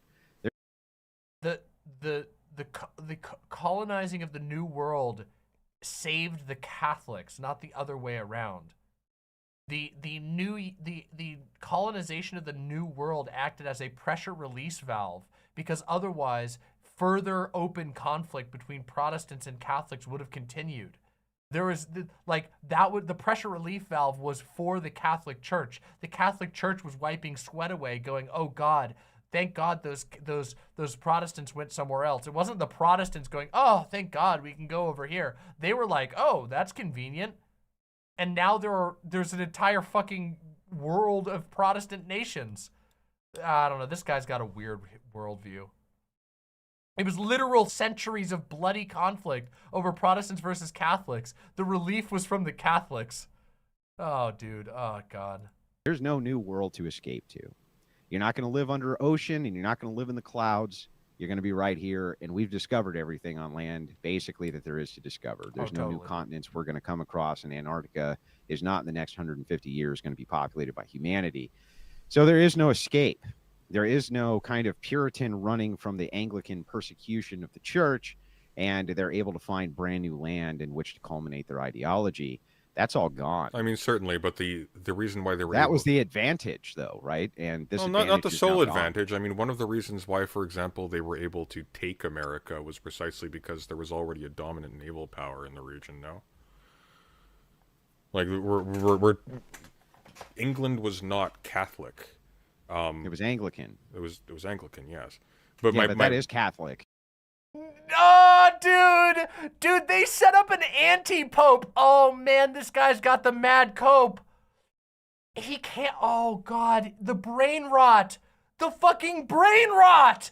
How can you sit there and talk about fucking moral purity and consistency and then go, yeah, the Anglicans are totally Catholic though. They had a fucking king who invented a thing he called an anti-pope. Oh God, oh God, this is so embarrassing. It's so pathetic. It's just the king's the king's the pope in Anglicanism. So the king wanted to be able to get divorced, so he started his own Catholic church, where he became the pope. Essentially, that's Anglicanism. It seems like a worse schism than Protestantism generally. Well, I mean, not really. They're still. They still have like a relationship with him, and no, not really. It's not the same thing as complete and total. So we're not saying Orthodox Catholics don't even say that Protestants aren't Christians, right? We kind of grudgingly give them that. What we're saying is that they're following the wrong theology. Dude, you just said they were a cancer. You're not fooling anybody. Also, fucking Protestants, the hatred is mutual. The Protestants hate your fucking ass. They think your outfits look stupid. They think your stupid hand symbols are fucking idolatry. They think your churches are representative of like base greed. You're never. Oh God, these people are so dumb. It's incredible. Wrong doctrine. So ultimately, they end up with really bad conclusions. I'm trying so hard. The fedora is floating closer. The fedora, and I'm like, ah. Just like anybody who follows bad theology and bad doctrines. Certainly, but it seems ultimately, the argument you're making right now is more practical than ethical. It was not. Oh, new cig. That cigarette 8. What? Why didn't it work? That cigarette 8. Excuse me? Oh, that's why. It's cigarette 8. Why's the button not working? Why is my button not working? Hey. My button, it's not. Oh, the button's not working. Why is it not? Oh, maybe that's why. Hey, that's fucked up. Oh, I didn't break the cigarette counter. That's stupid. Hold on a second.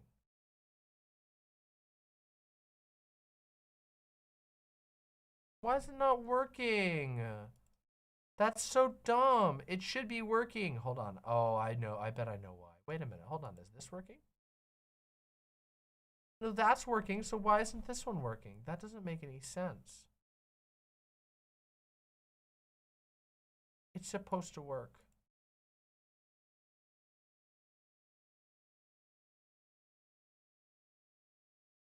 Yeah, there's that one. Okay. Then I go. That's the one. No, that should be working. Boink. Did it go up? The SIG counter, it broke. None of the buttons are working. I don't get it. Okay, hold on. I can do this. I think I can fix this.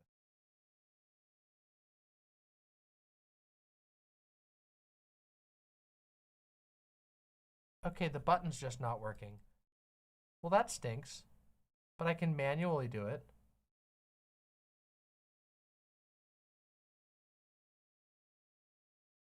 Well, I can manually do it. We're on 8. Let's continue. Not like we're not belying an ethical argument, but it seems like we're really situated on the practical right now. There is a survival advantage. So Christian futurism is utilizing the practical. Mother Mirror set with the $5. Not gonna lie, it feels kind of odd to say that I've watched the same content for so long, but that goes to show you what great videos will do for you. Much love right back to you. Thank you for supporting the show, and I like to think that I keep my show evolving and interesting. So maybe that's why you've watched for so long. Thanks for watching. Thanks for supporting. Yeah. To get to the ends of the ethical, yes. But specifically by the ends of the ethical, we mean the domination of the sect. So what I'm kind of highlighting here is it seems to me that at the very least in this conversation so far, we haven't, and maybe you want to provide this, we haven't really been provided with an argument for why it would have staying power. maybe you reproduce more Christians, but how do you make them stay Christian, either in this generation or in future Well, generations? let's assume that I'm wrong, and it only has 1 year's worth of staying power, right? What I'm outlining is a goal, and the goal is to move towards this system because I don't think that there's anything morally reprehensible or wrong with it. And so what I'm looking for is a criticism for what my goals here are that are actually wrong, or criticisms for why it would be immoral for me to move towards those goals, because I don't feel like you have any of those Yes, criticisms. Killjoy. I don't feel like you think that there's anything wrong with me saying that Christians should be in charge, that Christians ought to be able to rule how they see fit. They ought to be able to implement their morals. Well, if President Sunday won't say it, I will. No, I don't think that Christians should be in power. I think that directly conflicts with their worldview, and I don't want them in power. I don't want Christians to have power, especially if they are going to use that power to force others to follow their worldview. If you're a Christian who can acknowledge that you're like acting as a steward for other people and not impose your worldview on others, then fine, you can have power. But Christians who plan on forcing others to follow their worldview, on restricting the liberty of others, you are tyrants and I oppose you, and you are my enemy and I am your enemy. People like Big Papa Fascist should be your enemy. Even if you're a Christian, you should oppose psychos like this morally, intellectually, theologically bankrupt, power-hungry, chain-smoking, Miller High Life drinking fuck. You should be opposing him. There you have it. Simple. Systems how they see fit. What's the actual problem with that? Well, I think, oddly enough, I think you do specifically have that problem to hand. Namely, I'll quote you back to you. You want to take the largest global tribe, Christians, and then tell them it's okay to have power. Yeah. One of the problems with this is that you're not commanded as Christians to have power. You're commanded to spread, not reproduce, but to spread the gospel to the nations of the world. And in addition, we're not commanded to reproduce. You are told to be fruitful and multiply in Genesis. Yeah. True. But not true. President Sunday's just correct here. Christianity, to be clear. You're supposed to preach the gospel, not fuck the gospel, right? Did the apostles? What was the first thing that the apostles of Jesus Christ did with his message?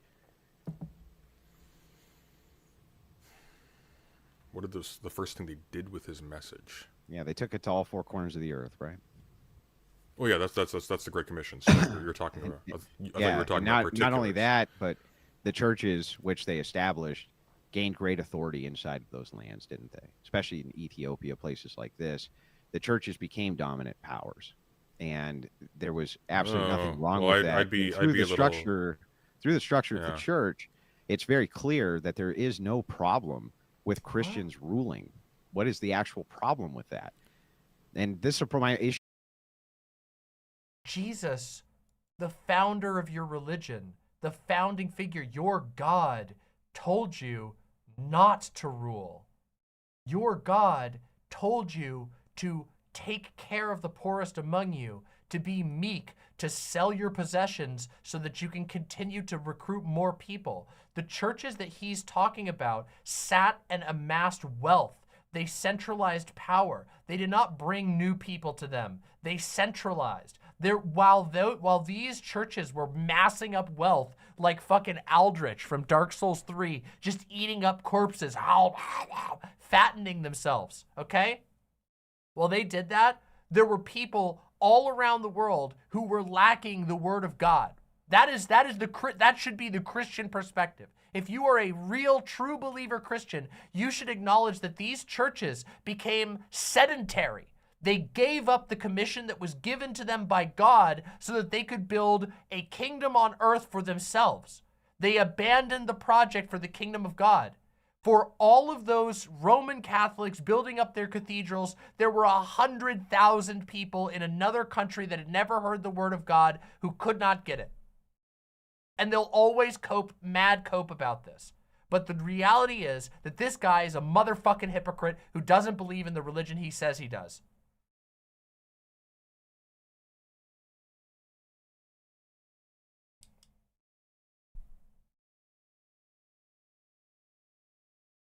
Well, I already had my debate god arc. I go back to it from time to time, but the reality is that most of these people aren't worth my time. Like like having a debate with Andrew, Big Papa Fascist, is legitimately less fun than just than reviewing this debate. The reality is that, like, first of all, he would never discuss this type of topic with me anyway.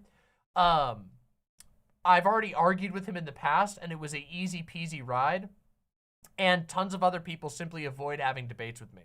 That's why I'm excited about PaulsEgo wanting to do a debate. I'm totally down. You know, I just don't. People don't want to debate me. They're scared of me. I have a reputation, you know. Anyway. There are some people that I don't feel like debating. Like, for example, I don't feel like I like debating Big Papa Fascist ever again because the quality of the conversation was so low. But I'll gladly, if I hear there's a good debate, I'll gladly review it, of course. But why would I, like, I don't know, like, why would I waste my time sitting down with Andrew Wilson again so that he can repeat the same NPC talking points and make a bunch of weird, like, fucking transphobic comments that don't even land? It's just not funny, you know? Everybody get tired of it. Anyway. Yeah, the last time we talked, it was like the biggest humiliation he's ever received in his life, and I don't think he's ever recovered from it. Issue with secularists. I've Well, never it's found twofold. a secularist who could tell me why there's an issue. It's twofold. And I argue this not as a secularist in this case. The twofold would be the church is the body of Christ. It's not an institution that is enforced by governmental sanction. And so there seems to be a little bit of a blurring of the lines here in which the church is conflated with that institution which claims the name of the church. What do you mean? successfully The in church region. itself, the ecclesiastical law, is its own governmental bodies. It has its own cardinals and its own bishops, and it has its own governing ecclesiastical courts. Yes, it cleaved from the commission that God gave it and created its own institution built on the will of men, built on the influence of men. The church that he's talking about is an institution purely made by men. Jesus Christ did not arrive and go, I'm founding the Catholic Church. And the Catholic cope about this, not to pull some Protestant cred here, but the Catholic cope about this, that they go, oh yeah, but remember when Jesus said to Peter, oh, on this rock I'll build my church? Remember when he said that? Do you think that Jesus Christ intended for that to be a power play? That Peter would then go, yes, like fucking Isildur from Lord of the Rings or something, taking the one ring and going, yes, my power. I think instead he intended for, he intended for that church to be a ever-growing thing, not a sedentarized, sin-filled, vapid organization meant to consolidate riches, which is what it became. It became, over time, a fundamentally medieval, classist organization that doesn't resemble anything like the teachings of the Christian Bible. It's why there's so much ancillary bullshit that the Catholic Church builds on top of the Bible, which, by the way, is one of the biggest critiques that Protestants bring against Catholics, that in order to be a good Catholic, you can't just take the Bible, which is supposedly the Word of God. You have to then go to a library the size of a fucking tower, and you have to go read all of the interpretations and additions of a bunch of guys who were mostly interested in consolidating power for themselves.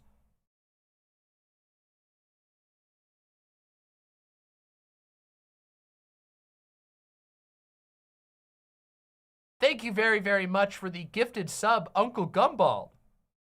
And also for the tier 2 sub, Uncle Gumball. Thank you so very, very much.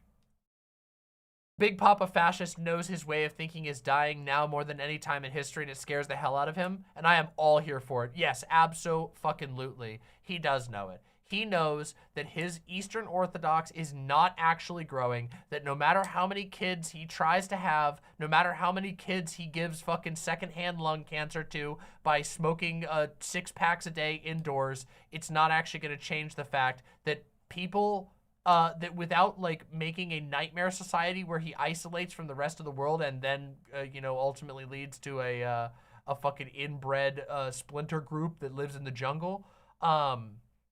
Without doing anything like that, people just aren't compelled by his worldview anymore.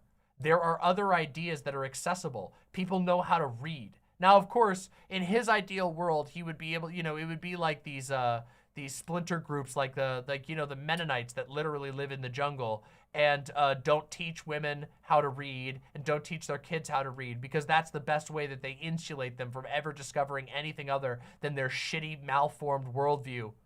But, you know, he's struggling on an uphill battle because the resources to learn and self-enlighten and self-liberate are more accessible than ever before. And everybody else in the world, besides people like him, are basically fighting to make that continue to be so. Let's continue. It's everything. It's a governing body.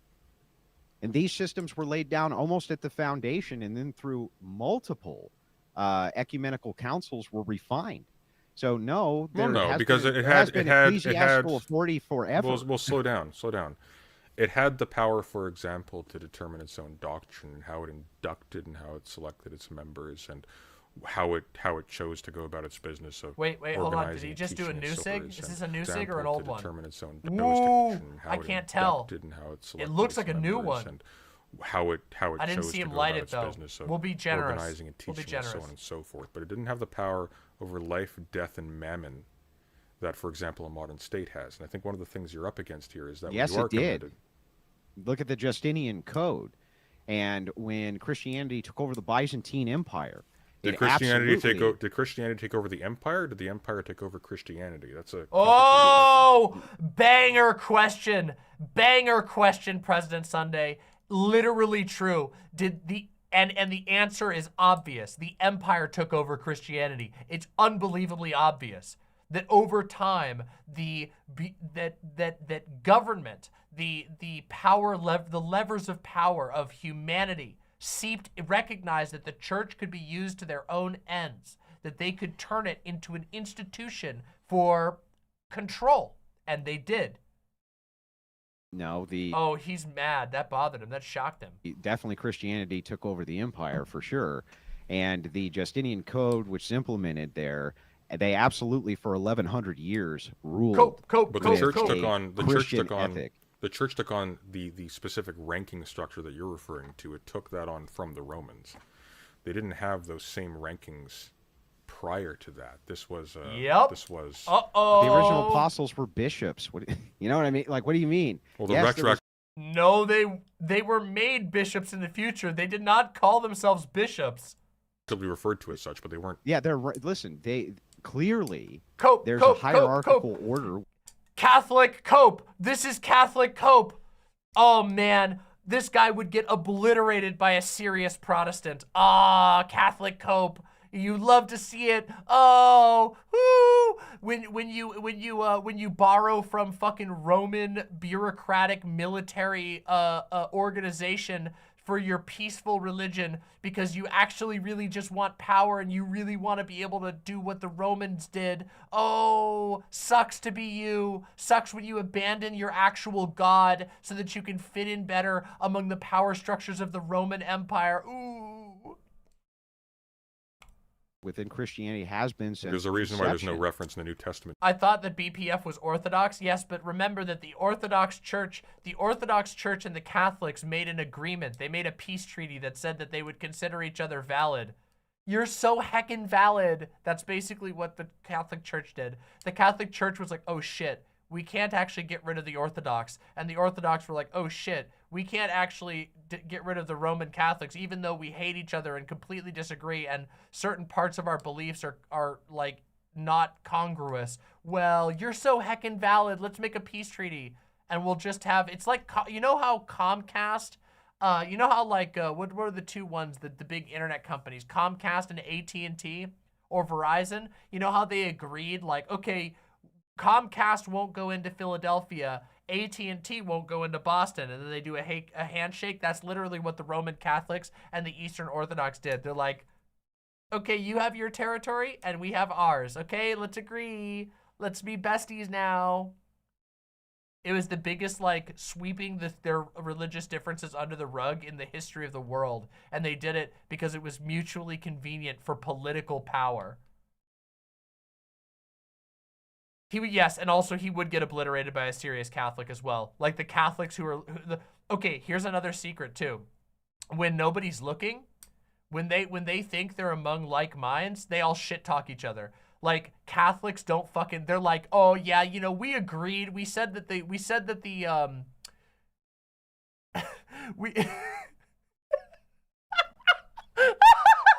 the Catholics are like, you look beautiful, hun, to the fucking Eastern Orthodox, and then when they're out in the other room, they're like, fuck those bitches.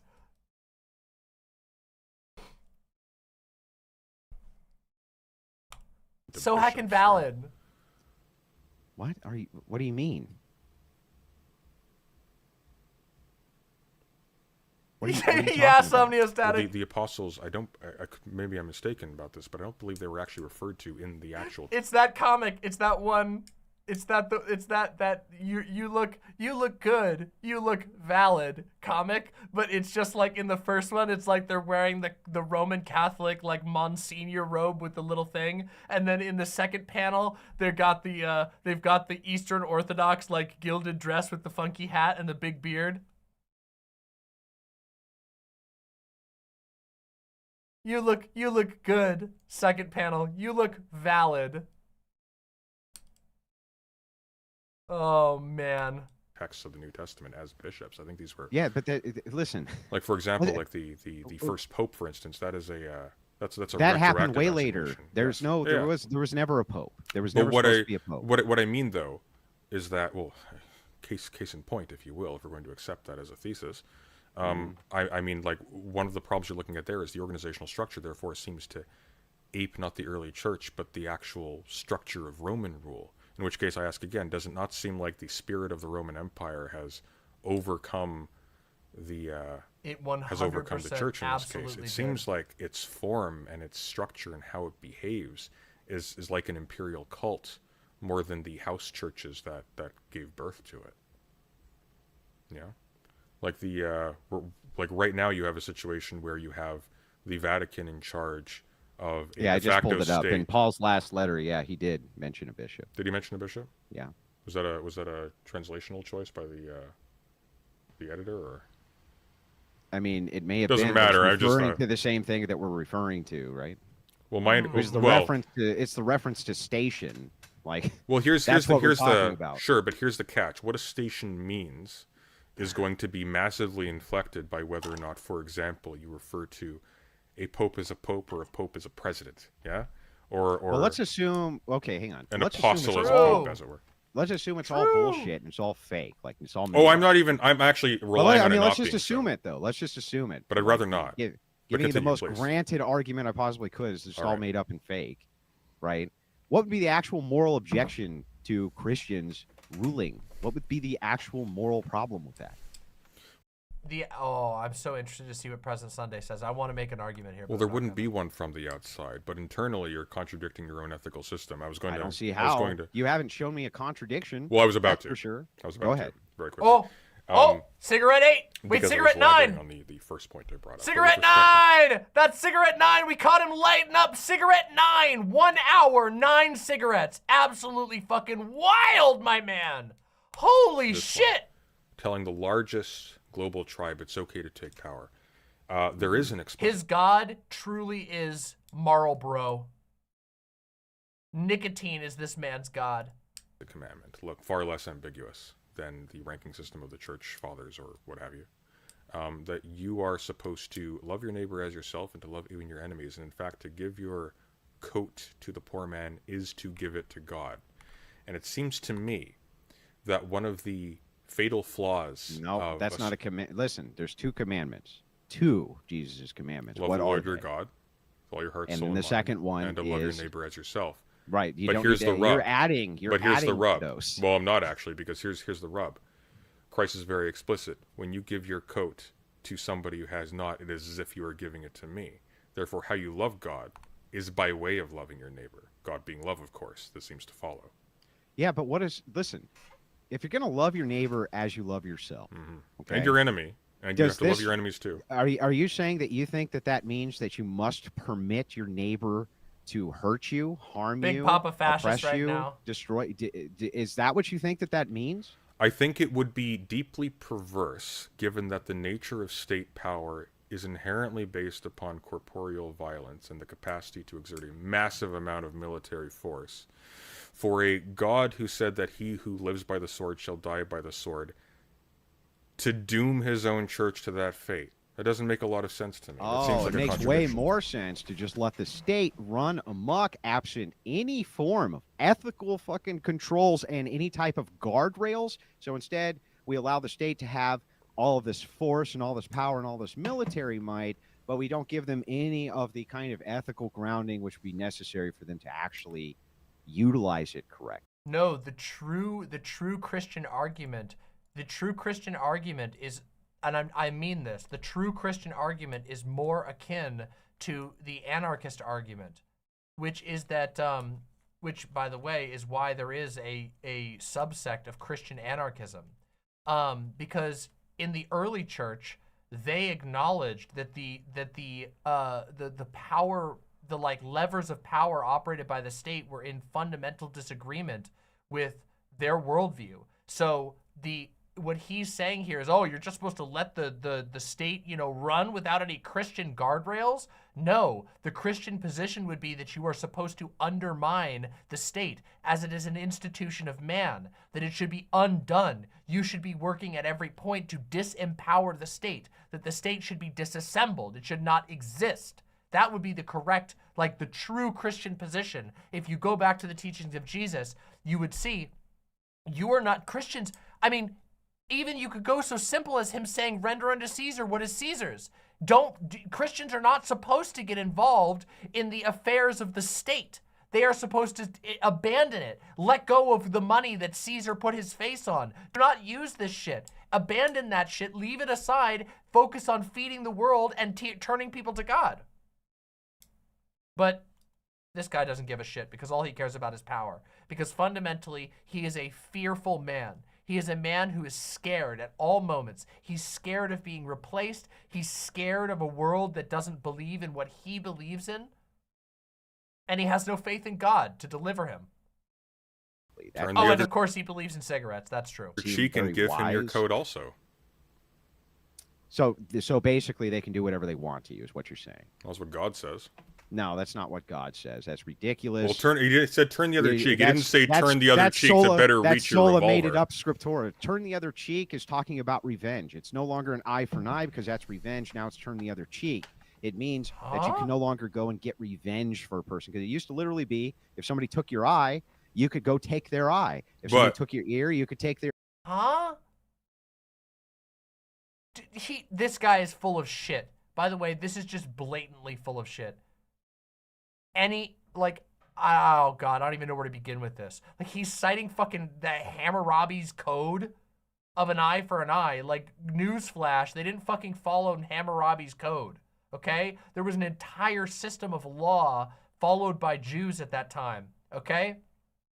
Turn the other cheek is an incredibly obvious lesson, which is to say that you are not supposed to respond with violence. You are not supposed to strike other people down. Another example of this that supports that interpretation is the fact that one of the most pivotal teachings was when Jesus Christ was being threatened by state violence. They were going to kill him, and he reprimanded his own disciple for drawing a sword.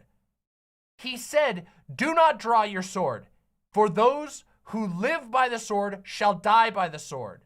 He literally let himself be stapled to a tree. This man is a fraud. Ear. But to be clear, now, so Christianity says, no, you can't go get revenge. Revenge is God's. It has nothing to do with being a passive little bitch. And your entire thesis here is a passive little bitch. Oh, I can't wait. Oh man. Oh. Just imagine, look, you don't want to know who he's talking to? Fucking Hold on a second. This right here, okay? This is who this is who he's calling a fucking little bitch, okay? Let me just show you exactly who he's calling a passive little bitch right now, okay? He's not gonna like it, all right? He's not gonna like it. He's not gonna like the truth. Get ready for the big reveal. You all know who it is. It's da-da-da-da, da-da-da-da. Oh, you're not supposed to sit there and get nailed to a cross like a passive little bitch.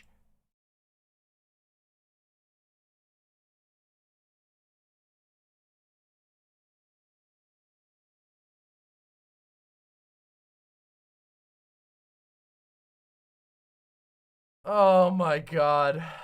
Oh man, he's literally calling Jesus Christ a passive little bitch. Incredible. This man will never see the gates of heaven. First of all, because they don't exist, and secondly, because he would not be allowed in even if they did. The state is uncontrolled violence. The state is an uncontrolled mass. Uncontrolled violence. No, it's very controlled violence. It's very controlled, just absent any sort of guardrails. I mean, no, it is plenty of guardrails. What are the guardrails? What are the guardrails? Yeah, absent ethical duties. Which, well, for example, it has to sustain its legitimacy. Yes. So there are conditions. That's not a guardrail. Well, it is a little. Yes, it can sustain its legitimacy with a machine gun. It can, yeah. And does often, but it can fail to do so. This is why, for example, like very, very old and powerful states have fallen to insurrectionary action. Yeah. So what? What I'm saying is that it can also maintain its legitimacy with a gun. It can maintain its legitimacy with propaganda, but it definitely mostly maintains its legitimacy with force. True. And so if you're going to have a state which you do you remember? Wait a minute. Just like 30 minutes ago, this guy was arguing in no uncertain terms that there was a natural hierarchy that proceeds from the family to the tribe to the state to the nation. And now he's sitting here trying to be like all anti-state. Oh my God, this guy is literally does not have a functioning brain. Not a fucking single electrical connection going on between his brain cells. Insane. Utilize the apparatus of force for whatever the oligarchy is or whatever you're against. The one thing that you want it to be contained with is guardrails. And that's the one thing Christianity can offer that secularists can't offer. They have no guardrails to offer. Really? There's not a long Republican tradition that's specifically about the guardrails and the division of power amongst deliberating bodies. That's worked really well.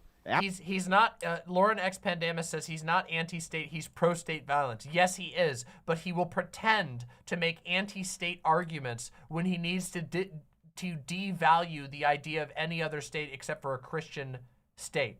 Not because he can't acknowledge the reality that a Christian state also does not have any guardrails. That just saying that you're Christian doesn't mean fucking shit. There have been 100,000 states throughout the history of the world that have had some kind of Christian leadership, and all of them were just as disgusting and corrupt as the ones that don't. Like, how many atrocities have been committed by Christian states? Fucking all of them. He's just full of shit. His brain doesn't work. He's like a shifting chameleon, but a chameleon that can only change to like various colors that you would find in like a on like the cover of a fucking one of those kids' notebooks. Like you can only change to neon colors. After all, it's totally stopped the republics from invading almost every nation on planet Earth. Well, I mean, that seems to be a good thing from your perspective. No, they seem to be doing a banger job. He's being very slippery. If by slippery you mean like sandpaper, this guy is trying to be slippery, but he hasn't fucking lubricated because the cigarettes have dried him out.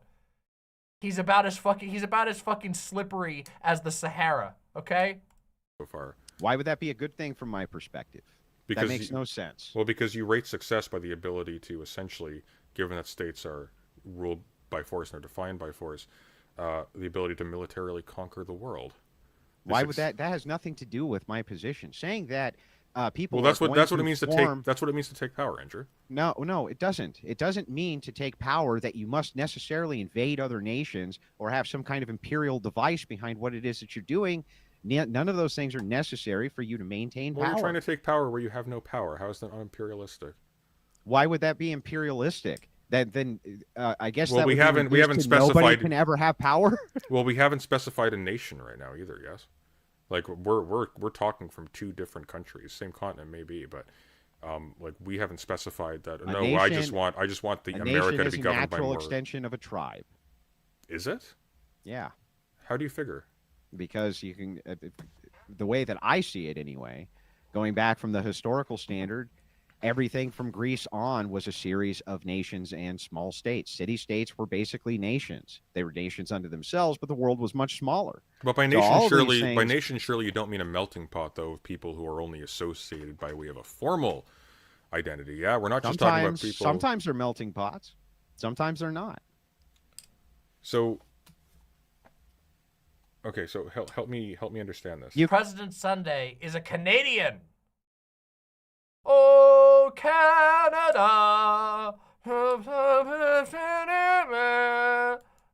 Maple Leaf. So you could have, like, for instance, Yeah. you could have an ethno-state like Japan, I guess. I don't give a shit. But if you had a state that had a coalition of different ethnicities in it, I Halsor. don't give a shit about that either. Yeah, I look sure. at what's the unifying glue behind these concepts, not behind, kind of these arbitrary standardized. Well, the metrics. unifying glue that keeps these diversely comprised entities solidified as a single type of thing across the board is going to be an administrative structure that has a monopoly of legitimate physical violence. What you're effectively proposing is making sure that Christians who are specifically charged with turning the other cheek and not harming the people around them and prioritizing That's revenge. and That's prioritizing revenge. well, slow down, and prioritizing the salvation of souls over wealth and prosperity and safety. First and of all, security that's on this earth. reversed.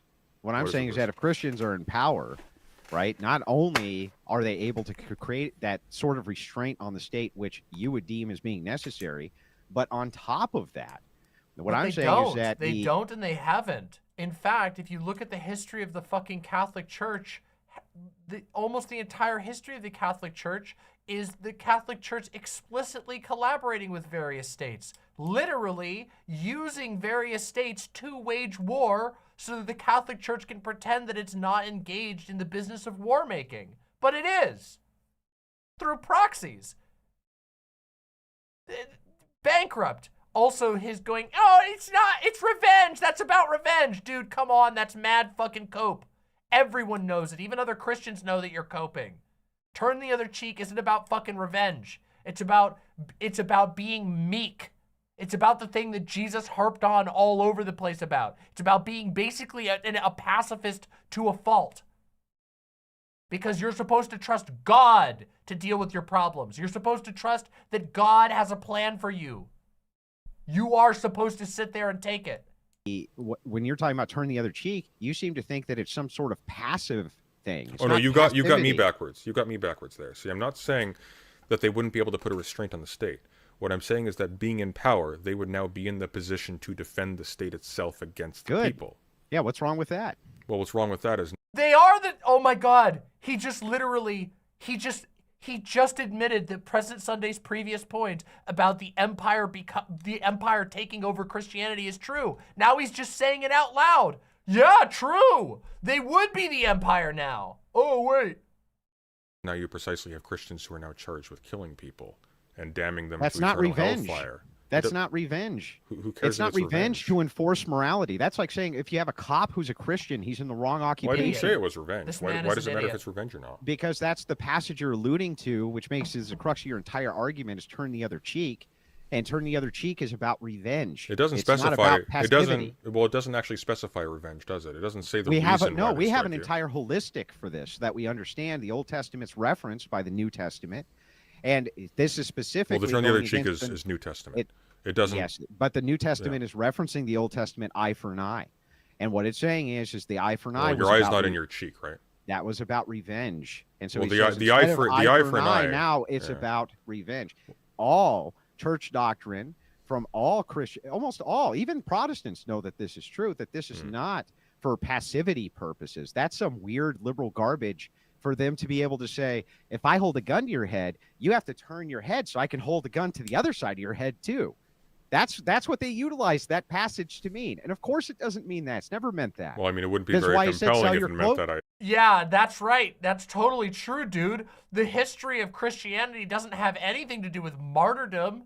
The history of Christianity, oh my God, you're telling me that the central figure being a martyr who didn't fight back and allowed himself to be crucified to prove a point, and then the entire early religion was centered around martyrdom? You're trying to tell me that they have some kind of policy against, you know, not using violence in response to violence and trusting God to deliver you? This guy is oh God, it's making me so mad. So your cloak and get a sword. But the passage does not specify Goodbye, Yak revenge. Daddy. Have a great An night. eye for an eye is a judicial. It's a matter of retributive justice. Turn the other Revenge. cheek. Turn the other cheek. Turn the other cheek. Yes, I think he did say holistic when he meant heuristic. Is a response by an individual subject. It doesn't say if the magistrate is struck on the cheek, turn the other cheek and offer it to them also. It says, you, average Christian man who has no authority to enact revenge, even under like an ancient barbaric rule of some kind. So I don't think that's true. And it is true. And more to the point, once again, to go back to my previous. How in the world could you try to argue this point when you have hundreds of church authority throughout the entirety of the church's existence give specific explanations that turn the other cheek does not mean passivity or to allow yourself to be abused or that you're not allowed to have any power in society? They are very specific that this was about the reference to the Old Testament and about revenge. Well, I would an retort. Eye for an eye was you take my eye, I take yours. That's revenge. Well, I would retort. Turn the other cheek. Turn the other cheek is saying you don't respond to you know, an unequal use of force. I love this one. I love this one. Okay, ready? I'm about to hit you. Hold on a second. I'm about to hit you with a good one. Okay? You ready? I'm about to hit you with a fucking banger. I would love to hear how this fucking idiot would hear this, okay? Here's the rest of the context. Are you ready for the rest of the context? Here's the full context. You have heard that it was said, an eye for an eye and a tooth for a tooth. But I tell you, do not resist an evil person. If anyone slaps you on the right cheek, turn to them the other cheek also. And if anyone wants to sue you and take your shirt, hand over your coat to them as well. If anyone forces you to go 1 mile, go with them 2 miles. Give to the one who asks you and do not turn away from one who wants to borrow from you. That is the full quote. This guy is a total and utter fucking fraud. This guy isn't even a fucking Christian. He's not even close. It's not a fucking anti-revenge reference. It explicitly says, I tell you, do not resist an evil person. Be passive. Do not resist an evil person. If anyone slaps you on the right cheek, turn to them the other cheek. And if anyone wants to sue you and take your shirt, hand over your coat as well. That explicitly refers to even ignoring legal injustice.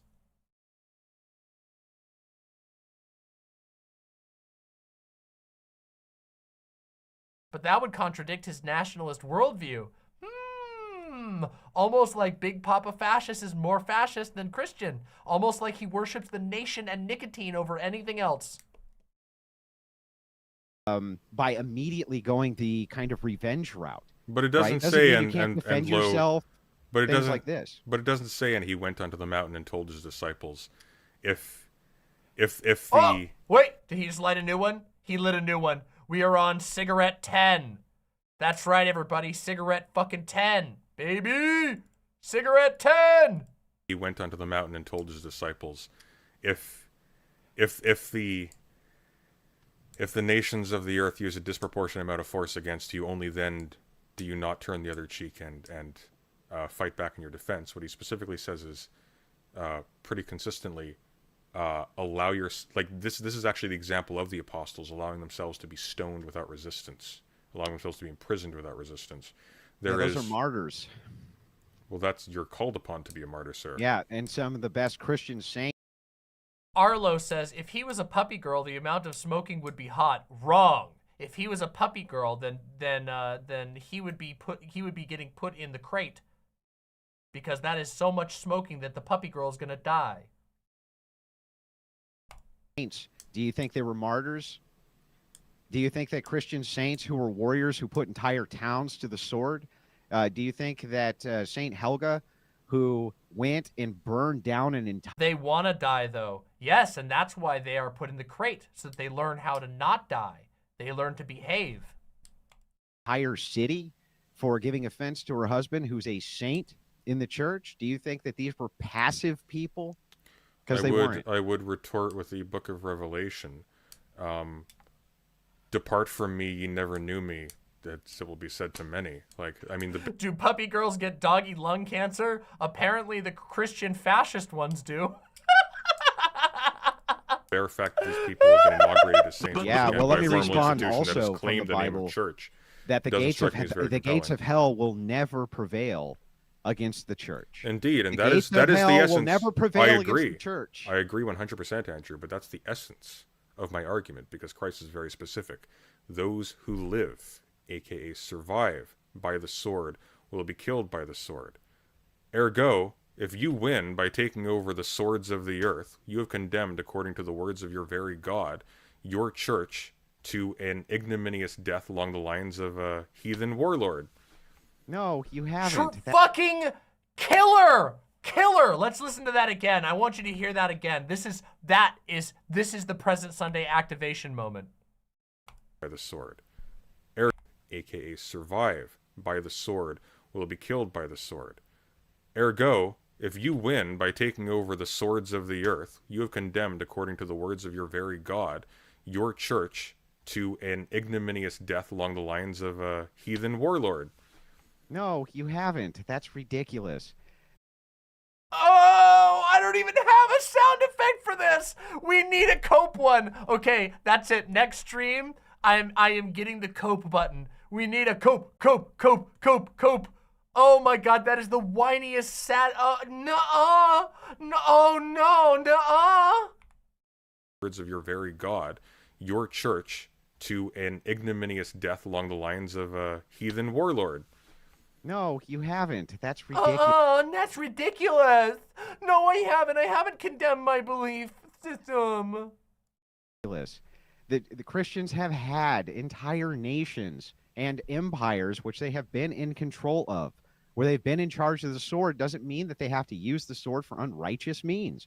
You're talking about a distinction. Well, I mean, surely it does. You're talking about a distinction in external unjustified violence versus enforcement for justified violence.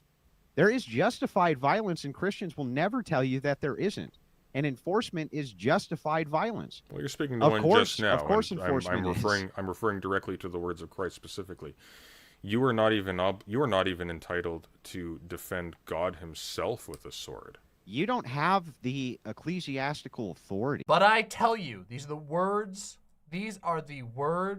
of Christ. But I tell you, do not resist an evil person. If anyone slaps you on the right cheek, turn to them the other cheek also. And if anyone wants to sue you and take your shirt, hand over your coat as well.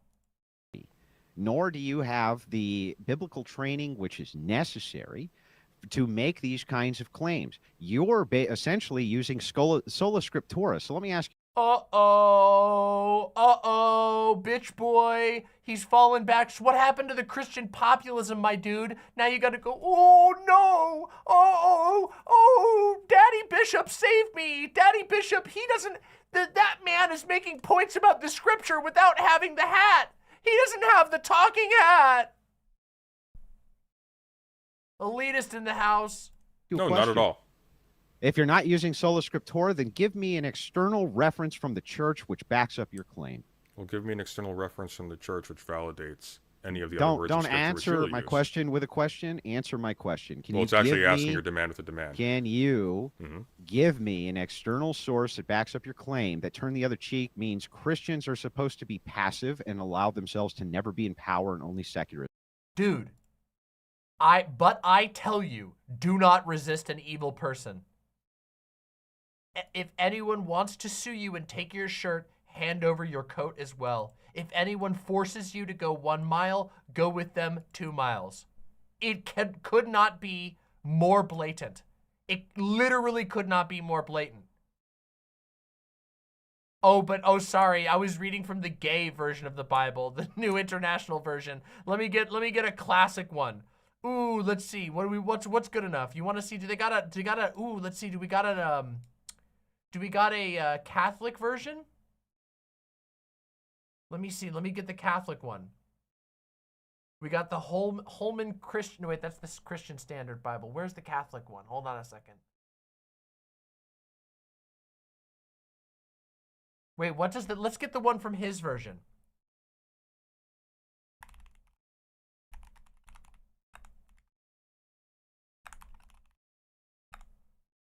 Ah, I can't wait. The Orthodox Study Bible. Let's see if they got that on here. They do. Wait, that's the Orthodox Jewish Bible. What other versions do they accept?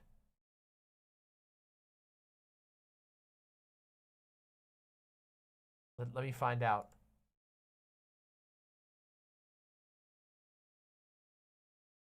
Ooh, weird. Orthodox Christians use the New King James from Byzantine Catholic. That's weird, isn't it?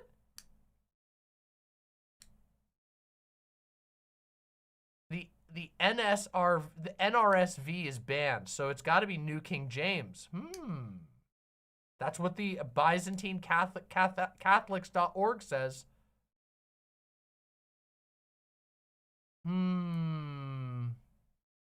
Well then, let's get New King James Version. I can get that one easy. We'll read it from there. We'll see what it says there, just to be fair. Here we go. You have heard that it was said, eye for eye and tooth for tooth. But I tell you, do not resist an evil person. If anyone slaps you on the right cheek, turn to them the other cheek also. And if anyone wants to sue you and take your shirt, hand over your coat as well. Wow, it's exactly the same. If anyone forces you to go 1 mile, go with them 2 miles. Give to the one who asks you, and do not turn away from the one who wants to borrow. It's literally the same. Damn, the gay Bible was correct in the first place. Whoops. Can be in power. Well, I haven't actually argued that they can never allow themselves to be in power. Well, yes, you are. You actually are. And I never argued. Power no, means slow down. force. Slow down, cowboy. I never argued that they need to onboard any of these attitudes. I simply said that there is nothing in that passage which indicates that this is specifying revenge. Here's the King James. We'll go to the original. Ye have heard that it hath been said, an eye for an eye, a tooth for a tooth. But I say unto you, that ye resist not evil. But whoever shall smite thee on thy right cheek, turn to him the other also. And if any man will sue thee at the law and take away thy coat, let him have thy cloak also. And whosoever shall compel thee to go 1 mile, go with him 2. Give to him that asketh thee, and from him that would borrow of thee, turn not thou away. There you go. There's the classic King James. The old classic King James. The 2 passages that I cite, the one where you're supposed to turn the 2 passages. Determined this. Well, it determined this according. Well, this. here's the catch: is that the church that determined it according to what metric? Because the church, to be clear. What metric are you using? Well, the church, to be clear, is is 2 things simultaneously. What authority external yourself are you using? The church is 2 things, yes? So what authority external yourself are you using? Remember earlier when he got mad about remember when he was like, that's a fallacy, and now he's literally just doing an appeal to authority? You used a fallacy. What authority? What authority are you referencing? How dare you read the Bible on its own terms? Catholoid fucking cope right here. This is quintessential Catholic cope. By the way, this is one of the things that Protestants will correctly mock the shit out of Catholics for, which is that they'll be like, Catholics literally cannot think for themselves. A priest will basically be like, yeah, the Bible in the original Latin says you got to suck my cock. And what are they going to do about it? They're not allowed to contradict him, because first of all, they won't be allowed to read the Latin. They won't be taught to read the Latin. And secondly, how fucking dare you question the man above you? You just gotta fucking get licking. Fucking polish that goddamn rod, my man. Protestants will make fun of Catholics for that, and they're fucking right. It's true. It's goddamn true. Nothing, just my brain. Nothing. My Nothing. brain You're and what I've using read. Nothing, What are dude, you using? Nothing.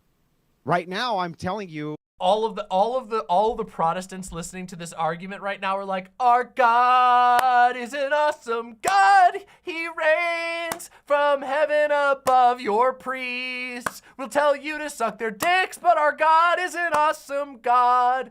We're allowed to re-eat, and it's great because you just have to suck your priest dick, and it's wonderful that we don't have to do that. Our God is an awesome God. Our God is an awesome God. He reigns from heaven above. And then somebody breaks out the little egg. And the guy tapping the box like this.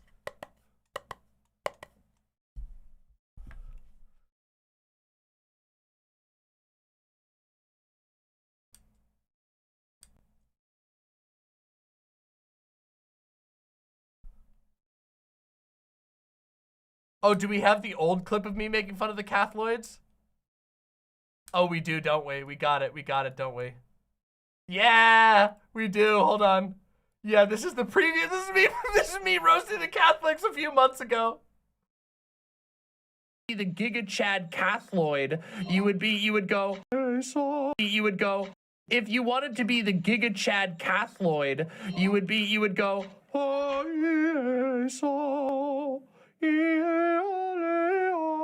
that is not the original Latin, and you are not a priest. How dare you step into the realm of God? How dare you step between man and God, as is the role of a priest? And then you'd start chanting in Latin, that's the real Catholic response. And if you were, that's what Ollie should be doing, but Ollie is literally not prepared.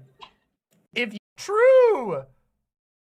That's the real way. These Catholics fucking not ready. Okay, actually, to be fair, right now, Andrew Wilson is living up to the Catholic name by being like, oh, cite daddy, or else I won't listen to you. I won't listen to Jesus unless it's spoken to me from daddy's mouth in Latin. What the Orthodox Church canon says on this, and what the saints say on this, and the Catholics will completely agree that this is true. Careful. I'm gonna quiz you. I'm gonna quiz you. Okay. Cover your eyes. Cover your eyes. Why? Just because I want to know you're not cheating. Just cover your eyes. What, dude? We're not doing come this. on. What is it? What is it that you want to quiz me on? Name and quote without looking it up. Where are you getting this from?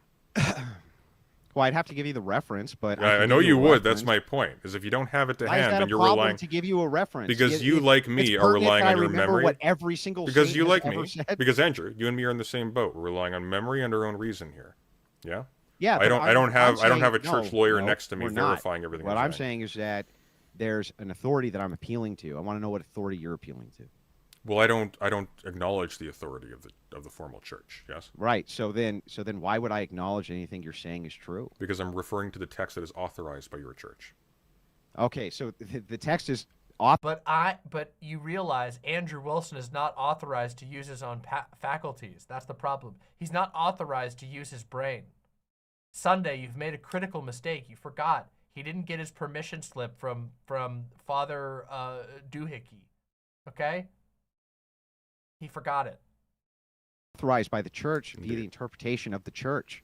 But I don't need to sign on. Not via the interpretation of President Sunday. Well, I don't need to sign on, for example, to the coherence of the church's interpretation to point out that the text that is authorized by your church as the major source of its doctrine doesn't jive with what you're saying. Absent interpretation, there's no reason for me to believe your interpretation. You don't have any authority. Well, it's actually kind of the opposite, though. I'm not interpreting something. You're supplying an additional. Okay, I'm not gonna lie. This has been a lot of fun. This has been a really fun debate review. I've been having a great time. Interpretation. You're not interpreting it? Saliva, hello! Well, I am inevitably interpreting it. Okay, yeah, you're interpreting it, so I don't know what the But fuck I'm you're not. talking about. Well, because crucially, you're saying that it specifies revenge. But if there's no content there that specifies revenge, then I'm not interpreting that, yes? Yeah, eye for an eye, tooth for a tooth. I What do you interpret it think in the that most means? well. Eye for an eye and a tooth for a tooth don't occur in that specific passage. That specific passage says, "Turn the other cheek." Yeah, what does eye for an eye, tooth for tooth mean? Tooth for tooth mean? The 40 when the 40 hits. What's your fucking eye? What's your truth for your truth? Well, that's a statement setting a retributive standard for justice, right? So revenge. Well, retributive, not necessarily revenge. Well, what is retribution? Before you continue, I forgot you existed. I just want to hang on. I know. Just want to inform you guys. There's only about 5 minutes left in the Oh. dialogue. If you want to stick with this point, the revenge topic, you can. Or if there's any last minute points that Yeah, I'm either trying you to wanna figure hit, out. I'm trying to then, figure yeah. out like to get to the underpinnings God of damn it! It this. was just getting good. It seems like the only criticism which you have here, right? And by the way, why don't we go and I'll actually send this to you. I'll actually send you some of the interpretations here so that because you have no authorities that you're appealing to. You just say, I just read the text, but I'm not using Sola Scriptura either, even though you're using Sola Scriptura, you have to be. Well, Otherwise, how are you exegeting it? hang on. Sola Scriptura is the notion that you derive God's truth from the Bible alone. I'm not saying I derive God's truth from it. What I'm saying is, well, whose truth? Beg your pardon? Whose truth are you deriving then? Thank you, Pilot. Yours? Whose truth? Well, I'm not deriving a truth. What I'm saying Yeah. is that according to the letter of your book that is authorized, there is a contradiction here. Now, in the absence of a specific... There's no contradiction. But there is a little bit. There's none. There is a little bit, because Christ is very particular. There's not. There's well, no well, hang on. contradiction. If I can just finish my sentence. Christ is very particular, and he's also very general. He doesn't say, those who live by the sword, according to the incorrect doctrine, shall die by the sword. He simply says, those who live by the sword shall die by the sword. Categorically. Why was Christ running people out of a temple with whips? Because they were treating the house of God as a marketplace or something like that. Yeah, it's super weird, though. Shouldn't he be turning the other cheek? He is God, you idiot. Are you trying to fucking correct God? Oh my God. This guy is the worst fucking Orthodox ever. Literally just the worst that I've ever seen. I don't believe, I'm going to be completely honest. I don't believe this guy goes to fucking church. I don't think he goes to Orthodox fucking church. I think he's LARPing 100%. I think he made up a religion that he played in fucking, he played fucking Civilization 4 once, and he founded Eastern Orthodoxy by getting a great profit early, and he thought that was interesting, and he got some of the Civilization bonuses from it. He was like, yeah, I'm Eastern Orthodox now. Fuck Catholicism. I mean, you're so heckin' valid, Catholicism. And then he was just like, yeah, I'm gonna roll from here. I don't believe he goes there and fucking, you know, breathes in the incense and fucking kneels before God or any of that shit. There's no fucking chance. There's no way that like a guy who is serious about a fucking hyper hierarchical form of Christianity is gonna sit there and make jokes about Jesus Christ. Being like, oh, I guess Jesus Christ, what was that all about? That doesn't seems like maybe Jesus had a contradiction, huh? While like sipping Black Rifle coffee and smoking fucking a mountain of Marlboros. Dude, come on. No, Man's first a of all, fraud. he's God. No. In the narrative. But secondly, and revenge is the Lord. Secondly, there's a distinction between engaging in, let's say, reinforcement of a norm from the vantage point of someone who has ultimate authority, and reinforcement of a norm evoking ultimate authority without proof by one person who has been ordered, according to that person's own account, by that ultimate authority to turn the other cheek. See the problem? No. Can you explain the problem? Well, I actually don't. I actually well, don't. the problem is that according to church, why did he tell an apostle to buy a sword? Why did he tell an apostle to buy a sword? Why did he tell him to sell his cloak and buy a sword?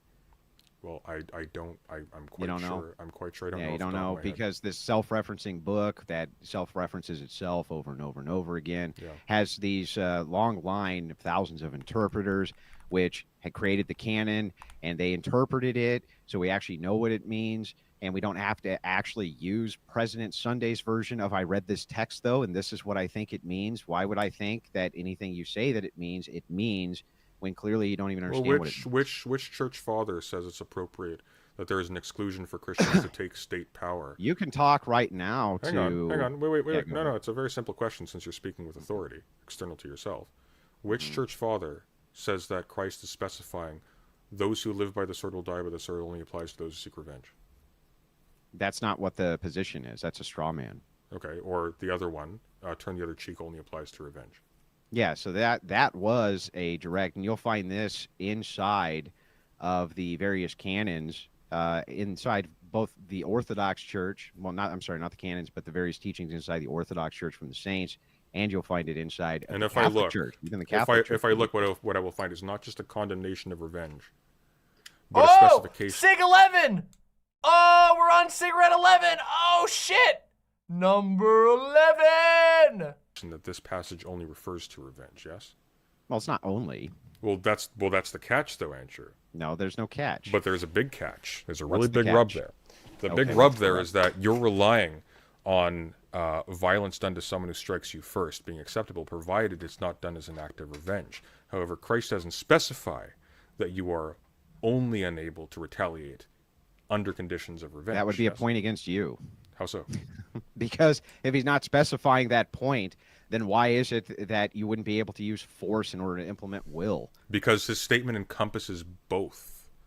According to you, I don't think it does. Well, no. Because if it doesn't narrow down its purview, yes, if it doesn't say this is only in the case of revenge, then in the case where someone strikes you, regardless of your motive for striking back, you are not actually granted permission to break that edict. You're supposed to still turn the other cheek. So you think that Christian doctrine is passivity? In a sense, yes. Now, in what sense is it not? Well, in a sense that Are you you're allowed to defend yourself? not really, no. No. No. You can't defend yourself as a Christian? Not really. No. No. Can you let somebody who's raping your wife, can you defend her? Whoa! Whoa!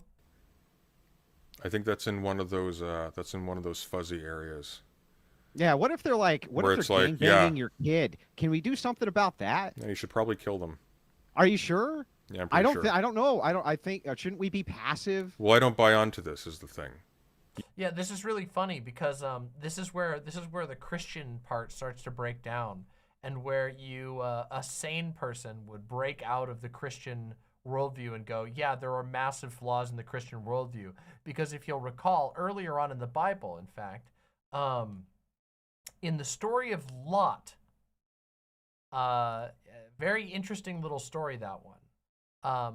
When Lot was in Sodom and Gomorrah, and when he lived in that town, when he had angels come and visit him at his house, and the people of Sodom and Gomorrah wanted to rape the angels that were staying with him, and the sort of lesson in the story was that he did the right thing by offering his wife and daughters to the crowd instead of the angels.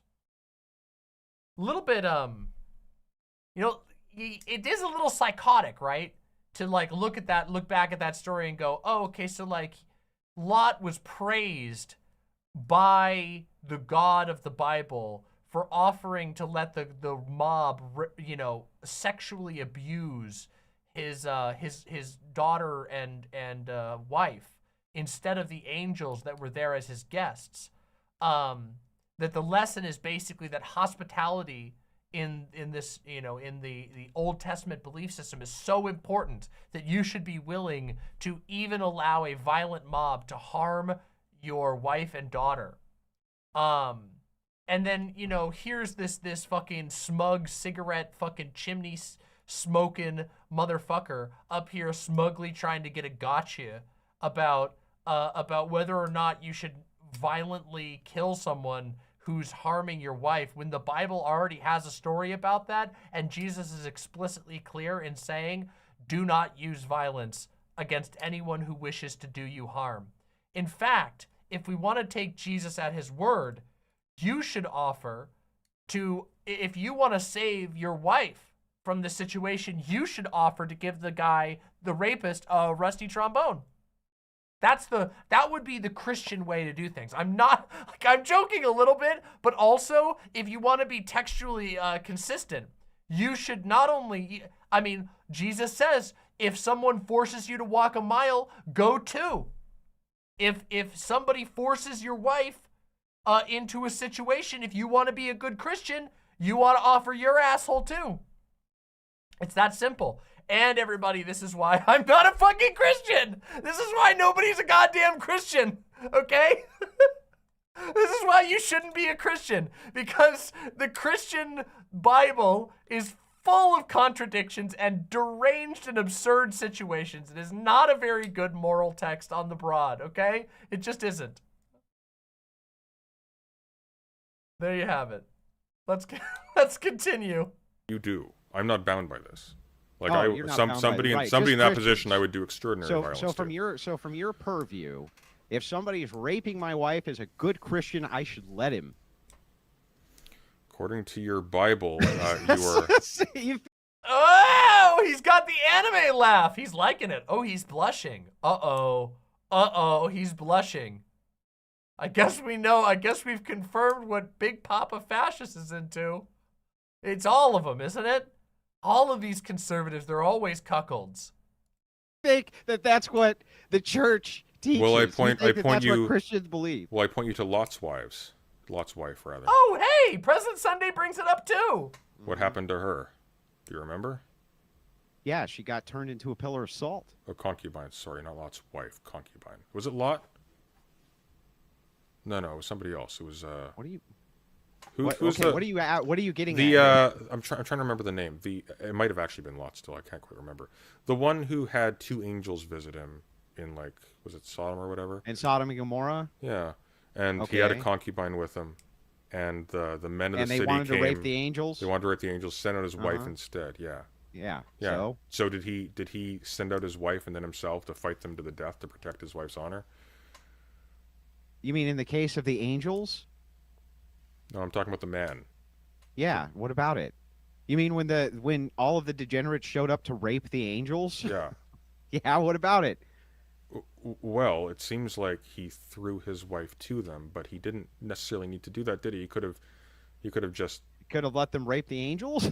Well, presumably if they're angels, What? they don't. Oh man, he's actually he's breaking. This is the weirdest we've ever seen. For an hour and a half, he's been basically stone-faced, chain smoking cigarettes, and now he's like anime laughing and blushing, talking about whether or not he should sit in the Christian cuck chair. Really wild. Require his defense, but moreover, he could have died defending them himself. He could have offered himself, for instance, instead.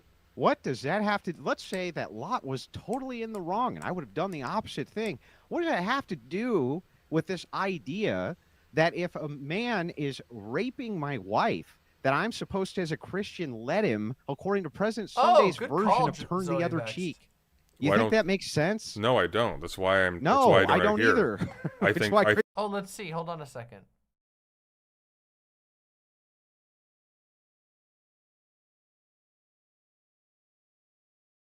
Oh, hold on a second. We might have gotten this. Hold on a second.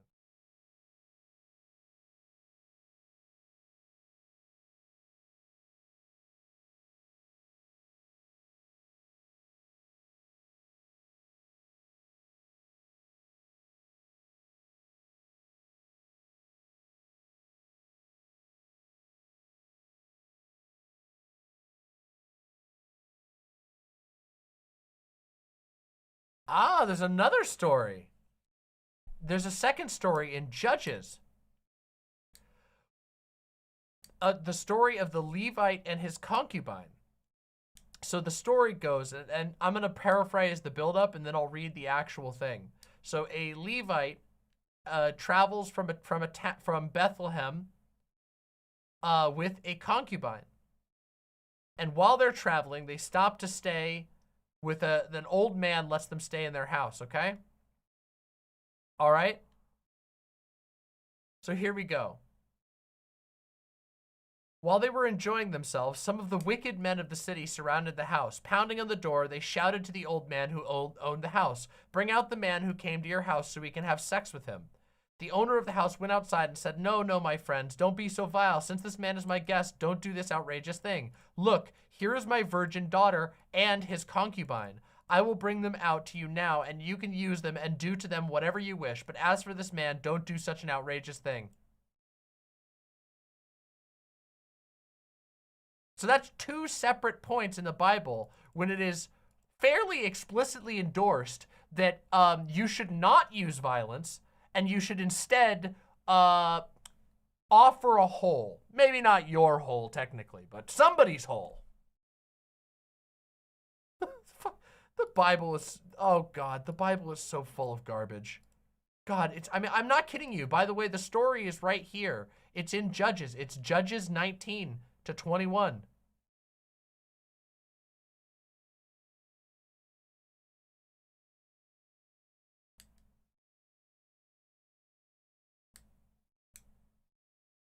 Afterwards, there is revenge that is in fact, it's funny, afterwards there is revenge that is taken by the Israelites, but Big Papa Fascist has said that the revenge is not supposed to happen. So if the revenge is the part that Jesus was getting rid of, then in this story, then you're supposed to fucking, yeah, if there's a guy having sex with your wife, you better fucking bend over, drop trow, get ready. Moisten up those lips, buddy. Jesus. I just don't believe that. Well, yeah, you don't believe the words of your own God because they don't. Whoa, Cigarette 12! Oh, he's speed running him now. How did he get through that last one? This is like a Tom and Jerry just. Cigarette 12. We have church authority which interprets it, and the reason we have that is so guys like you does it can't interpret say it? Your wife needs to get raped by me slow while down. you sit there passively and take it. Well, I wouldn't though, is the difference. But oh man, he's rock hard right now. This bitch is his desk is levitating at the moment. He's talking about President Sunday having sex with his wife, and his desk is just going. Bro, is that a standing desk? Here's the thing. So, church authority, which interprets it, does it interpret it or does it generate it? Like, by what process does it interpret it in an authoritative way that you find compelling? Why does any of that even matter? Well, it matters a little bit. What should matter is it matters, whether or not you I can tell make you a why. moral argument. If you can make a moral argument about Christians being in power. But that's my point, though, Andrew. Mm-hmm. What's your point? Well, my point is, if you're using this to establish the legitimacy of your particular claim to a particular moral system that ought to take power, you haven't specified any decision by the church that actually enforces your interpretation of this. But let's assume that you did. Well, I'll tell you what then. Tell me let's pretend which that you of the did. moral claims that Christians postulate that you're actually against. That Christians postulate? Yes. They are diverse and contradictory. There's a lot of disagreement on these things. Okay, give me one of them. Well, for example, the passivity one is a case in point. There are Christians indeed who abide by that. That you should actually turn. There's Sorry? secularists who abide by that. What's your agree. point? That's not a point against Christianity. I wasn't making a. Some I wasn't. Christians are Well, I pacifists wasn't. or some secularists. I wasn't making a point against Christianity. Yeah, but I'm asking you to give me a criticism against an actual agreed upon moral ethic of Christianity. What are they? What is Well, I would invite issue you. with them? I would invite you to name one. It's not even clear. There's no universal assent among Christians as to what even the How about Christ thou is. shalt not murder? Can we start with that one? Sure, but that's Okay, not that's what not is- agreed upon though, because for example, It's not. well, because murder is variously interpreted as being like the killing of a human being. Period. Unjustly. Well, that's begging another set of questions. What is justice? Yep. Yes. No, Yes, he's correct here. There is actually contest. There's been massive contest over what "thou shalt not kill" means. Of course, there fucking is. Like, okay, so if you put it as thou shalt not kill, well, there you have your answer, bro. You're not supposed to kill fucking anybody.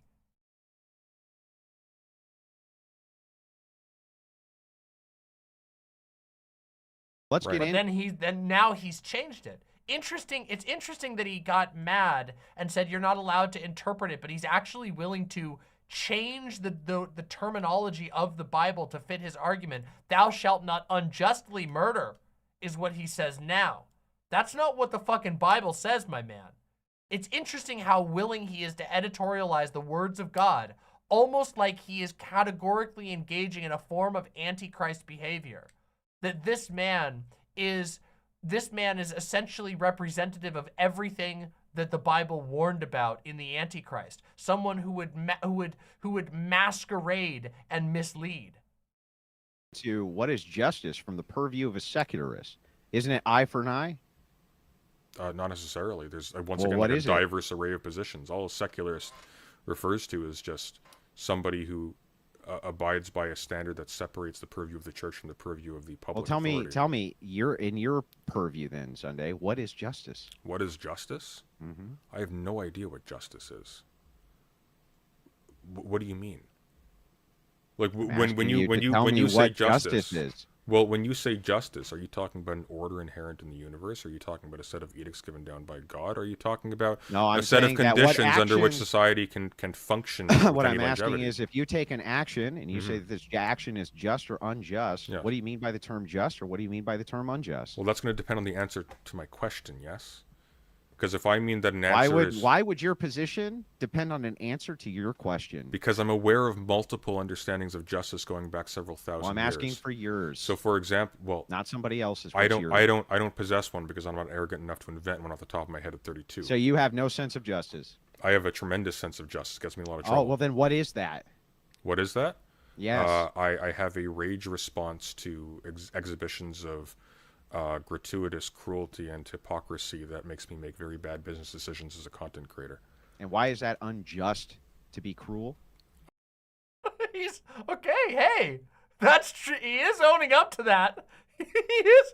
I'm glad he's owning up to that. Honestly, I'm glad he's owning up to that. Yeah. But also, I don't know. I think Big Papa Fascist here is kind of reaching, like saying like what do you what is justice is a huge question. Like in what context, right? I don't think that Sunday is like wrong for being like I don't fucking know what you mean by that, because like justice is a huge concept. It's a very broad concept. Like what Big Papa Fascist I think wants is being like people getting what they deserve or some kind of like statement like that. But I think that's very like hyper simplistic. And usually when people are talking about justice, it's contextual to the situation. What is fair and just in a certain situation? Like, I don't know.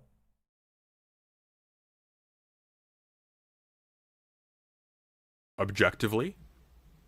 Even subjectively. Even subjectively. Well, I mean, I can give you an explanation that I can drum up after the fact, but it's a disgust response fundamentally. The reason comes afterwards that explains the disgust response. If Christians don't like homosexuality based on a disgust response, then it would be just for us to stigmatize them. Well, it depends on what you mean. I wasn't claiming that my disgust response was equivalent to a proof of divine or superhuman justice. If you're going to claim that it is, you can, but you have to justify that. You have to all I need to do is adhere to your social standard, and if your social standard for justice is... Oh, this is so fucking cowardly, dude. Oh, man, what a fucking gigacuck. So, let me just explain what just happened here. So, he's trying to get President Sunday on not knowing anything about justice. And then President Sunday says, well, justice is a really huge topic, and it's highly contextual. And then Big Papa Fascist goes, yeah, well, you know, you just said that you have a disgust response to brazen displays of misuse of power and cruelty. If I have a disgust response to gay people, I guess I should just, well, let's get his exact words here. Let's hear what he said exactly. based on a discussed response. Or is that Christians explained are up after the fact, but it's a discussed Hold on, response. let's hear it. Fundamentally, the reason okay. So comes then, if afterwards that Christians are, explains the discussed so then if response. Christians don't like homosexuality based on a discussed response, then it would be just for us to stigmatize them. So he says he wants to persecute gay people based on a disgust response. Well, it depends on what you mean. I wasn't claiming that my disgust response was equivalent. And then President Sunday basically says, like, I'm not saying that my disgust response makes a universal truth, or that's what he basically, President Sunday is restating the point that it is very difficult to make, to like just make a claim about justice point blank about all forms of justice. And then Big Papa Fascist is going to run away from the question, pretending like he didn't just say that he wants to persecute fucking gay people. A proof of divine or superhuman justice. If you're going to claim that it is, you can, but you have to justify that. You have to all I need is no, I don't have to. No, all I need to do is adhere to your social standard. And if you're and now he tries to defer. What he really wants to say is all I have to do is use my power to persecute them. But he's a coward. He is hiding in his fucking shitty fucking smoke-stained shitty studio. And, you know, what he'll do is he'll cattily throw insults and be like, oh, you're degenerates, please, whatever you do, don't fuck my wife. That would make me so Christianly angry. He's gonna sit there and, throw rotten tomatoes from over a wall.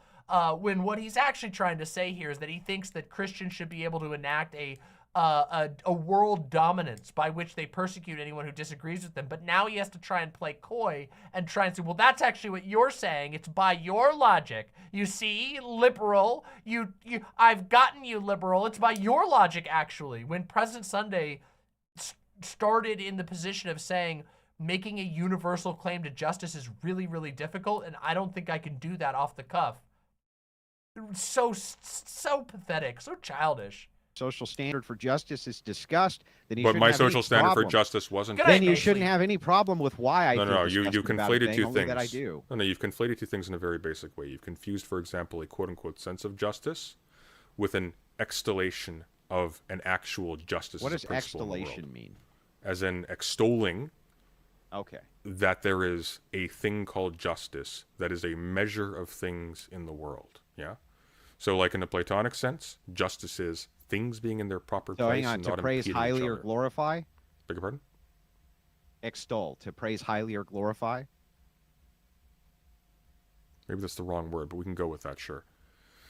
So if it's to extol, to praise highly or glorify, then you just said that you... I think you're not expound. talking Expound is the word I was looking for. Expound. Okay, that's why I asked you what extolation was. Yeah, yeah. So it's not Thank you to for give that. high praise to. So then It's if you're not to talking give high about praise to. justice and you're just expounding on justice, I'm all for that. What is justice to you, President Sunday? What is just? No. What I was saying pretty specifically was that me saying that I have a quote-unquote sense of justice that Okay, cigarette 12 has been extinguished. Let's see if cigarette 13 comes. that is based upon a disgust response to certain types of actions, which may or may not be the product of like deep reflection over a long period of time. That So is what not. is it? Well, hang on. That is not by itself expounding a measure of justice that is inherent in the world and objective. Dude, I don't want to hear what it isn't. I want to hear what it is. But I haven't proposed one. Yeah, that's why I'm asking Yeah. you. So if you It's to have propose one. one, no, but you're dodging the question that I asked you. If Bro, you're going you to, have to- you if you're can't- going to you- propose, if you're going you to can't propose, answer no questions. Hang on. If you're going to and then propose, ask an infinite I amount have of answers answered every one all you've of your asked. questions. If you propose, You have not answered the question of what justice is. every single one. I have. I don't know. I do feel like President Sunday did answer the question. I think that Big Papa Fascist is mad at the answer, which I feel it's fairly straightforward. President Sunday said defining justice in a single term in all contexts is not easy to do, and I don't think I can do that. I don't think I'm arrogant enough to try and do that. And Big Papa Fascist didn't like that, which is funny because I feel like he could have gone a different direction. He could have actually kind of jumped on President Sunday there. If I was making his argument for him, which I don't think is actually possible because I don't actually think you could replicate that type of sort of like free balling, flying by the seat of your pants moment, like logic. It's not possible to replicate that. It's like watching a dance. It only happens one time. Even if you were to film it like we have here, You know, you're not really witnessing the, you're not really able to tap into the unique pathways that it took. But if I was in his position, the easy answer would have been like, well, see, President Sunday, you simply lack the wisdom of an institution that's 2,000 years old. My church has spent 2,000 years, working out the idea of justice, and you can't do that because you don't have a church. But of course, I don't know. I don't think he's thinking that deep right now. That would have been the obvious answer to me, because I do think that President Sunday's answer, it's an unsatisfying answer. But I don't think it's a dishonest answer. I think it's a very honest answer. To say, like, I couldn't possibly define justice in all circumstances, that's really hard to do. And I'm not arrogant enough to try that. Like, let's go topic by topic or whatever. I think that that's an unsatisfying answer, which leaves you open optically for critique. But Big Papa Fascist, big shocker, can't fucking capitalize on it, so... But if you're proposing, but if you're proposing that, I don't know what it means. Well, hang what on. Does justice mean? Do you not know what it means? I'm asking for what you, when I ask you, because you said, what brought all this up was, I asked you, what in the Christian, what is the Tao ethical system? Andrew, what is the Tao? Do you have what a is the problem Tao? with? What is Stop. the what is Stop. the Tao? Stop. No, I'm finish, and then we hang on, this. Sunday. Let him get the full question out, and then you can respond. Okay. So the question, what started all of this, okay, was I asked you, what is your criticism against thou shalt not murder? Okay. I have no criticism against thou shalt not murder. And you said to me, well, this brings up a whole big can of worms. It's this whole irreducible complexity. No. You're confused. Let me finish, bro. I'm almost done. Then you can You didn't respond. let me finish.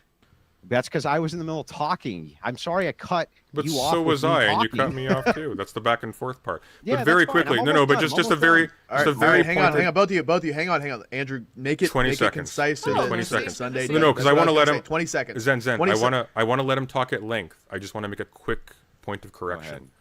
The argument was not that I have a challenge to thou shalt not commit murder. You are providing that as something that has universal assent. I was challenging that notion, because the nature of murder can differ radically depending on your notion of justice, so on and so forth. That's what led to this part of the conversation. As you were, please proceed. No, that's not what happened. So that's bad framing. What happened is... I think that is what happened. President Sunday, that's basically almost exactly what happened. President Sunday did, I don't know, I feel like President Sunday pretty accurately represented that.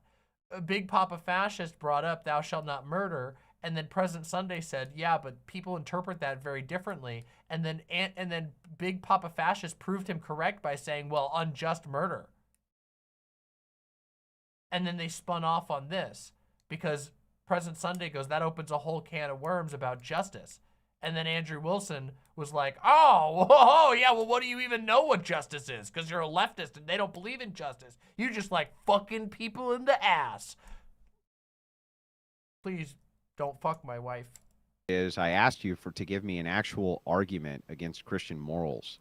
And you said, well, why don't you bring one up? I think that's a fair critique. Killjoy says, I think sometimes Sunday struggles with using a lot of theory speak, and I think he has a hard time wording things in a way that normies can understand. Yes, I do think that's a flaw sometimes that President Sunday brings to some of his debates, is that I think sometimes he overcomplicates and it leads to tangents that don't necessarily need to be there.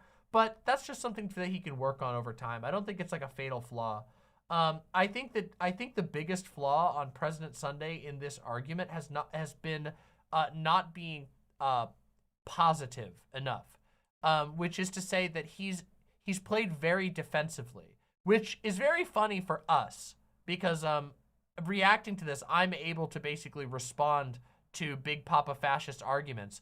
But there was a lot of stuff that Big Papa Fascist was basically able to say uncontested. And President Sunday has mostly focused on taking the most extreme of them and deconstructing them without actually putting forward his own argument or his own view all that often.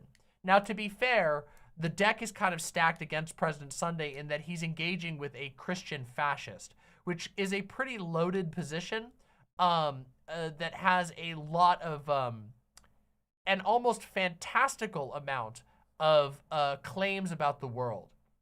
You see, because Big Papa Fascist isn't engaging with the world in any sort of factual sense, basically everything that he says is some sort of claim about existence. It's either a factual claim that he's more or less inventing, or basically him saying this is the way the world should be at every turn. He's not really like stating observations and then building from there. He's kind of asserting, well, you know, the West has fallen, and the West is falling, basically, and if we want to make sure that the reproductive rates among Christians are able to keep up, we're going to need to basically embrace a Christian empire, and the Christian empire is going to do really good because, you know, these liberals basically are inviting immigrants into their house to have sex with them, and, you know, that means that the liberals aren't reproducing, which means they have no real way to spread their ideas. They're basically going to defeat themselves, which means that we're going to win no matter what. I don't even have to basically do anything. Let me smoke another cigarette, because that's basically doing the same thing as actually having a real belief. And I said, okay, how about thou shalt not murder? Let's get into that. Yeah, you can and you rewind. said, You're well, very particular about that. And you said, well, right, there's a lot. And I said, it's unjustified. That's what it means. An unjustified taking of a life is murder. And you said, well, what is justice here? And so I asked you, well, from your purview, what does justice mean? And you still, by the way, have not actually given me an answer. Now, this, to be fair, I'm going to be as charitable as I can be. Plato said that asking what justice is probably one of the hardest fucking things on earth to answer, right? Especially when you're talking about justification behind what justice is.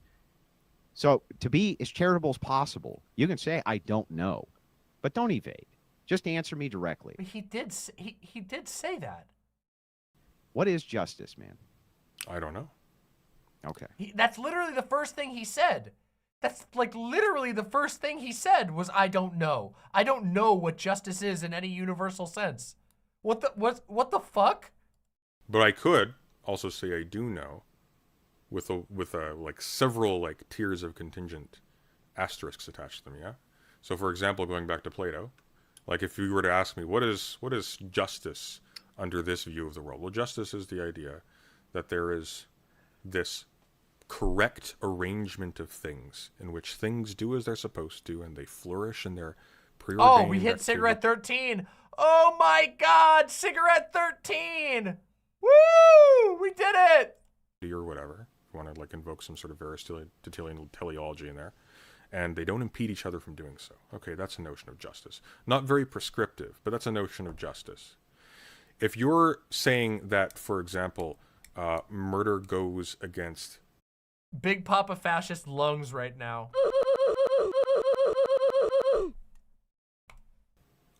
Justice, and this has universal assent.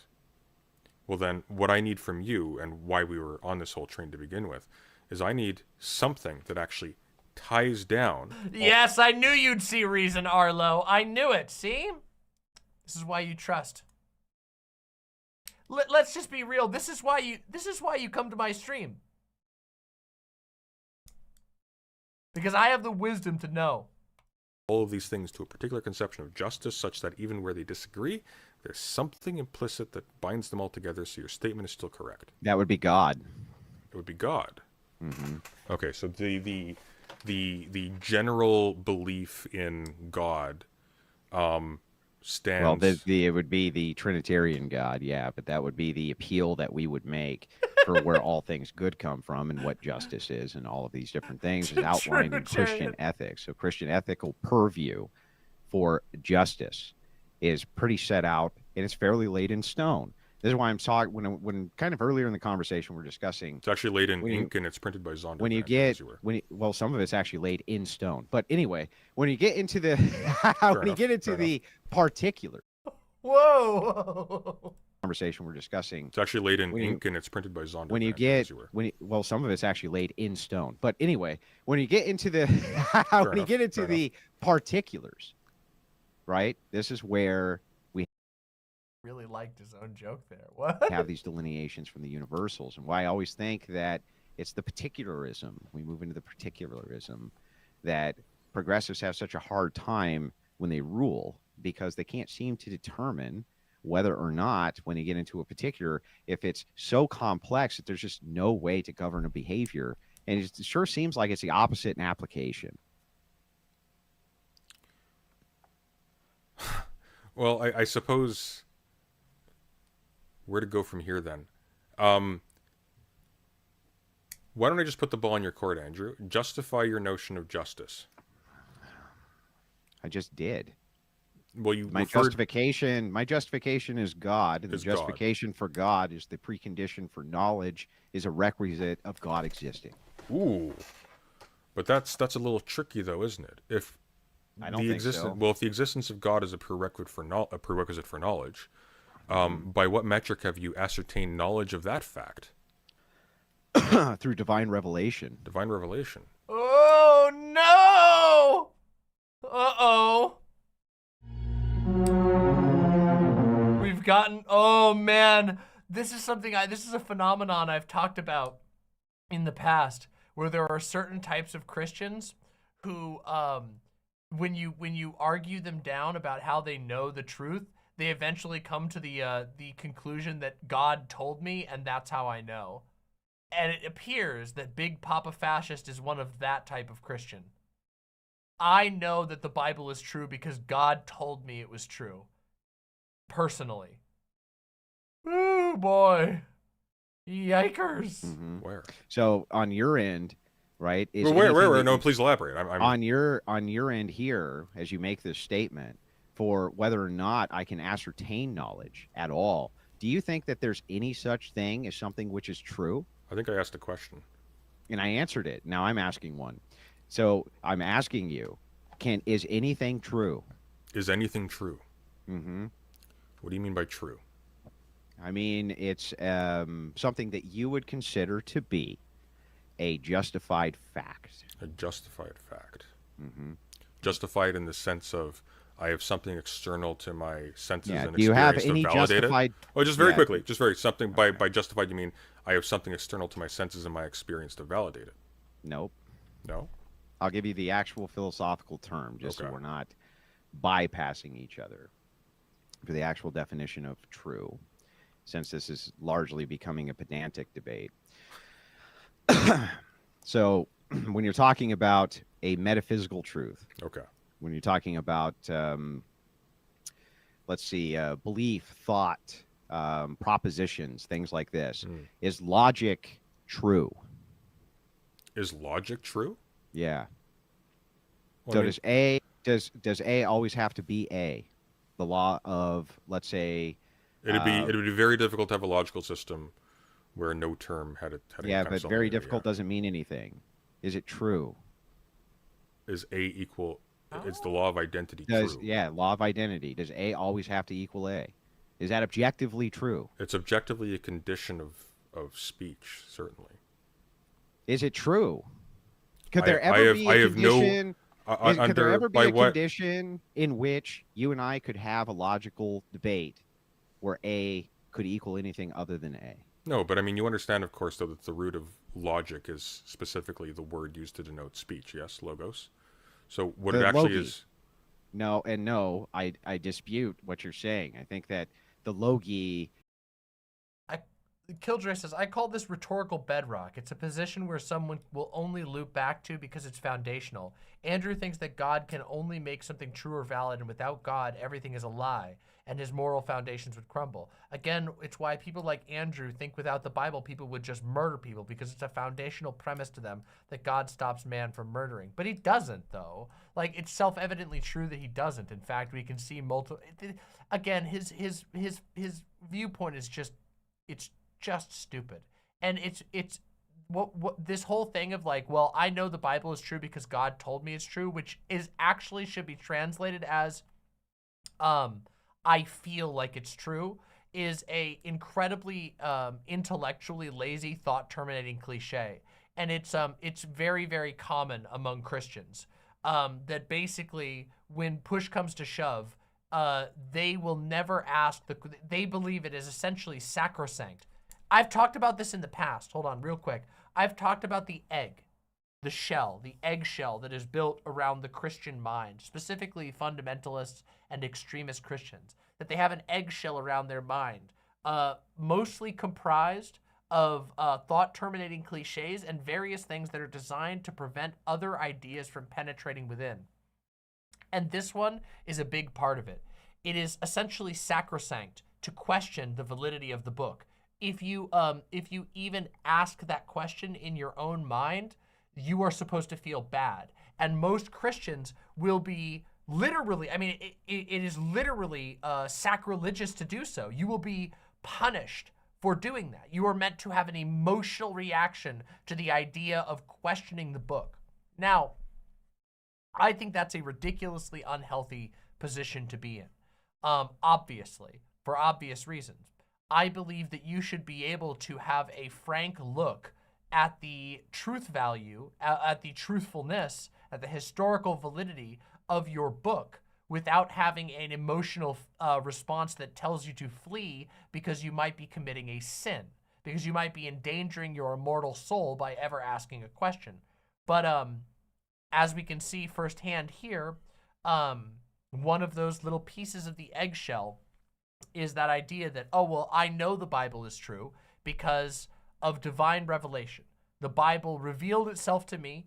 God revealed himself to me through the Bible, and therefore I know it's true. I don't even have to think about whether or not it's true anymore.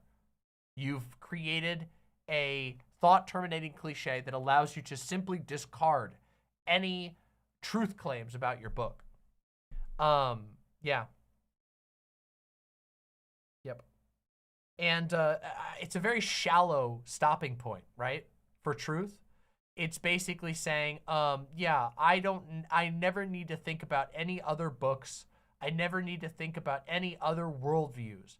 I've decided on this one. And then you can sort of dive to infinite complexity within that book, but you never go outside of the eggshell. You know, within your book, within your little eggshell of belief, you can get as down into the nitty-gritty as you want. You can basically come up with any justification for anything, so long as it resides within the eggshell. But nothing beyond that. And of course, I do think that in this particular part that President Sunday is making a small mistake. I think he should have simply agreed that, yeah, logic is true, at least as far as we can take the term truth. Something is true, but what is a much harder question. It's very difficult to determine what is ultimately true. We know we exist. That much is self-evident. We can't not exist. But how do we exist? Who knows? Like, for all we know, we could be in a dream. We could be living in a VR projection.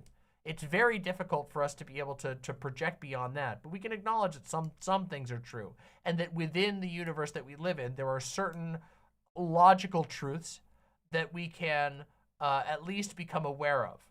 Yeah.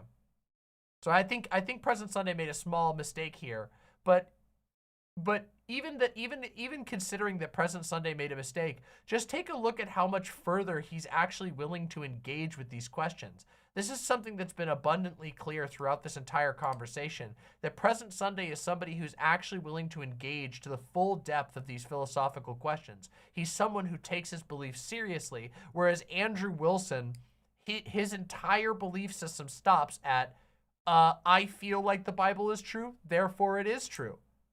That's not a serious position. It's intellectually, theologically bankrupt, and it displays a lack of genuine faith in his belief. Because in my opinion, if you truly believe in your belief, then your belief should be able to weather doubt.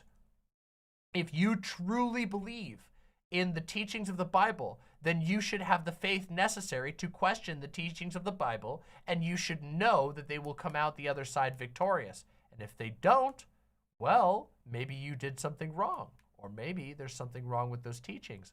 Maybe God was trying to guide you somewhere else. Maybe there's a problem in your translations. Maybe there's been some politics involved in the creation of your holy book. But that is a difficult and complicated and scary world. So instead, you retreat to the cuckold's little egg. You retreat to your egg where God told me the Bible is true, And he specifically told me the King James version is true, the one that I read. The King James version in English, of course. The King James version in English as published by whoever publishes it now. Yeah. So I do think President Sunday is making a little bit of a debate mistake here, in my opinion. Has much more than just the ability to delineate speech. So I'm asking you again, though, the 3 laws of logic which exist, okay? Yeah. Are they true? Are they true? There's a difference. Well, here's the problem. You use logic in order to justify a statement as true or false. If a statement is a condition of logic being possible, you can't externally verify it because you're unarmed. You don't have a logical tool independent of those to verify their truthfulness. What I would say is that they're conditional on reasoning, and I would agree with you there. But to say that they're true is a different thing entirely. Yes? Yeah, so I'm asking you if they're true. Well, how would you establish that they're true? If you refer to their conditions, there's a pragmatic reason for Just assuming asking they're you true. if they're true, bro. Well, I just told you, I don't think it's a thing you can ascertain. You Because can't I don't- ascertain. Can you ascertain that anything is true?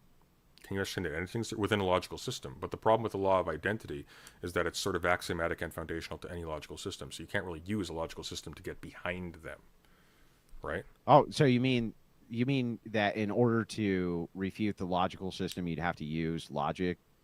Good night, call me. So it's like a Have first a good night. principle? Well, no. What I'm saying is that there's an inherent contradiction in trying to apply, for example, a principle of logic, which is a proof, to something whose back end rests outside of logic. It being foundational to Yeah, logic. so then that would you be can't a use first logic. principle. Well, it would be a first principle, yes. But the problem, though, is that proving something is true or false is something you do via logic. If something is foundational to Right, logic, so then if it's you a can't first prove it. principle for the establishment of truth, it must be true. Well, not for the establishment of truth. You have to be careful. Truth as determined. That's what you said. I'm repeating your words back to you. No. Truth Is that you establish truth through logic. You establish the truthfulness, or you prove the truthfulness of a thing through logic. However, there are some Well, I things mean, that are amenable that- to that sort of proof. Well, is that true? Is that true? Yeah. Yes. Okay, so is it objectively true? Is it objectively true that there are some things that are not amenable to logical proof? Yes, I would say so. Okay, what are those things? Well, for example, this is the whole idea behind cons critique of pure reason. You can't, for example, get behind the conditions of temporality or of spatial divisions in order to justify the reality of the presentations to your experience that you have. That's just a word salad, dude. That's okay. not Well, telling me I'll put it anything. more simply. You can't, for example, remove from your experience the extensions in space and time that give the objects in your world the legibility that they have in order to prove the existence of those things in themselves independent of your experience. This would include God, by the way. How would you know that without the law of identity? Because space and time are, under this mode of analysis, for example, they are foundational. But without the law of identity, Yeah.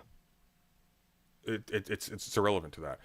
No, it's not irrelevant to that. Well, no. Space and time would still have to be space, and it would still have to be time, right?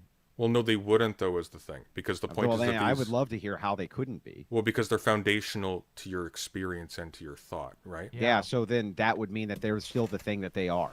Well, not necessarily, because they could, for example, have extensions beyond what you're capable of reading and experience. So it could be, for example, that there is such a thing as time, and there is such a thing as time that is inflected in your experience, but you have no way of knowing what that connection is, or what the actual contours of the thing. So if there's such a outside thing of as your time, experience which are. is connected to your experience, then that time would still be itself, and it would still be connected to your experience, which would also be experience. Well, you're asking essentially it's the brain in a vat problem, right? It's like Not really a brain in a vat problem. Well, it is I'm a just little bit asking you, because if the brain in the vat, can it be anything other than a brain in a vat? Well, that's the thing. If you've already accepted that your experience can be simulated by something external to you, whatever you are, and you only know, for example, of the idea of a brain and a vat and the relation between them via your experience and your memory, then yeah, it very well could be. You've opened the door to a wide range of possibilities. None of maybe those inconceivable. things. None of those things, which would lead up to whatever the false reality is, would still be anything other than what those things are. Wait, okay, so is he trying to argue that the false reality creates the thing in and of itself. That if you are a brain in a vat and your experiences are being pumped into you, that time must exist because the illusion of time has been conjured. I don't think I agree with that.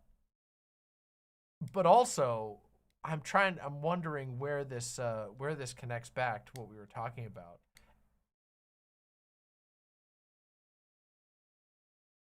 Let's continue. I'm interested in this. Can you say it one more time?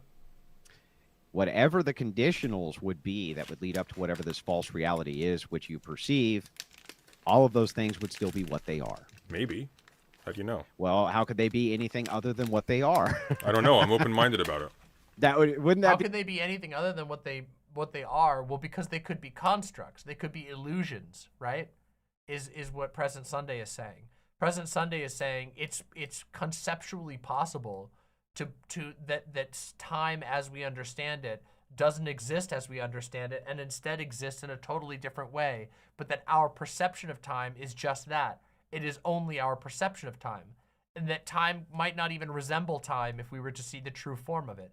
That is the Steelman version of Present Sunday's argument, and the Steelman version of Big Papa Fascist's argument is nuh-uh. I mean, I don't know. It's basically, I mean, his thing here is basically saying, no, time has to be time. And I don't know why he says that, because, like, he's acknowledging the brain in a vat thing. So, like, I guess it's just that whole thing, that at the end of the day, he needs to work to that position of divine revelation. Because if time isn't what it says it is, then the Bible isn't what it says it is. But time needs to be what it says it is. Or time needs to be as we understand it now in order for the Bible to be true, which is why he can't accept the idea that we might have that time or space might actually be different than we currently perceive them, that it's a possibility that we should consider. Be a contradiction? How would that be a contradiction? Because if something is not what it is, then that's literally a performative contradiction. Well, no, because we're not talking about what it is. We're talking about what is presented to you. So, for example... Wait, is that cigarette 14 or is this cigarette 13? Oh, no, I lost track. Has he been smoking it all this time? Or did he let it go out? Is this cigarette 14 or cigarette 13? Tell me. What's the truth? What's the truth? Contradiction. Well, no, because we're not talking about what it is. We're talking about what is That doesn't look lit. This looks like a fresh cig. Did he really down a cig? I wasn't watching. I was listening to what they were saying. I didn't see if he's been smoking this whole time. Oh, he was. He was. This is cigarette 14. This is cigarette 14. It's cigarette 14. I rewinded and watched. He was smoking. We weren't paying attention, but he was smoking. This is likely cigarette 14. presented to you. So, for example... The law of identity is what it is. The law of identity that is A and always will be A. It can't be anything other than itself. So the question yeah, again becomes, but presuming... all the conditionals which lead up to this must be whatever they are. Yeah, but that's a pragmatic argument fundamentally. Because, yes, it must be presuming itself, presuming we can make any positive use. Yeah, okay, so what Sunday is saying here, if I'm getting him correctly, is that A equals A is the foundation for building a logic, and you can't, proceed. There's no way within that logic. So you're building from a thing. I'm trying to start with the idea that this, that I have this remote control.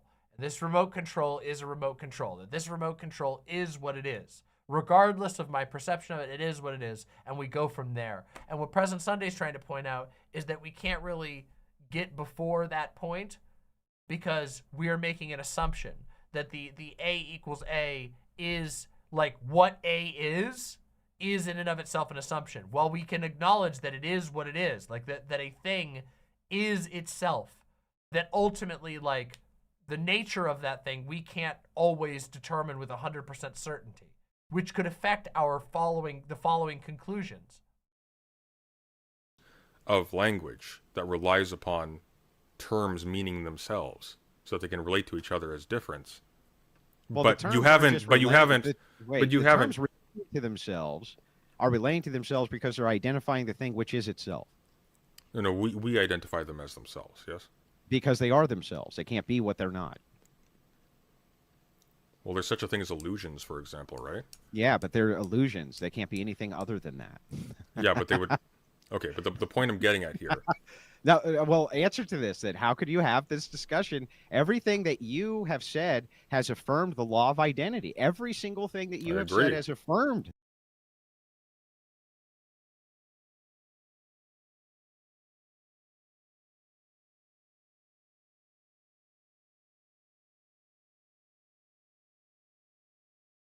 Okay, that's a good way of summarizing things, Killjoy.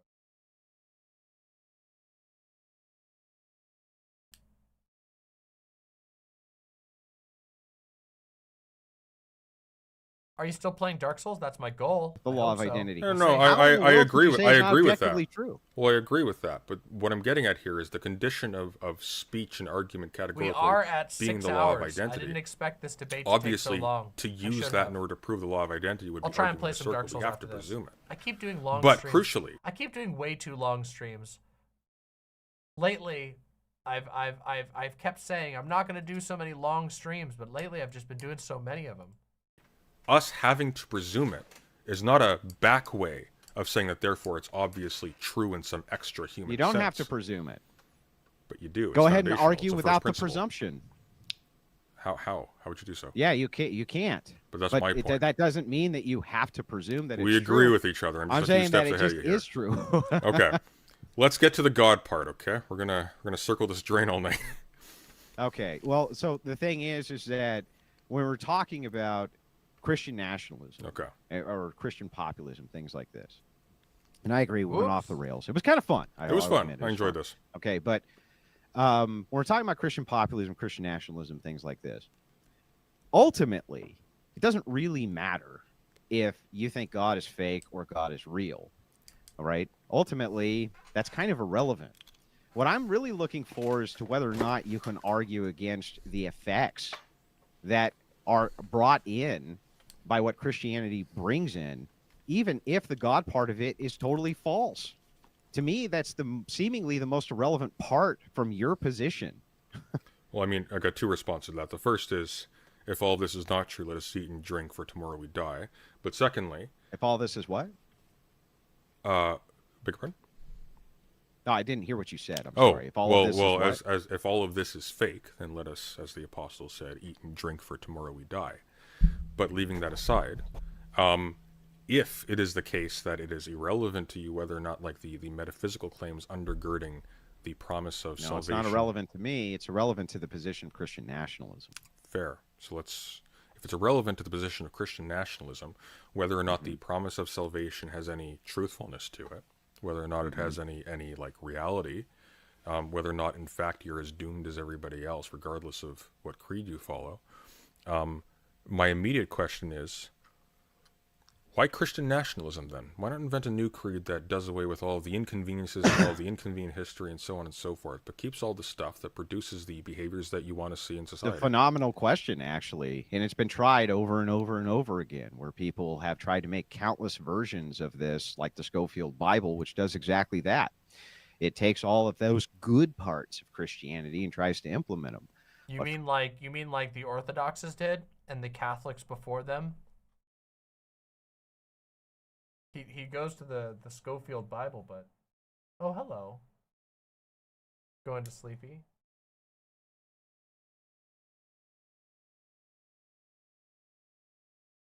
See you tomorrow, though. I love you. Sleep well.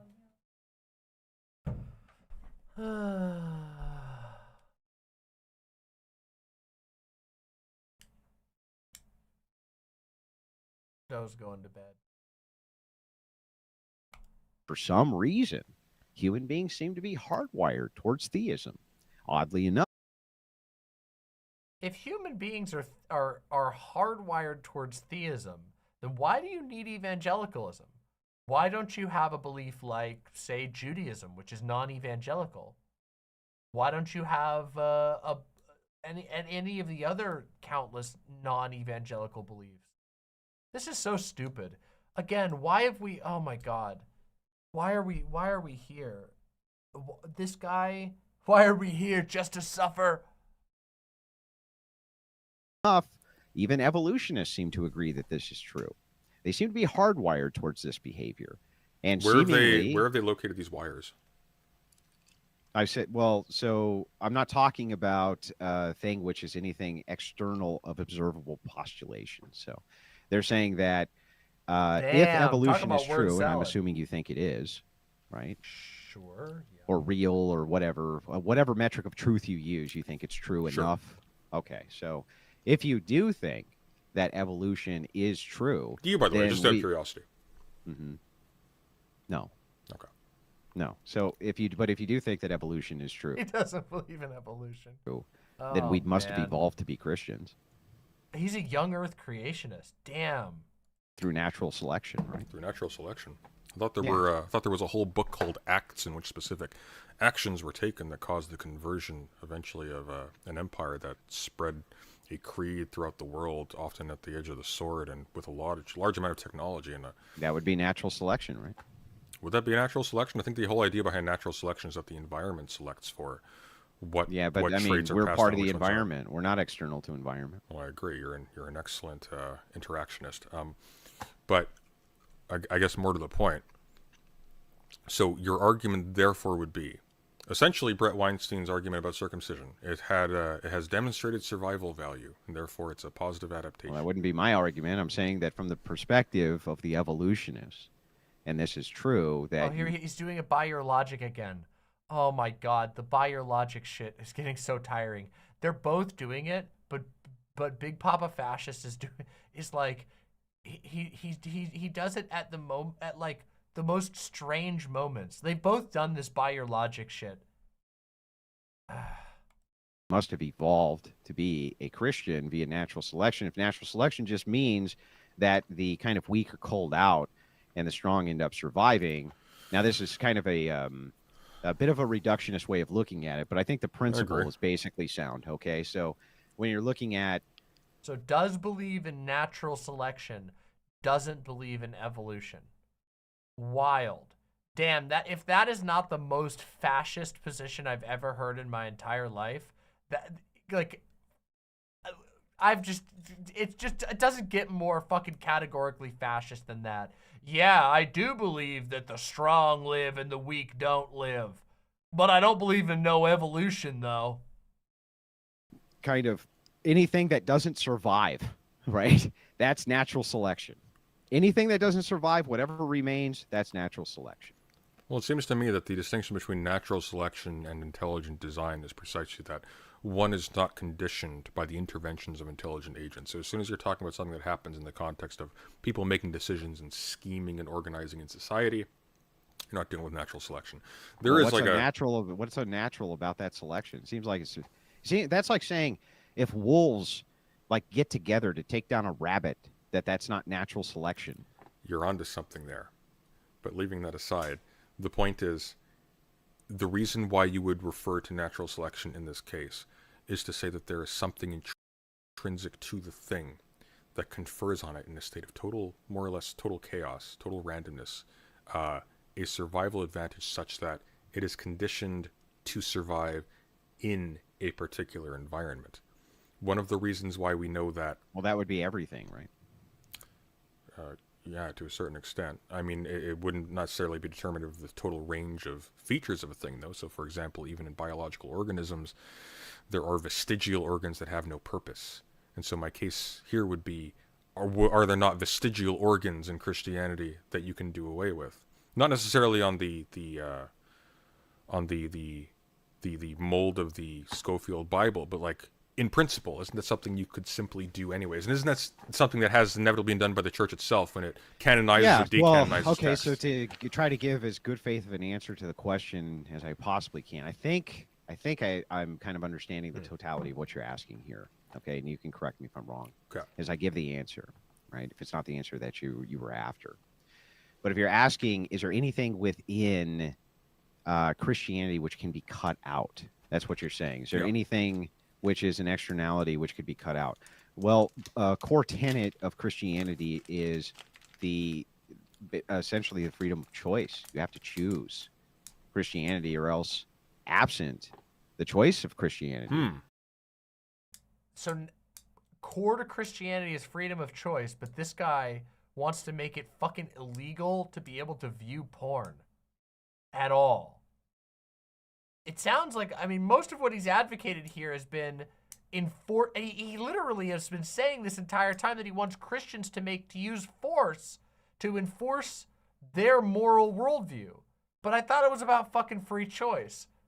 Again, just soup-brained, no consistency whatsoever, not a drop of consistency in this guy's views.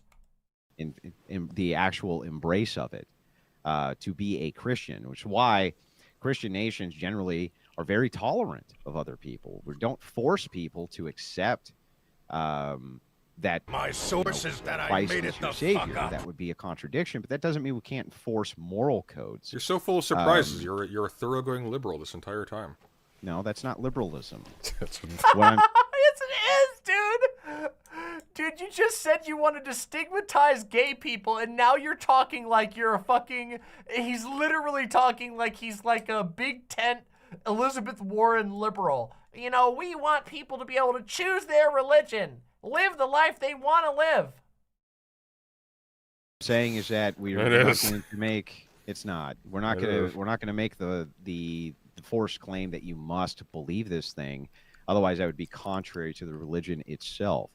So when you're saying, is there anything that you can cut out? You could live your entire life as a secularist, absent Christianity in total.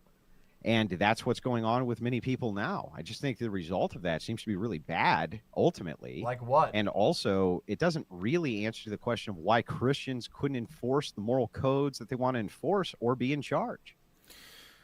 Well, I guess that is the question, isn't it? Because Cigarette 15. We're on cigarette 15, everybody. Attention, everyone. Cigarette 15 has begun.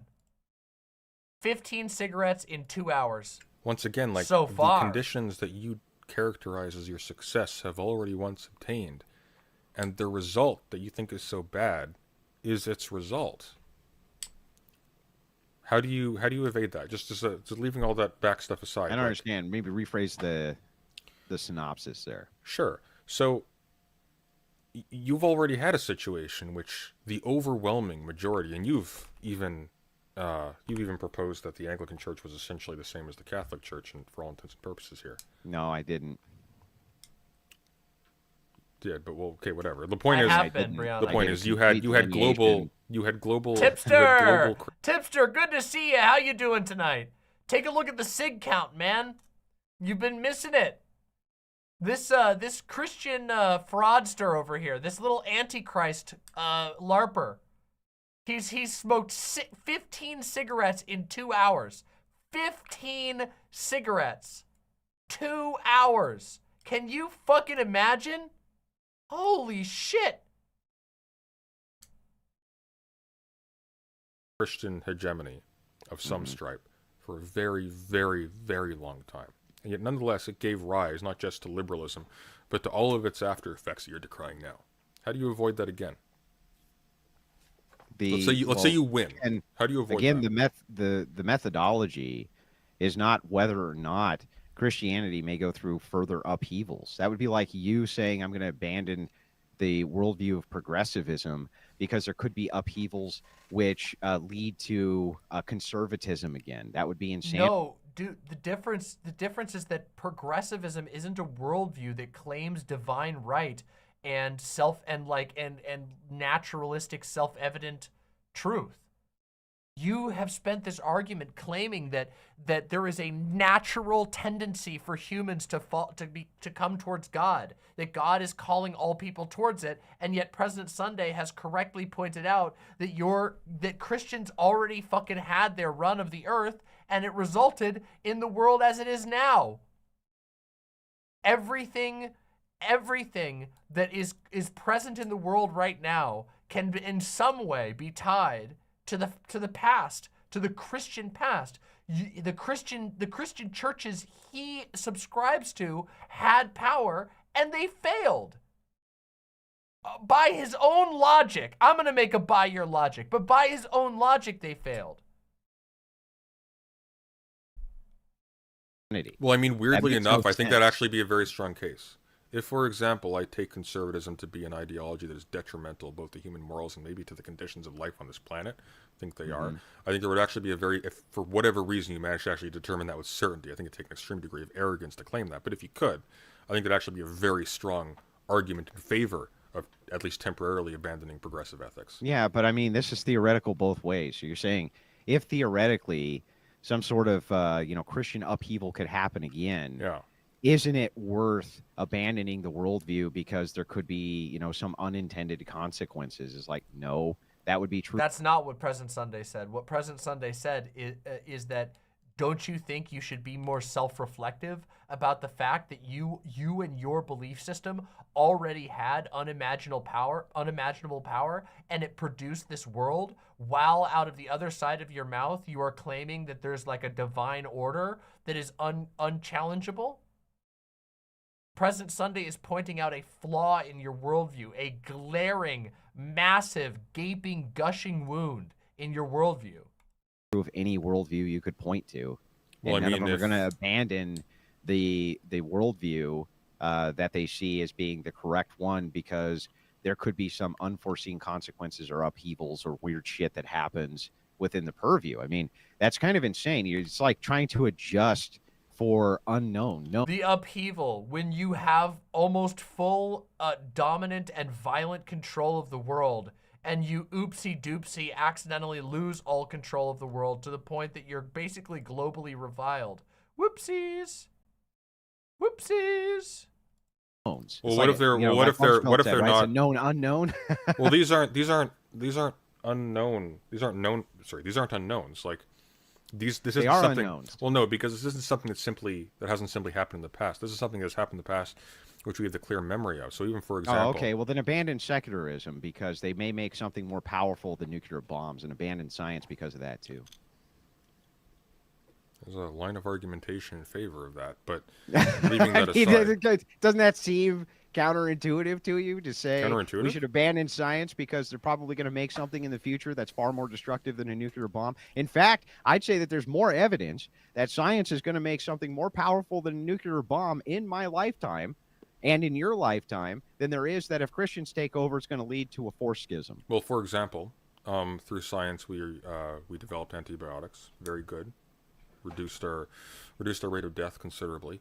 But by the Right, same so- token, so we you're also saying that created even we if also there's created consequences- we also Yep. created well, not just unknown consequences, they're known consequences. So for example, Yeah, there so may- you're saying that you ultimately within your ideology there can be so much that are good or that you think is good that will lead to good that even if there's unintended consequences, it's still worth doing. Not exactly. I'm actually using this as an analogy for yours.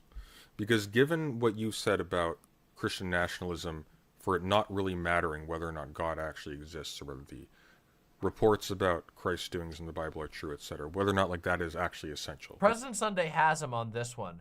The fact that it's actually a big, I can't say it's a big win, but I would say that it should be. It should be completely invalidating that there is now a clip out there of Big Papa Fascist, the Christian nationalist, saying it doesn't actually matter whether or not Jesus is God. That I don't know. All I can say is go on back and watch my intro where I said that it doesn't really matter to them, that the truth of their beliefs, that the Christ-like behaviors, their actual beliefs don't matter, that it's just they see it as a way to power, that the power is what's important to them and not the religious aspect, that Christian nationalists are attempting to dupe well-meaning and actually faithful Christians into a hate movement. And here you have it. I mean, he just says, it doesn't really matter if it's true or not. What I'm here for is building a society that is coherent and gives me power. I think that's actually a get from Sunday. I've been a little bit critical of Sunday's approach throughout this debate. I feel like I've been fair. I've given him credit when he has a point, and I've tried to steelman his positions even when I think that he's made mistakes. But I think that's a big get from President Sunday from this conversation. It took a long time to get there, but getting Big Papa Fascist to admit that, yeah, it doesn't actually matter. My goals are to create a stable state. it's just cold power. Like, no believer in Christianity would ever say that it doesn't actually matter if Christianity is true. That in and of itself should be a huge issue. The idea that their God, that the truth of their God might not be true, should be important to any genuine Christian, unless they were just using Christianity as a tool to achieve power. Let's use that language. Thank you, instead. Geek That's Prime. I essential for it appreciate being that a lot. Geek Prime says, "You're amazing. Love you." Thank you so much. a good move. If we know from history that it produces, or can at the very least produce, results that Really sorry, Dedurker. Just try. I would try refreshing the page. That's really are weird. detrimental to the goods that it does justify itself by, then it stands to reason that either we need a way to evade these, or there's something flawed in the system. Yeah. You mean through the purview of ecclesiastical authority and the safeguards which are put in? Yeah, those safeguards are put in. But you're talking about, again, this would be the same criticism towards the science. You would have to use the exact same criticism here and say, because so much science is methodologically flawed, and tons of social science for certain is, and then in applied science, that you're probably going to create something at some point. That's a weird one to throw in there. Oh man, that's such a weird meme. The social science thing. The dude just admitted that he doesn't believe in evolution, and then he does the fucking secular right-wing position of like, oh yeah, well, you know, social science is super fucked up because they say gay people are okay. That's a weird one. That's a really weird one. Usually the types of people that break that out are like the neoliberal types who are who basically love the idea of like being able to figure out how to make, you know, more chemicals with less ingredients, but hate the idea that social science might point out, you know, that, I don't know, slave labor is bad for human existence and will undermine a good society. You know, that's usually like the neo-lib, neocon type position. Kind of weird. It's kind of a weird one to throw in. Which is so fucking destructive, it could wipe us all out. Well, we should just abandon the pursuit altogether. Well, maybe the methodology's fine, but maybe it's a consequence of circumstance. This thing produces something that actually results in the termination of the possibility of doing more science in the future forever. If we kill ourselves because we've created a bunch of bacteria that are resistant to all of Chariot says, this guy's one of those e-Catholics, right? Is he confirmed in the Catholic Church? He's actually a former Catholic. He left the Catholic Church to join the Eastern Orthodox Church. So he used to be a e-Catholic. Now he's an e-Orthodox. An e-Orthodox. E-E. our treatments, or if we destroy our atmosphere, or if we nuke ourselves out of existence, that would not be a hooray for science, would it? That would be, oh, if we had the capacity to retrospect at that point, maybe we should have restrained ourselves a little bit more. Maybe there were decisions that we made in hubris that were a bad idea. The criticism would still apply, which is, if you're making that same criticism towards, there could be unintended consequences which may lead to a fourth or fifth schism or sixth schism or whatever, then you would still have to apply not even the a same schism. To the Yeah, okay, well, whatever the, I'm just saying. How about unintended... how about full-on apostasy across the board? How about the total dissolution of belief in those things? Because all of their eggs. That's worse than the entire decimation of humanity via science. If you're a Christian, it ought to be if you believe in that, because that's the damnation of the majority of Hell humanity's will never souls. prevail against the church. That's what Christians know. What's so that? we know the gates of hell will never prevail against the church. So we know for sure. We know that there's an eschaton. We know that there's an... Oh, dude.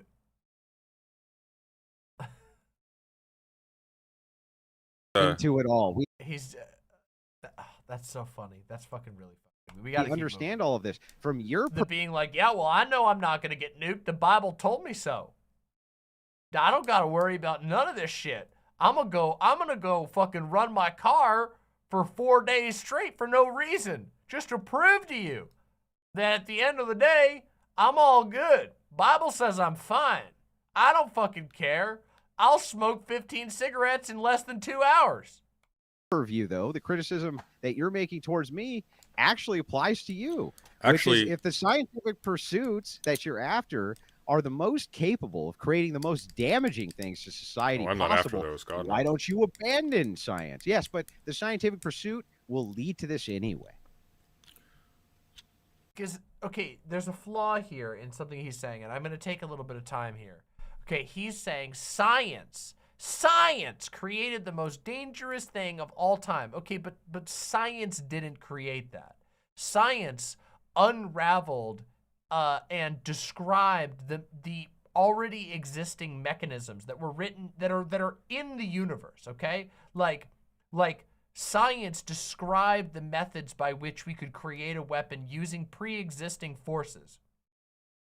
But largely Christian guys created the nuclear bomb, and Christian guys dropped the nuclear bomb.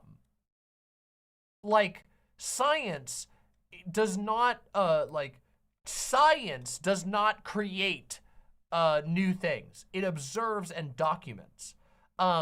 There are like, and this is me steel manning science, okay? Damn, you're hearing it from me today. I'm being a bit of an empiricist today. Oh my God, a rationalist. You saw it today. I can't believe it. I'm losing all my cred. But I mean, for real, like the way he's describing science is as if it's like a religion, that you go to the Church of Science and you pray to Science God, and then Science God, he teamed everybody up, and he you know, invented the idea of nuclear forces. Nuclear forces exist and are a core to our universe. The sun, you know, is a giant fucking fusion device, okay? You know, scientists observed natural patterns, documented them, and then came to conclusions based on those observations. And then, of course, from then on out, like, that knowledge is used by people with a political agenda. And I think this is he is basically doing a fundamentally anti-intellectual argument, but it's a very strange anti-intellectual argument. He's basically saying that science is a bad religion that uncovered eldritch truths. He's describing science as if it's like a Lovecraftian eldritch religion. That, you know, science opened the Necronomicon, and now we're stuck in a world where eldritch horrors have ripped inside because somebody opened the Necronomicon. That's an interesting view to have. And I mean, like, I think I can understand, like, the vague direction that he's coming from, but it also is laughable that he would consider that, like, the potential for nuclear war, which would almost guaranteed be initiated by Christians against other Christians. Like, just on a pure roll of the dice, the likelihood lies that a Christian leader, a leader of a country that is majority Christian, who also is likely to be, like, claims to be a Christian, whether it's Trump or some other future person, they're likely to probably claim to be a Christian, that a Christian is most likely to use a nuclear weapon against another Christian. That is the mutually assured destruction situation, right? You know, so, and of course, like, there's that aspect, but also that, like, he's trying to use the idea that science created the nuclear bomb to discredit science, when we know what the world was like for thousands of years under Christianity. It was fucking crusade after motherfucking crusade. It was bloodbath after bloodbath, witch burning after witch burning, fucking plague after plague, fucking women getting burnt at the stake for causing a plague because they had a bump on their leg and they also got caught fucking one of the priests, and the priest needed to get rid of her as quick as possible so that it wouldn't be revealed that he was having sex even though he's a priest. You know, that sort of thing. And also, you know, she's a witch. She probably caused the plague. Like, that's the world that Christianity built for us. Of course, people are going to want better answers than that when Christianity basically said, God did it. God did it. God did it to literally everything with no variance for thousands of years, and the world fucking sucked. You can't really blame people for turning to a different method of thought that then proves itself. You know, science has this cool thing, which is that it fucking works. Science is a method.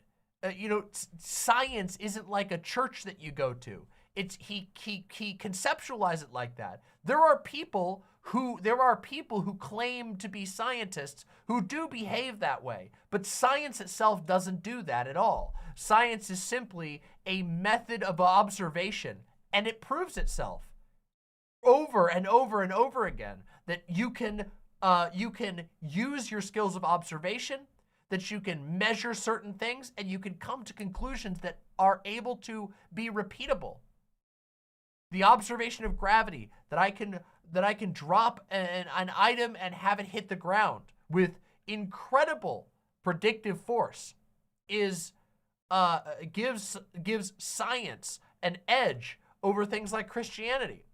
Which, Jesus, I mean, let's just be fucking real. Christian prophecy is like the craziest fucking shit. By comparison, the scientists have you beat like hell. Scientists can fucking predict how to get a group of people onto the moon with a pretty high success rate. Like, the Christians never got a dude to the moon. Their prophecies are like, yeah, there's a statue, and the top of the statue's made of gold, and then it's silver, and then it's bronze, and at the bottom it's clay. And Christians are like, yeah, that must be about the Romans or some shit. And then science is like, hey, if we do all of this incredibly complex math, we can actually figure out a way to successfully get someone to the moon and back again. The fucking moon.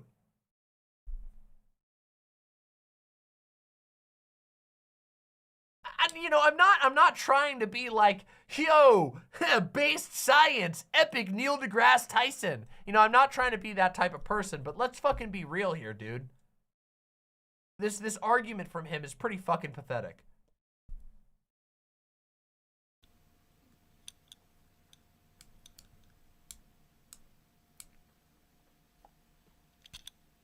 Here's the problem.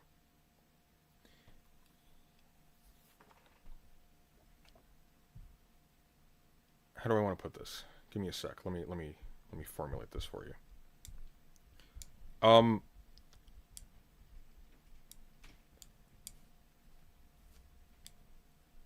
Given a situation in which are we gonna you get find cigarette yourself 16? by dint of acquiring Christian rule across the board, you create the conditions of the total evacuation of genuine Christian belief, which seems like a possibility, since it seems to commit you to activities that are going to, like, test. Oh, dude, was that a cough? Belief in any of these things to an extraordinary degree as a condition. By the way, if you are watching this and enjoying, make sure that you're subscribed, because I deliver you this beautiful, long-form, fun, hilarious, literal hours of laughter and arguments and awesomeness. You should make sure that you're subscribed, and if you haven't pressed the like button, press that like button. The world to me. My show is 100% viewer supported. It's a lot. Thank you. Of maintaining the church itself. This has happened. It has. It was called Arianism. Yeah. Where most of the church became. Well, I guess here's the question. I guess here's the question, Andrew. If the gates of hell prevail against it, was it ever really the church? And are you certain that you're actually endorsing what is the church? Well, if the gates of hell prevail against it, I guess I would be wrong, and my faith would be incorrect, and I'd have to adjust from there. But hey, you already jumped ship. Which church is being prevailed against? Which sector? Which sect? You're jumping all around. Whichever one you. Honestly, I think Andrew bet poorly. It's funny that he jumped to the Orthodox Church when those guys only got 6 million here. He's such a big fan of, like, the might makes right. You know, he should probably jump on board with the Protestants at this point. You know? So far it hasn't. But what if there are very clear indications being given in point fairly, to those indications? They who live by the sword will die by the sword. If the church lives by the sword, it will die by the sword. The church isn't living by the sword. By the Durker, I'm sorry. I don't know what's happening. I don't know what's causing you to get bombarded with ads. I'm really sorry about that. Shouldn't be getting hit with them. Let me double check something. Let me make sure something didn't go moral off in the enforcement. settings. That's not living by the sword. How do you They're enforce talking- morality? They're talking specific. Well, you would use force, but that's Yeah, not living no, by you the should only- sword. But if At somebody, maximum. but if somebody, That's like if At some- maximum, anybody should only ever be getting an ad once every 30 minutes. That's the maximum amount of ads you should be getting.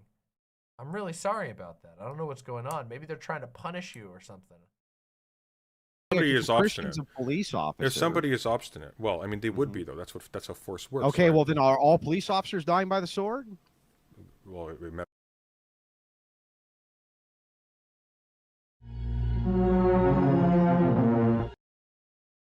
metaphorically, a lot of them are, yeah. What do you mean metaphorically? They're- What do you mean? Nobody they're really not carries dying. swords No, anymore. almost no It'd be police other kinds officers of- are dying by the sword, so they probably aren't living by the sword. When they're talking about that, they're specifically saying that Oh man, this is such a funny fucking logic. Police officers must be doing the correct thing because most of them aren't being killed, which means that Jesus approves of them. Oh, that is such a fucking fucked up and sick way of doing things.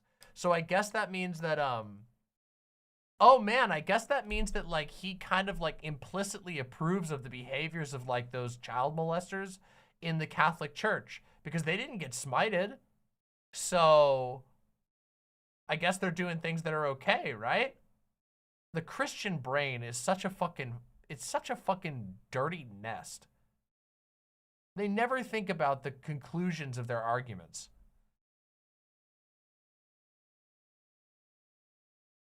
if you make your living as a killer, as a mercenary, as a person who goes and takes other people's lives, Yes. that's what you're making a living doing, chances are pretty good that you're going to die by somebody else who makes... That's such a stupid, this is such a fucking stupid interpretation of live by the sword, die by the sword. Live by the sword and die by the sword is a fucking commandment from Jesus to abandon a violent lifestyle. It is saying that you need to remove yourself from a system of violence and assume Christian meekness, be a martyr. It doesn't, it's oh my God. Which is what the state does specifically. And if you tie Christians to the rule of the state, then the fall of the state is now tied to the So fall we of have to Christianity distinguish. as well. Yeah, so we have to distinguish these two things. And I'm sorry, I didn't mean to cut you off. No, that's okay. Okay, so we have to distinguish these two things. Enforcement of morality is not living by the sword. That is not it in any way. Even if I was to be like the most... Expressing your morality by violently enforcing other people to follow your rules absolutely is living by the sword. You are quite literally, your entire life is now devoted to the sword. And it is directly in opposition to Christian beliefs. charitable I could be to your interpretation there, right? That would be like saying that if I discipline one of my kids, it's living by the sword. That makes no sense. That's an enforcement of morality. In this particular case, I am the state, right? They literally are at my whim whenever I choose. Not exactly, no, because is he admitting to beating his kids? Like, I'm not even joking. I'm not even joking even a little bit here. I've been joking a lot. But he says, if I discipline my kids with a reference to a sword, that seems fairly obvious that he's referring to physical discipline.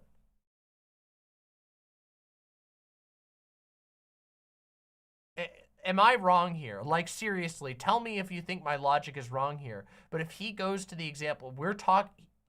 Explicitly, the context here is talking about using physical violence to enforce morality. And he says, if I discipline my kids, he's admitting to beating his kids.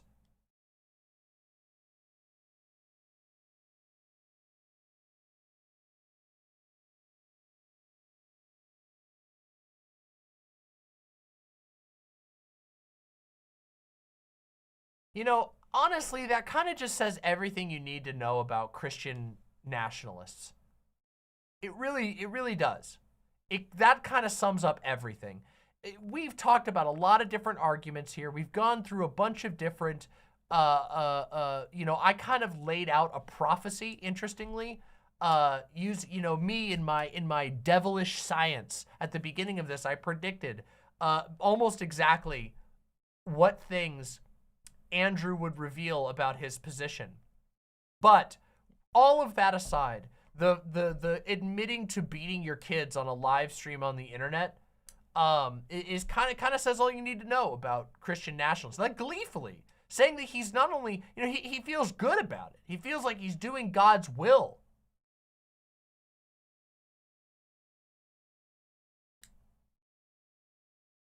As a father, He's joked in previous debates about hitting his kids. Yeah, that doesn't surprise me even a fucking little bit. For the record, this isn't just me virtue signaling.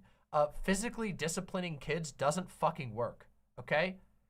It just doesn't. It's been heavily studied. It just traumatizes your kids. It doesn't help them at all, and it teaches them to distrust you. It's wrong. Corporal punishment is wrong. It is wrong to fucking beat your kids. You're not saving their soul. You're not teaching them morality. You are only hurting them, and you are only proving that you are an incapable parent. And parents who beat their kids, I, quite frankly, hope that this, I really, really do hope that the cigarettes take them. I'll just put it like that. I think it's disgusting. I genuinely think it's one of the most disgusting things in the world. It displays it is a raw expression of power over a helpless being that is by the mechanisms of society forced to be under your control, and you take advantage of that to physically harm them because you think that their actions need to be corrected in some way, but you're too fucking stupid. Your brain is too fucking malfunctioning to think of any other way to do it except for fucking physically harming your child. Disgusting. Genuinely fucking disgusting. I think I've had enough of this debate. I don't need to see anything else. There's nothing more. Like just so we can be clear, let's go back. Let's just make sure so that we can be fair. Let's listen again and hear what he has to say, just so that you guys can know for sure that I'm not like I'm not over exaggerating here, okay? Anyway, even if I was to be like the most charitable I could be to your interpretation there, right? That would be like saying that if I discipline one of my kids, it's living by the sword. That makes no. If I discipline one of my kids, that would be living by the sword. And of course, I'll state again, the context here is using physical violence. He's talking about, right here, he is referring to beating his kids. And he's saying that it's a good and moral thing for him to do it. No sense. That's an enforcement of morality. In this particular case, as an enforcement of morality, that is what he's admitting to. I am the state, right? They literally are at my whim whenever I choose. Not exactly, because as a father, I think you would agree, you would put the existence of your children over prolonging your own existence, yes? Yeah, but I think that... Of course, but a state doesn't do that. President Sunday dropped the ball here. And I'm sorry, I hate to fucking dig at him for this, but that is a huge miss. President Sunday is completely lost in the philosophy and just missed the fact that this fucking drooling, whole fucking lung idiot just admitted to beating his kids in front of him, which is like the biggest kill shot to the Christian nationalist worldview you could possibly imagine. The Christian nationalists are the most fucking despicable people on this planet. They are so unbelievably weak. They are so fucking disgustingly, sickeningly weak people. They love to beat their kids. They take joy in it. They boast about it to others. They live in a fucking pre-medieval world that they fucking invented in their head. They're a danger to all other Christians. They're a danger to all people of all other types because they are the most sick people of all. They are power fetishists. That's it. But they launder it as a moral viewpoint. They don't believe in any of this shit. They don't believe in God. They spit in the teachings. They spit in the fucking face of the teachings of the book they supposedly believe in. They fucking jump ship from religion to religion whenever it seems them because all they want is fucking power. And interestingly, we see what they do with power, which is that they fucking beat children. Fuck this guy. Fuck these people. I don't know. You can't get much more of an indictment of the Christian nationalist viewpoint than this. I feel like this has been a sort of proof, just a perfect proof of exactly how stupid, deranged, and intellectually bankrupt this position is.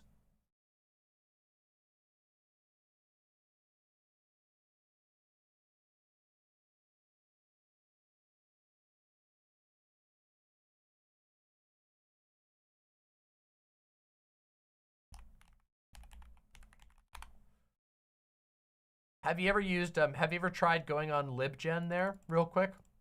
Striped Kidder. Paywalled papers. Paywalled papers, you can get around that by using things like LibGen. There's a number of other websites that you can find that will allow you to access paywalled papers.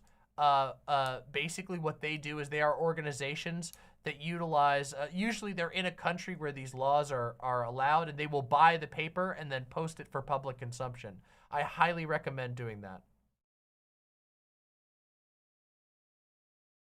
Because I assure you, the evidence is there. And it is unfortunate that there's paywalls because that shit is gross as fuck. But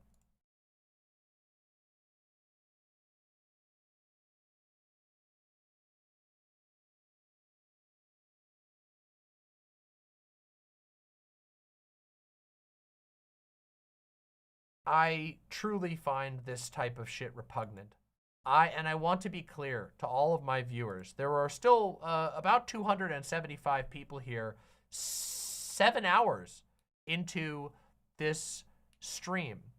7 hours into this stream. And I want to say, this is my enemy, okay? Christian nationalism is a worldview that I oppose with all of the power that I can muster and that I will continue to oppose. These people make me sick. I think they are genuinely evil people. And I mean that. Like as evil can get. They are as close to orcs as this world has ever produced. And I know that's kind of a funny joke and people are gonna go, oh, don't dehumanize your enemies. I'm sorry. We just watched this guy gleefully reference him beating his kids. And by the way, this is shit I encountered all the time. In the cult that I grew up in, they wholeheartedly believed in beating your children. I can't even, like, that is just so comically evil. The idea that there are entire groups of adults who just get around and reinforce one another fucking beating their kids. Children. Literal fucking children. And they never think about it twice. If you try in these spaces, in the fucking cult that I grew up in, which was Christian nationalists, just like these fuckers, they did the same thing. And if you even question that shit, they would call you gay for it. They would say, oh, you're fucking gay. What the fuck, you gonna let your kids just like, what, are you too liberal and hippie to not beat your kids? It's like, no, some people recognize that they're your children. They're your fucking flesh and blood. You love them. You come up with a better and more intelligent way to communicate to them. If you want them to do something differently, you communicate with them as a fucking human. They're a human. They're your human that you fucking helped create.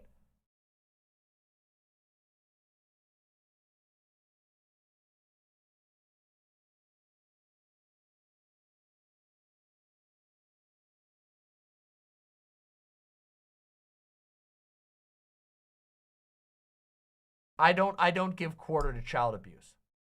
And it's ironic, too, that these guys are crawling around. Fucking Andrew Wilson, Big Papa fucking child beater, is crawling around on the internet calling other people degenerates, saying this, that, and the other thing. I've heard him go off about the fucking groomer narrative, protect our kids bullshit. He is literally the person that kids need to be protected from. Quite literally.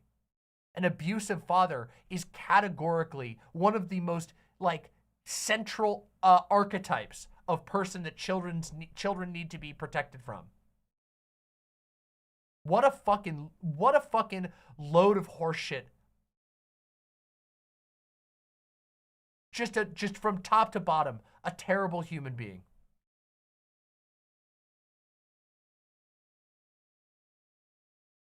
To admit to it on the internet too. Crazy. Crazy that you would go out on the internet where anybody can fucking see that. future employers, current employers, law enforcement can see you fucking admitting on the internet that you beat your kids. That's fucking crazy.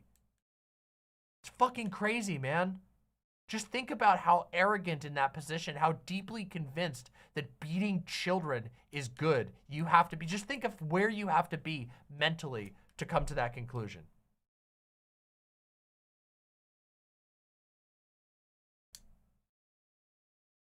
Again, evil. I think that is as close, like for me, that is about as, you know, you want to talk about various, you know, ideas of justice. I think people like this being opposed, prevented, and disempowered in every way possible is my definition of justice, or at least one part of my definition of justice. I think that people like this guy, people who are so confident in their child beating that they're willing to admit it on the internet, these people being stripped of every single possible path to power imaginable, every one of them, not a modicum of power. People like him should be the absolute bottom of any hierarchy that will ever exist. He should be the lowest of the low, a worm among humans. That is my idea of justice. It disgusts me on a deep level.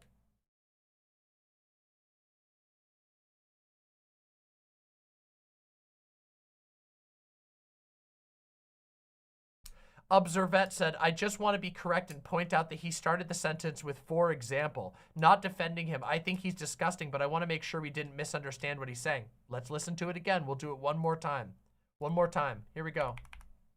Literally are at my whim. In this particular case, I am the state, right? That's an enforcement. If I discipline one of my interpretation there, even if I was to be like the most charitable I could be. Even if I was to be the most charitable, okay? To your interpretation there, right?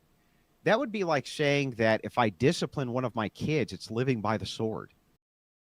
That he's saying that it would be absurd for you to consider it bad if I beat one of my kids. That is what he's saying. His argument here, in no uncertain terms, is even if I'm the most charitable to your position, you would be insane to say that I am wrong for beating my kids.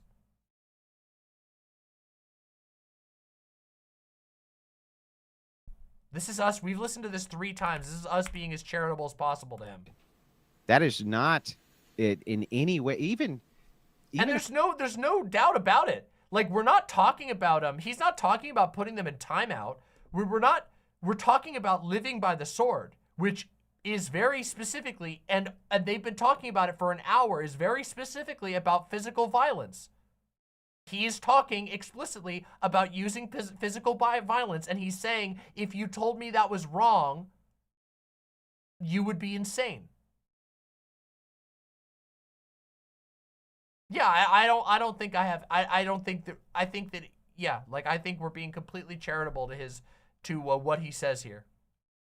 I feel like it's almost unequivocal what he's admitting to and what he's saying here. He's saying that he thinks it's insane that anybody should tell him he shouldn't beat his kids.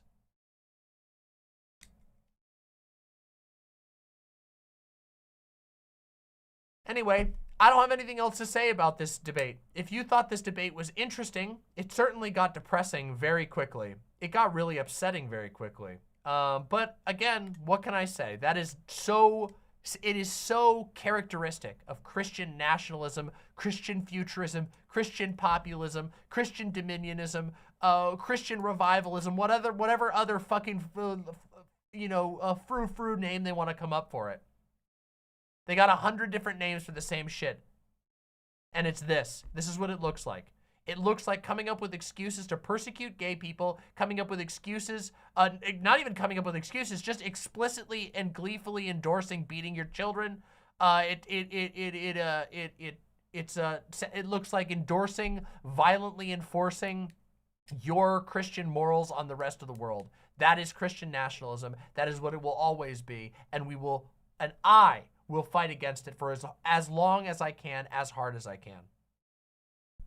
Anyway, if you found this analysis interesting, make sure that you're subscribed to Demon Mama, because I do this kind of stuff all the time, and you know you want to see it.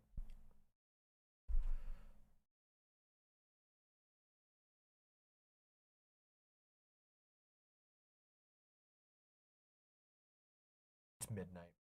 All right, everybody. We're going to watch a meme real quick. I got a meme, okay? Let's watch a meme to cool off. Watch a meme to cool. For some reason, we got Buttman. Let's watch Buttman.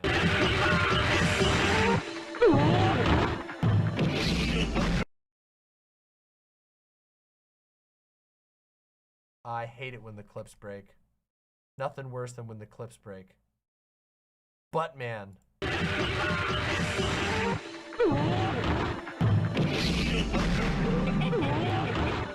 LB says, will this be a video on the channel? Yes, this will be a video on the channel. Absolutely.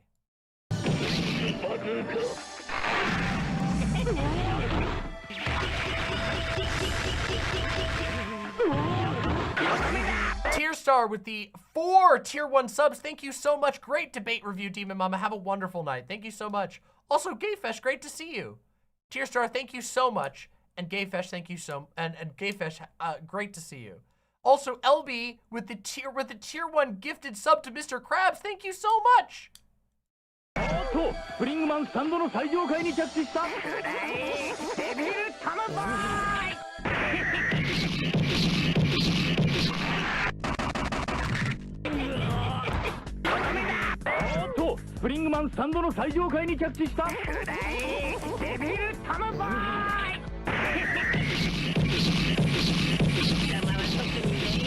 No! Don't pop him! He's turning purple!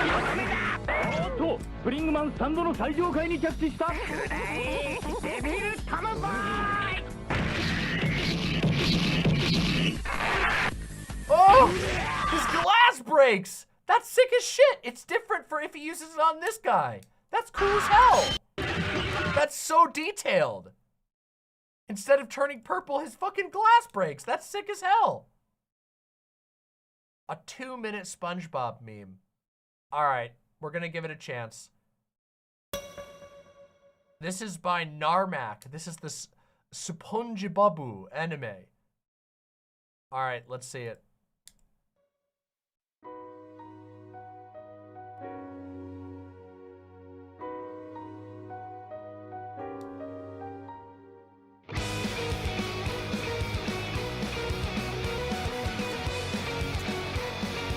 All right, all right.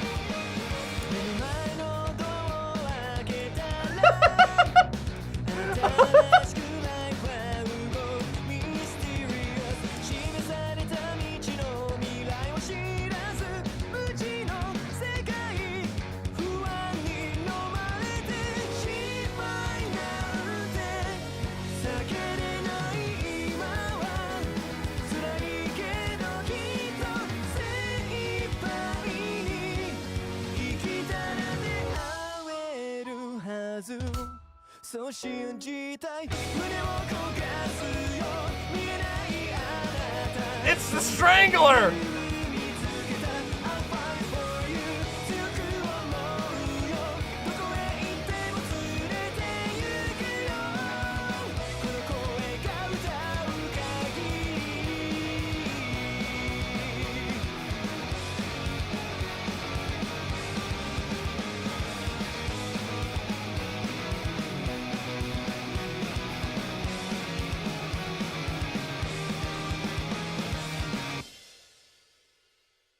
Okay, I like to imagine that this just immediately transitions into a normal episode of SpongeBob.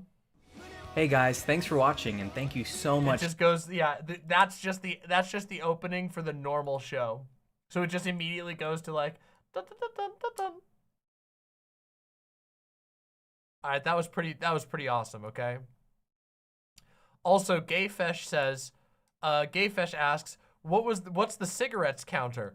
We were watching a debate between President Sunday and Big Papa Fascist. Big Papa Fascist smoked 15 cigarettes in under 2 hours. It was 15, right? Yeah, 15 cigarettes in under 2 hours. It was deranged. And he ended the debate by admitting that he thinks it's good to beat his kids. Which, you know, pretty incredible. Pretty incredible.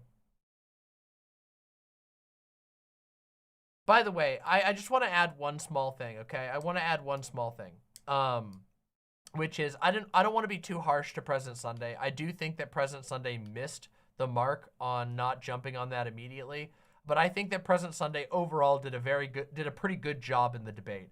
I think that he could have been more aggressive, but I also like that he basically convinced Big Papa Fascist to just lay out the raw truth of his viewpoint, which is that the truth of Christianity doesn't matter at all to Big Papa Fascist. It is simply a path to power for a very pathetic man. So, Danny, I don't know if you're still watching. Danny, are you still here? If so, can you add that part? Well, okay, you guys are all saw it. It doesn't matter as much. I think I made myself clear. Don't worry about it. Never mind. It's not a big deal. I just don't want people to feel like I was being too harsh. I got a little mad there at the end, and to be fair, I was a little bit I was fairly upset. I was fairly upset by the ending there. There's just something that really bothers me about Christians who just like blatantly and publicly announce that they're okay with corporal punishment of their children. It really grosses me out, you know? Yeah.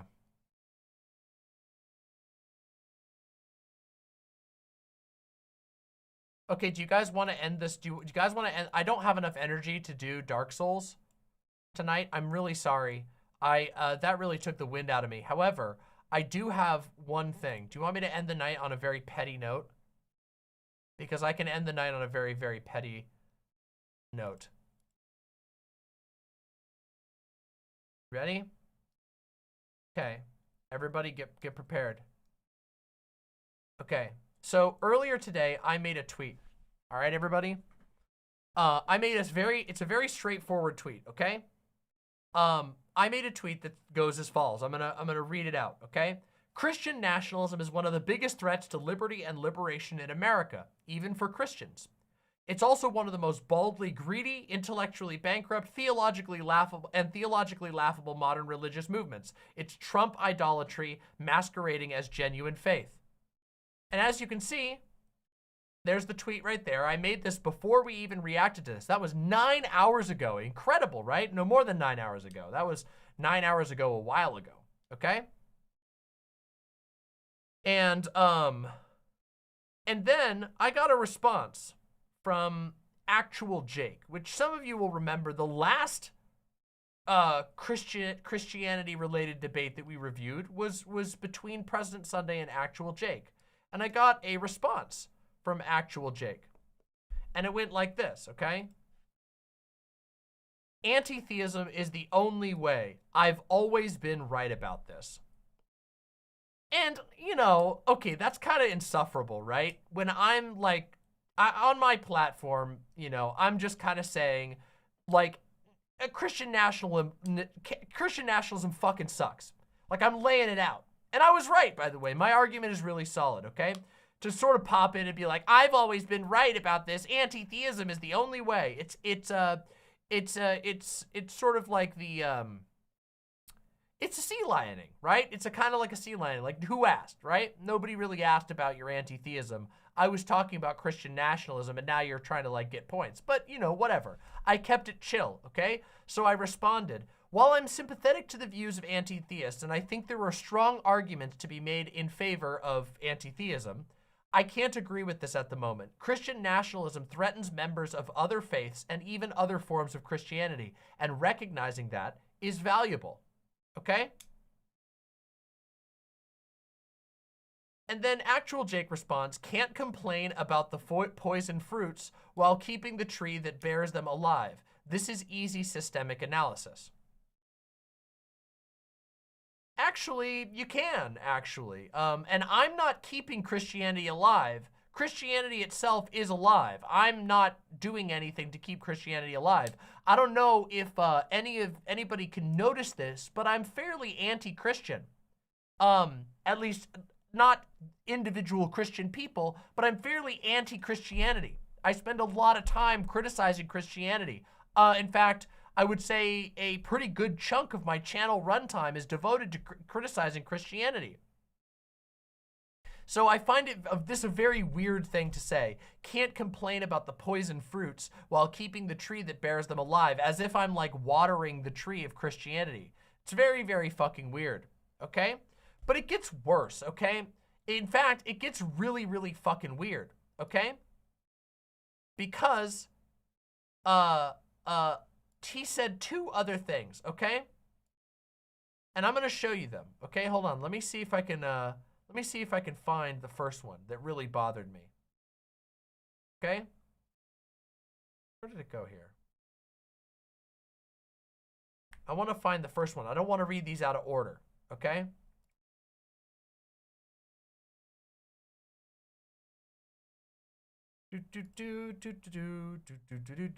Where is it here? It's bookmarked. I remember I bookmarked this one. Here we go. All right, here we go. So this is where it's going to get really weird, all right? Follow me, okay? Can't complain about the poison fruits while keeping the tree that bears them alive. This is an easy systemic analysis. Now, I think that's a really fucking stupid line right there. That's just like, it's like the way that like MLs will use dialectical materialism to be like, hey bro, it's dialectically material, my man. Just, it's a throwaway, meaningless statement. But watch this, okay? Here's what I say. And I feel like I'm being very clear and very diplomatic here, okay? So I read you the first two, and here's what I say next. I do not believe anti-theists will deconvert all Christians in the time frame of the rise of Christian nationalism. They won't, okay? It's just a simple fact. Anti-theists are not going to defeat Christianity before Donald Trump gets elected and his cronies try to, install Christian nationalism. I say we can acknowledge pervasive issues in Christianity throughout time while also recognizing a uniquely malignant form of Christian nationalism, a uniquely malignant form in Christian nationalism. I grew up in a fundamentalist cult that was extremely nationalist, and I knew plenty of other Christians from different sects who were not as extreme and didn't end up in Christian nationalism. There are differing forms of Christian belief, and it benefits us to recognize that. Quote unquote, not as extreme isn't the bar. Growing up secular myself, I can see how much it fucks you all up. And this is my heartfelt message to ActualJake. Go fuck yourself, you stupid fucking corn pop feast piece of shit. Fuck you, you dumbass. What a stupid loser. As if he's doing fucking anything to dampen Christianity. Christianity's fucking marching forward while he's wiggling around in a fucking corn suit. Dude's getting mad at, he's fucking farming one lol cow for the rest of his goddamn life as his fucking viewer numbers approach the lol cow. Okay? And this guy's gonna fucking sit here and say some stupid shit like that. I was fucking perfectly, you guys can see it, the evidence is right there. I was fucking diplomatic, I was straightforward. And this motherfucker comes and goes, yeah, I can see how much it fucks you all up. Go fuck yourself, you little suburban bitch. Straight up. So stupid, literally like no, not even fucking, I can't even believe this idiot is fucking pulling out the fucking morally lucky card. Oh, I happen to be born in suburbia to a middle-class family. I can see how much the rest of you all are fucked up. This is like one of those moments. It's like one of those moments where it's like, don't you fucking dare talk about our problems. Like, I have made entire streams about the fucking crazy shit I dealt with growing up in a cult, okay? I've been very forward about how fucked up it is. Don't you fucking sit at the outside and fucking smugly lib-ass fucking look down on me, you fucking idiot. What a stupid asshole. It's unironically, it's the definition of the fart-smelling liberal. It is so pathetic, and it's incredible how poisonous it is to ever convincing anyone to take any of your ideas seriously. And that would be if he had ideas he could present seriously. But as we saw in his debate with President Sunday, his last debate with President Sunday, this guy hasn't fucking thought through anything in years. The dude literally said that the only reason black people are religious is because of slavery. And when he was confronted with the fact that black people aren't all African Americans, that they aren't all descendants of slave, he just shrugged and couldn't follow up on it. He just went, Yeah, literally gloating over religious trauma and condescending like he can fucking do anything about it. This guy couldn't fucking argue his way out of a plastic bag against a goddamn Christian. It's incredible, actually. When was the last time Jake actually debated a Christian? And please tell me that he didn't fucking lose.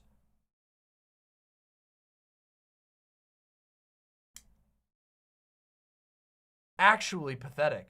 And asshole-ish too. Again, I think I'm in the right to be pissed off here and to call him a fucking asshole. You guys saw my responses. I was very straightforward. I didn't insult him. I didn't say anything. He fucking says can't complain about poison fruits while keeping the tree that bears it alive. Like I'm fucking defending Christianity. Like I didn't write an entire post that is pointing out that Christian nationalism is the most malignant form. Just what a stupid asshole.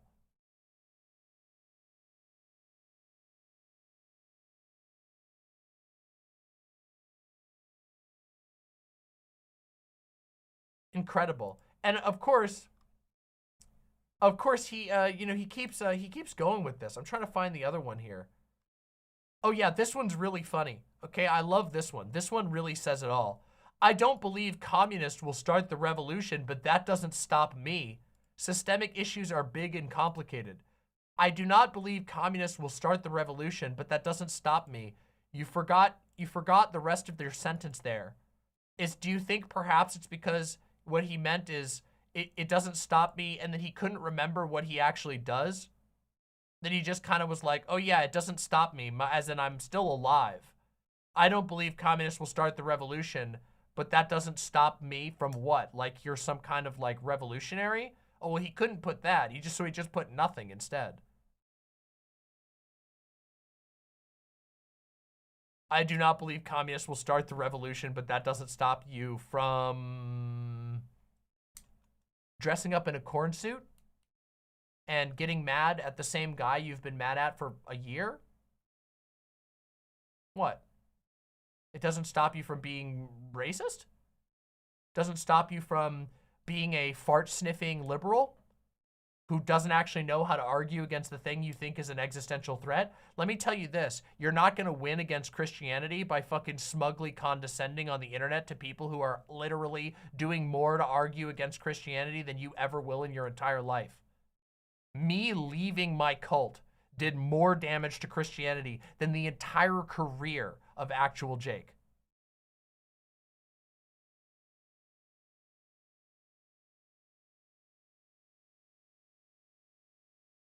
Straight up.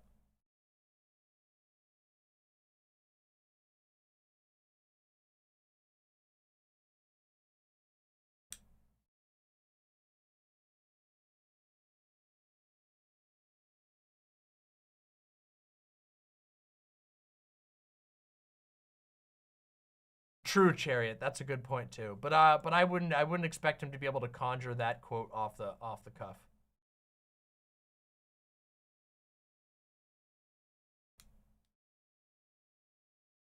Oh, is that what he meant by Mayo Monday? Was he trying to accuse you?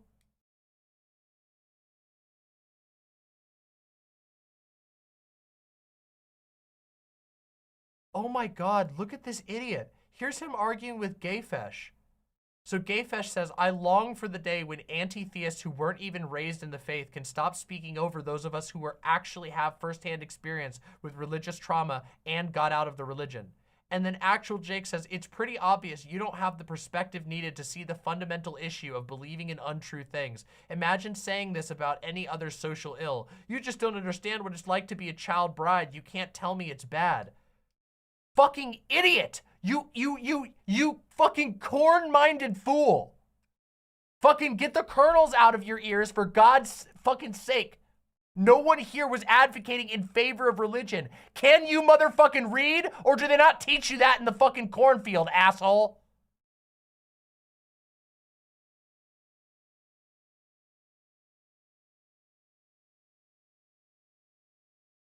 What a stupid thing. I want you to point, okay? I want him to point. I want to print out my fucking tweets, and I want him to point where I advocated in favor of religion or where Gayfesh argued in favor of religion. Fucking Gayfesh and I, me and Gayfesh, both of the people he's arguing with, the first video we ever did together on my channel was us talking explicitly about how bad the cult we were in was and how malignant it was and how we're both atheists. What a fucking stupid fucking corn pop ass dick.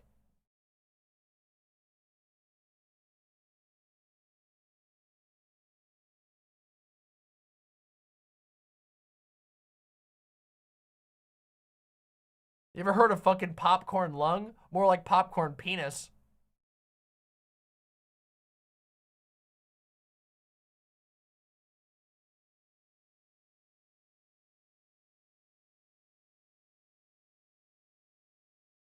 What a stupid thing to say.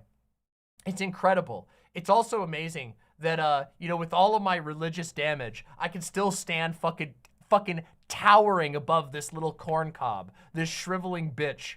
I can tower above him intellectually, morally, and fucking optically as well. He can't even, the dude can't even keep his fucking temper cool to have a diplomatic conversation on a mild disagreement. How do you think it looks for the anti-theist movement that you shit your pants every single time someone doesn't say 100% lockstep exactly what you personally would have said? Imagine fucking floating over onto my Twitter when I'm saying something blatantly true about Christian nationalism to fucking take a dump in my replies and then being like, I'm proud, I'm a proud member of the anti-theists. Shut the fuck up. And by the way, for the anti-theists in my audience, these are your representatives. Come get your fucking man, okay? Straight up. This is what I've been talking about for a long fucking time. It's actually crazy how bad anti-theists are at actually dealing with theism. They are like anti-theists are one of the best advertisements for theism ever. It's so sad. It genuinely makes me depressed.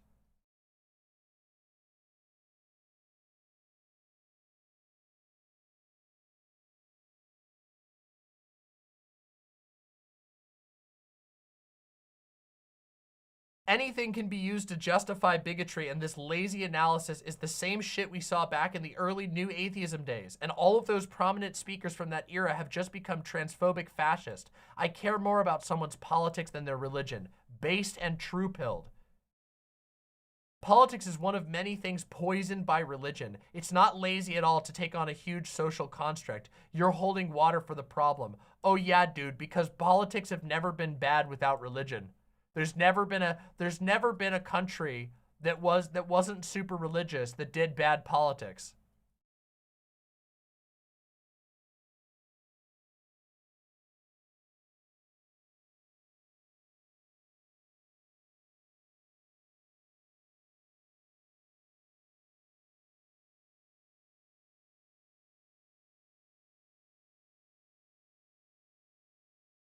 Man just really seems like a fucking husk of his former self.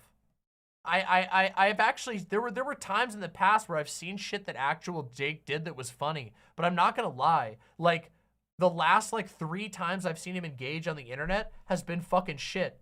And now, just out of nowhere, like, even when I reviewed his debate with President Sunday, which he fucking posted on his channel, I didn't like his argument, and I poked a little fun at both of them. In fact, I think that I opened the debate by saying that it seemed like a giant fedora tipping off.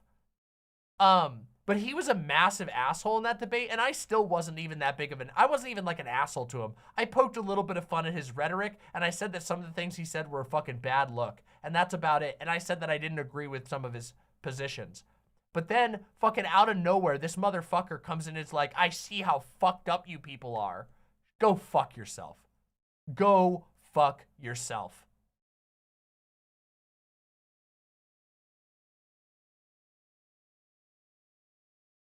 he has religion derangement syndrome. I think he has ego derangement syndrome. I think it's like one of those things where if you stew in your self-satisfaction for too long, you just become a crazy person. Like if you're like convinced that you're like enlightened by your own intelligence and that like concluding that religion bad or that Christianity bad like makes you like a god among men, that you've like ascended above all people, you're like Dr. Manhattan because you thought, what if religion bad? And then you're like, oh, I think that like living with that mentality for a long time gives you like the like birthday boy genius type shit. Where, I don't know, you get used to hearing from your own internal monologue that you're the smartest person that's ever lived and that you're also nice and super reasonable. And then you go talk to someone, they're like, what the fuck? Because you like have flies buzzing around you and you smell like shit and your arguments suck.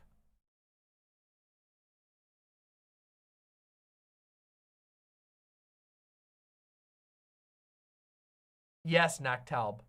That is quite literally exactly what happened. What do you mean? What do you mean? What do you mean? What do you mean? What do you mean? That's all I have to play, okay? What do you mean? That is his legacy, okay? I did, Gayfesh. That sounds fucking awesome. That sounds fucking awesome.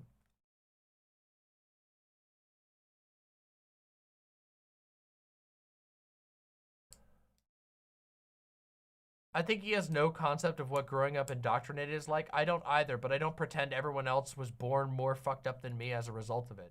Yeah, he's being smug. Like, it's one of those things where it's just like, you don't even know what you're talking about. You're just being an asshole. Like, all of us who had to deal with growing up in an extreme Christian cult or whatever, like, we know how it fucks with your head, okay? And it's not in the ways he thinks. He's just being a fucking prick. And clearly, by the way, he's kind of the perfect example of the fact that you don't need to be religious to be a stupid, drooling asshole. Because, you know, that secular life certainly brought him to a good place, dressing up as an asshole piece of corn on the internet. Oh, I saw that too, Naktalb.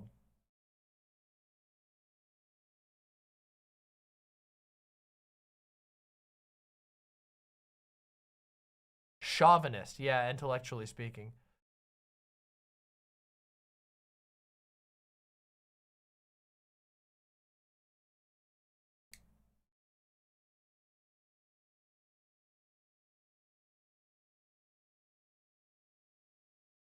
When you've been tipping your fedora so long that the grease from the back of your skull against the edge of the fedora has gained sentience. I guess that's where we're at.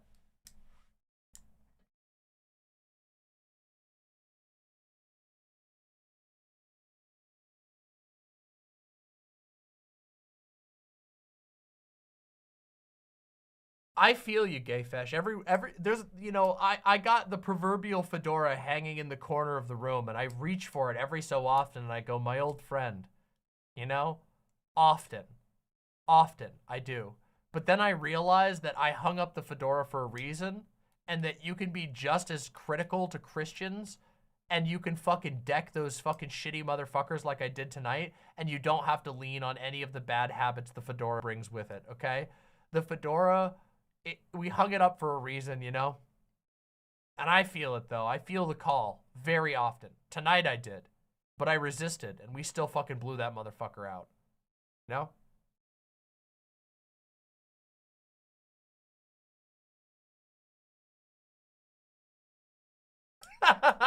Glowworm.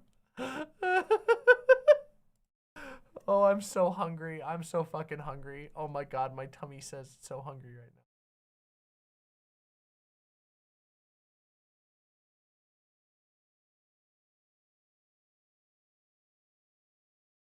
Anyway, I thought that was really fucking funny and also really pathetic. Also, I have to note he got 0 likes on most of his tweets.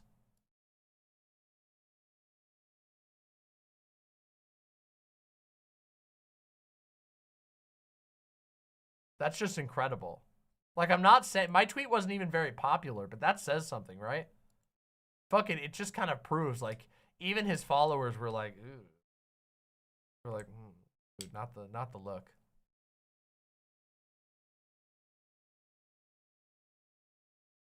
It's funny. I keep getting corncob fans coming in here and telling me that they used to be fans.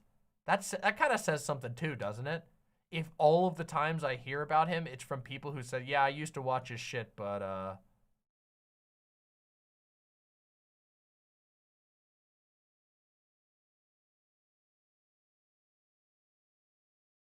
I can, Arlo.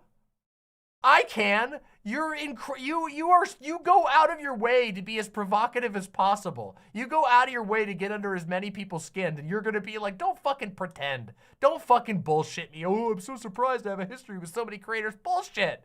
You push the fucking line so often.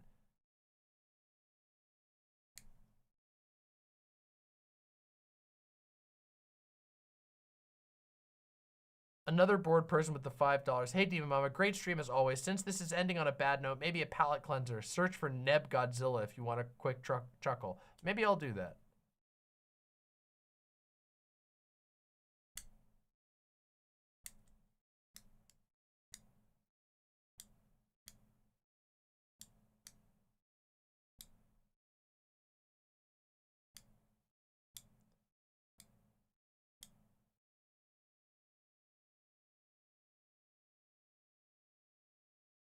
I don't know about that. You're not always right. Don't get a big head about it. Of all the people who shouldn't be getting a big head, it's you.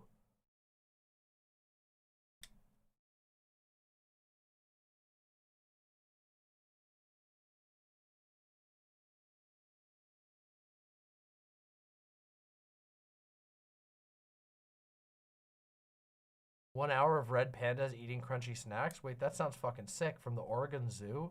Oh my god.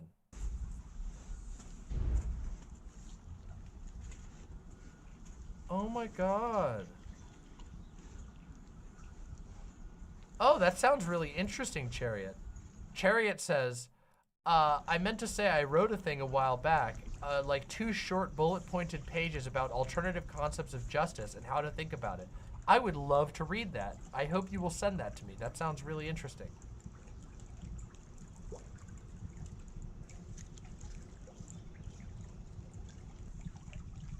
They're so cute.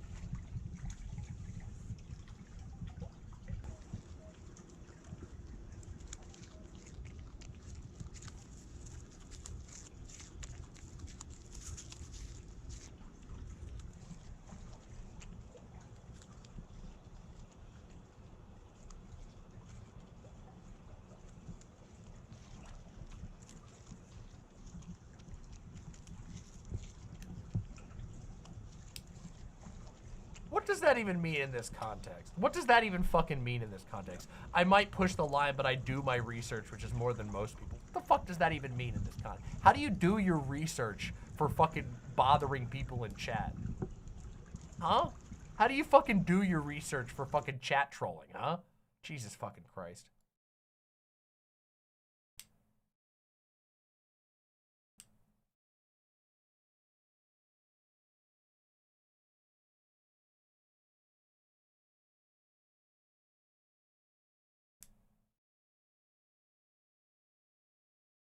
Oh, of course.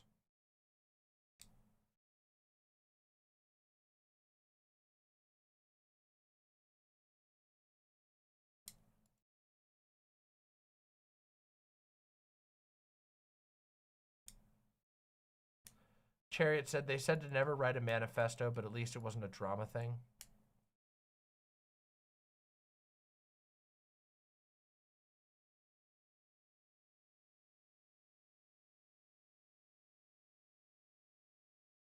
Holy shit, she's still going. I didn't miss stream this time. Looking for group. Oh, you almost did though. I'm about to wrap up.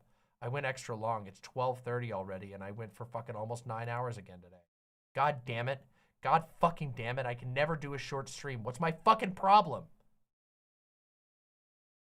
What's my fucking problem?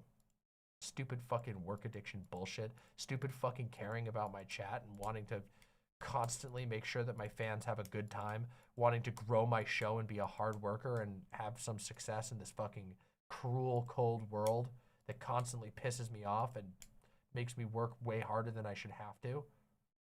Fucking bullshit.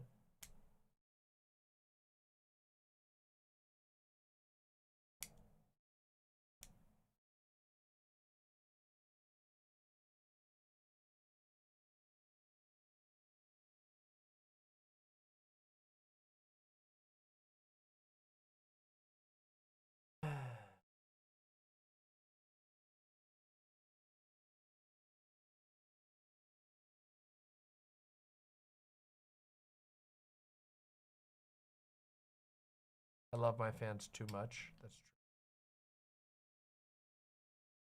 Appreciate you all. My core audience is fucking bangers, okay?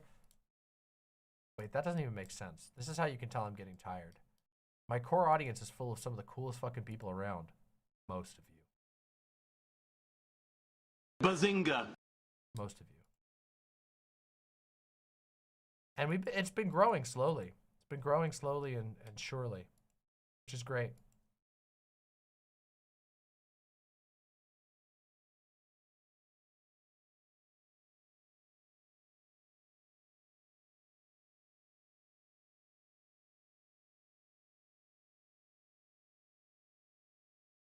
Serious. There was something here. It's real fan hours.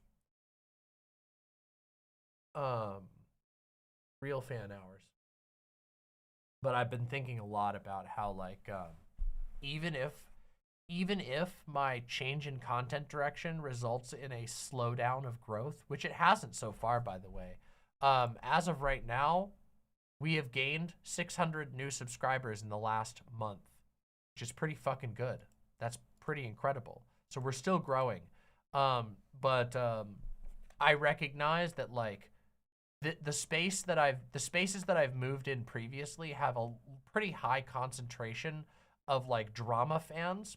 So I recognize that there's a chance that in increasingly moving further and further away from drama and interacting with drama, I mean, I guess technically me fucking getting mad and responding to that stupid shit on Twitter counts as a form of drama, but it's not really. It's not going anywhere, and it's not going to be milked for drama because I don't fucking give a shit. He can go pop his corn about it. But I recognize that it's probably going to drive some people away, but I realize that it's worth it because the audience that I'll be building from here on out are people who are here for the type of stuff that I did tonight, which is long form, very unique, very personal, very funny, and high interaction stuff. And that's the type of audience that I want to encourage. Even if I have to take a small step back, like in sheer numbers. But the reality is that we've still been doing really good. My streams are still averaging, usually we have an average of around 250 for the entire stream, sometimes higher than that, depending. And our peaks are as high as 500 sometimes, which is pretty damn good, especially given the types of content that I'm covering. I would like to grow, but growing a channel is really difficult, especially with as much shit. What was I gonna say? Fuck, I just had a total train thought derailment. Fuck, why did that happen? How did that happen? Total ADHD moment. My whole train just went off the track. I was saying we've been getting good views. Oh yeah, growth. Growth on a YouTube channel is pretty goddamn difficult, especially given that, like, I don't know, my channel doesn't have like a single thing that I fixate on. I'm not like a video essay mill. I don't even do like video essays around a specific topic. I have a pretty eclectic collection of things that I talk about and do, and I'm pretty freeform in that regard. And social media is in like the most fucked state ever. But I'm still learning and thinking of ways that I can get out of my bubble to keep bringing more people in. reaching out and talking about different things, opening up the possibilities for new people to discover my stuff. And it seems to still be working. I really do wish that there was like, I wish I could find something that worked as consistently as like, as TikTok and Twitter used to. When I was able to, when Twitter still functioned at all, it was so nice to be able to basically engage in various conversations, comment on people's videos and whatever on Twitter, and connect and find new people. It kind of sucks that it's so hard to do so, but Twitter is just totally bungled. It's so difficult. I feel like I don't even get, like, I feel like so many people don't even like check the site anymore. And I just don't feel inspired, you know? I used to have, like, with Twitter, I used to have the posters urge really bad. I wrote a post about this on my Mastodon recently, which my Mastodon has continued to grow in followers. It's still under 2,000, which is fairly large for Mastodon. Mastodon doesn't have a whole lot of really big accounts. It's designed to discourage, like, supersized accounts.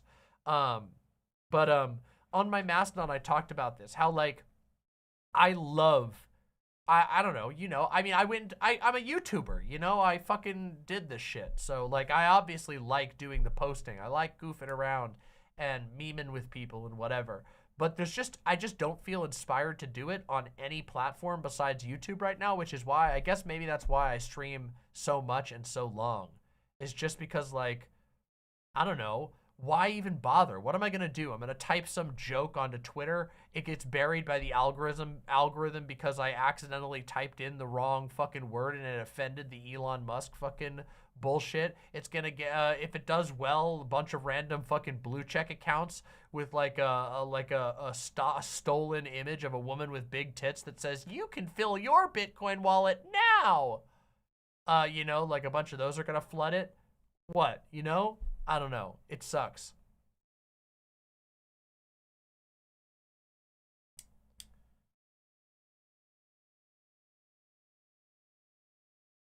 And so, like, Twitter, just no inspiration, I just got, it's just not there, You want, at the peak of Twitter, it was like, oh man, watch, I'll post this thing and it'll be funny and people are gonna bounce off of it and it'll be great. And now it's just like, nah, I'll tweet it and some fucking, it's like today, I'll fucking tweet a fairly straightforward opinion about Christian nationalism. The Christian nationalists didn't engage with it, so we didn't get any fun arguments out of that. My followers did engage with it some, but a lot of people didn't see it, and fucking that, and Christian nationalism is most likely deboosted as a topic, and I don't have blue, so the reach is questionable in the first place. And instead I just got some fucking asshole looking for a fight, being a dumb shit, who ostensibly agrees with some of my positions, but wants to be an asshole about it. Stupid. Blue Sky is like, oh God, Blue Sky, oh Jesus Christ. I feel no urge to post on Blue Sky. I'll be completely honest. I have tried to expand my timeline on Blue Sky, but the timeline on Blue Sky just does not function. It is bad. It seems to heavily weight the first people that you ever followed on the website, and there's like a handful of power users, and you will just get loaded endless posts from a handful of power users.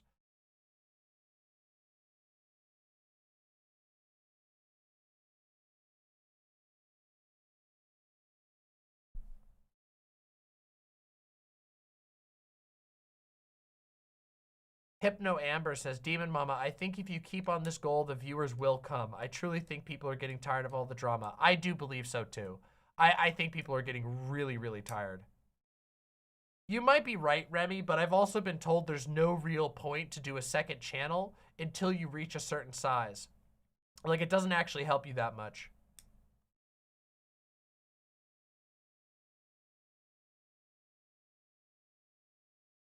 Oh man, if social media was, I mean, that's how Twitter used to be. When old Twitter was like, you had to communicate via Dark Souls 3 messages, and it was poggers. Lately, LeftTube has been nearly 100% drama with no substance. That's because LeftTube is dead. doesn't exist anymore. It is blown up. We are in the Grand Gardener arc, and I recognize that gardening takes time, that it may take a season for more growth to happen. But all I want to say is all of this is kind of rambly. I've talked about some of this before. I'm repeating myself a little bit. But also, at the same time, I just want to say thank you to all of you who are my core audience. The 250 of you who will stay with me into my 8th hour of a stream when I'm so tired that I'm barely even coherent anymore, and yet still have fun with me. Do try to make it fun for you, even 8 hours in. You know, it means a lot to me. And I hope we can get even more. I do dream of us being able to increase the amount of regular characters that we have. And some of us, we really have. There's new names that hang out here late in. Are you having fun? I am actually having fun. I actually had a lot of fun today. The part that I stopped, the thing that made me like feel bad was the ending of that debate. And that's why I stopped doing it. But I had a lot of fun today. Today was actually a very fun stream. Yeah. But yeah, what I was gonna say is I've noticed a ton of new names of people who stick around and love that shit. Can you go over the IMPS code for your newer members like me if you have the time? The IMPS code is out of date. I need to update the IMPS code, but sure, I can go over the IMPS code real quick. The IMPS code was originally designed as a Twitter code, a Twitter like a user manual, you know, like a code of operations. And the IMPS code was, you know, 1, immediately stop discoursing. Discoursing never gets you anywhere. It only makes you feel bad, and Twitter does not support good discourse. 2, meme and cream, IMPS. Immediately stop discoursing. Meme and cream. Memes do well on Twitter, and so do creams. But that's not true anymore. See, this is out of date. Memes don't do good on Twitter anymore. Unless you have blue, and then it will get boosted by bots, which isn't real engagement, and nobody will be laughing at it, and it won't feel good. Memes and creams don't do good on Twitter anymore. They just don't. And then P was promote yourself and your friends. That is also not possible on Twitter anymore. Not really. Not meaningfully.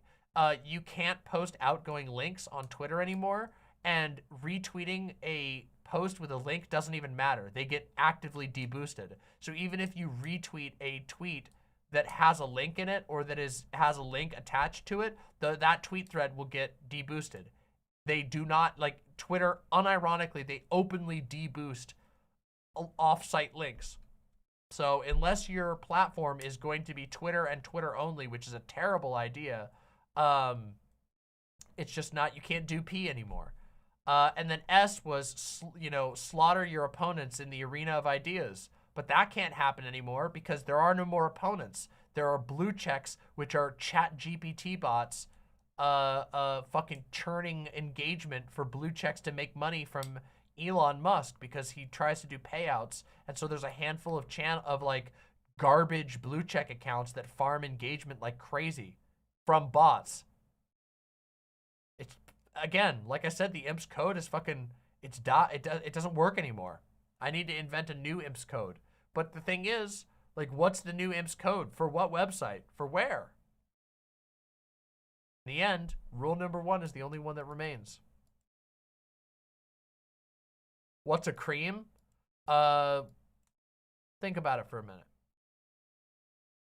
It's what you do when you're really worked up. You see some big bazongas or maybe a muscly body that you like, or who knows what else turns you on. Oh, god damn it, I gave away the game. Creams are fairly obvious. I thought it was like an online morality code. No. I don't do morality codes. I try to avoid morality codes.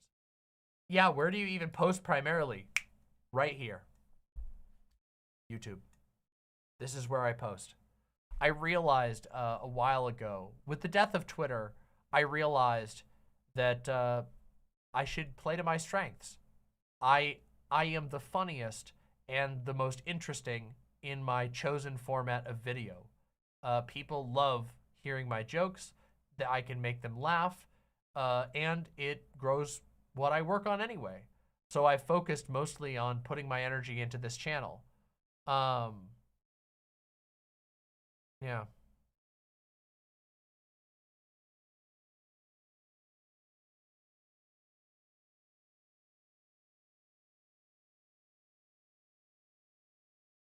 Oh, I don't know. Maybe Uncle Gumbald. You know how Fosh's site chat is upgraded and donos appear at the top? I imagine my site will get upgraded. I'm on like the version just before that one. The new upgrades are pretty nice, so I might do it. You should try a 100% game stream sometime, like go live playing already. Yeah, I will. I will do that. Yeah.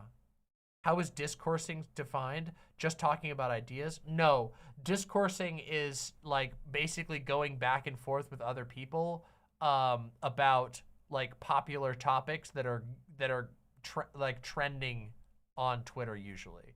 Like discoursing isn't just stating your opinion about something and then letting it be. It's when you're going back and forth in the comments. Kind of like it resembles what I did with ActualJake today, but I only responded like 3 times to ActualJake, and that was out of like good faith. So I guess I did kind of break the rule of no discoursing, but it wasn't on a popular topic or anything like that. I gave my opinion, he responded. I didn't, he responded negatively. I pushed back just a slight bit, then he got really mad. So it's not really counts. Discoursing is like when you are going back and forth with a bunch of different people on Twitter about like, I don't know, the discussion of the day. It specifically refers to like getting sucked into cycles of back and forth with random people on the internet.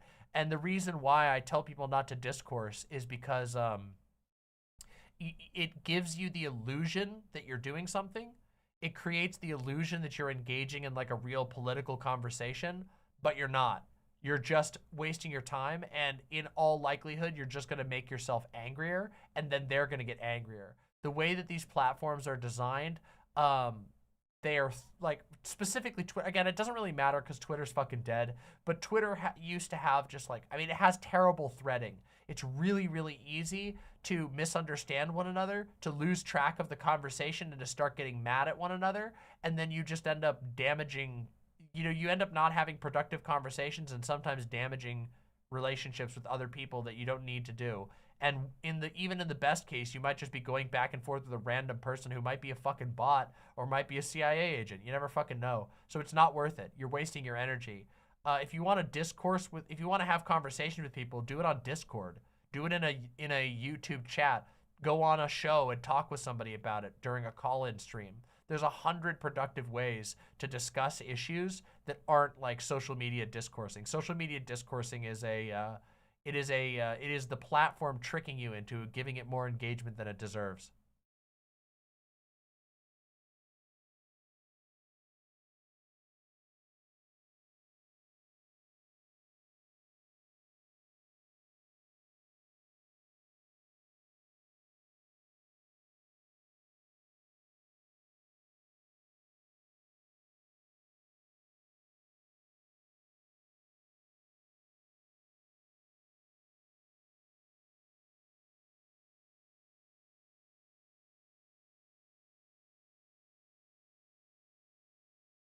Yeah, that's called Twitter brain. Brianna Huffman says, I have an ex-friend who is like this. He would write paragraphs upon paragraphs on Twitter and spend hours and hours on topics and then end up getting really mean about it. Yup. Yup. Did you know that we have a Discord? Discord.gg/Demon Mama. Very good. Very good.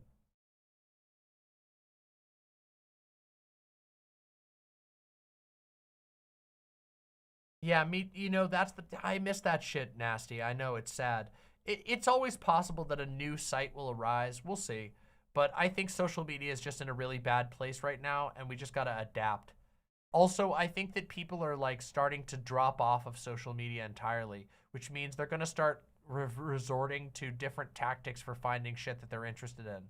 I think that mutual recommendations between creators will become more important. I think that word of mouth is becoming more important. So, yeah. Hey, that's awesome, Uncle Gumbald. Damn, that's so cool. People who hang out in other big Discords like that. Anytime you fucking cross-pollinate, it means the goddamn world. I'm serious. If you're on the Discord of another creator who you like a whole bunch and you're thinking about something I made that was cool, share it with them. Tell them. Seriously. It can make a big difference. People are that used to be a common thing. It used to be common practice to share shit like that. And people still do share stuff. It still does happen. It's just that a lot of people kind of assume that other people will see it through the algorithm. But the reality is the algorithms don't work that good.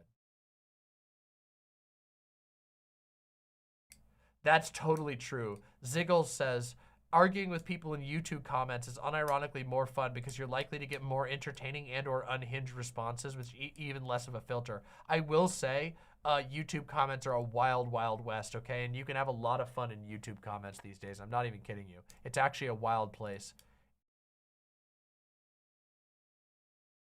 Yeah, absolutely, of course. As long as it's not excessive, Brianna Huffman.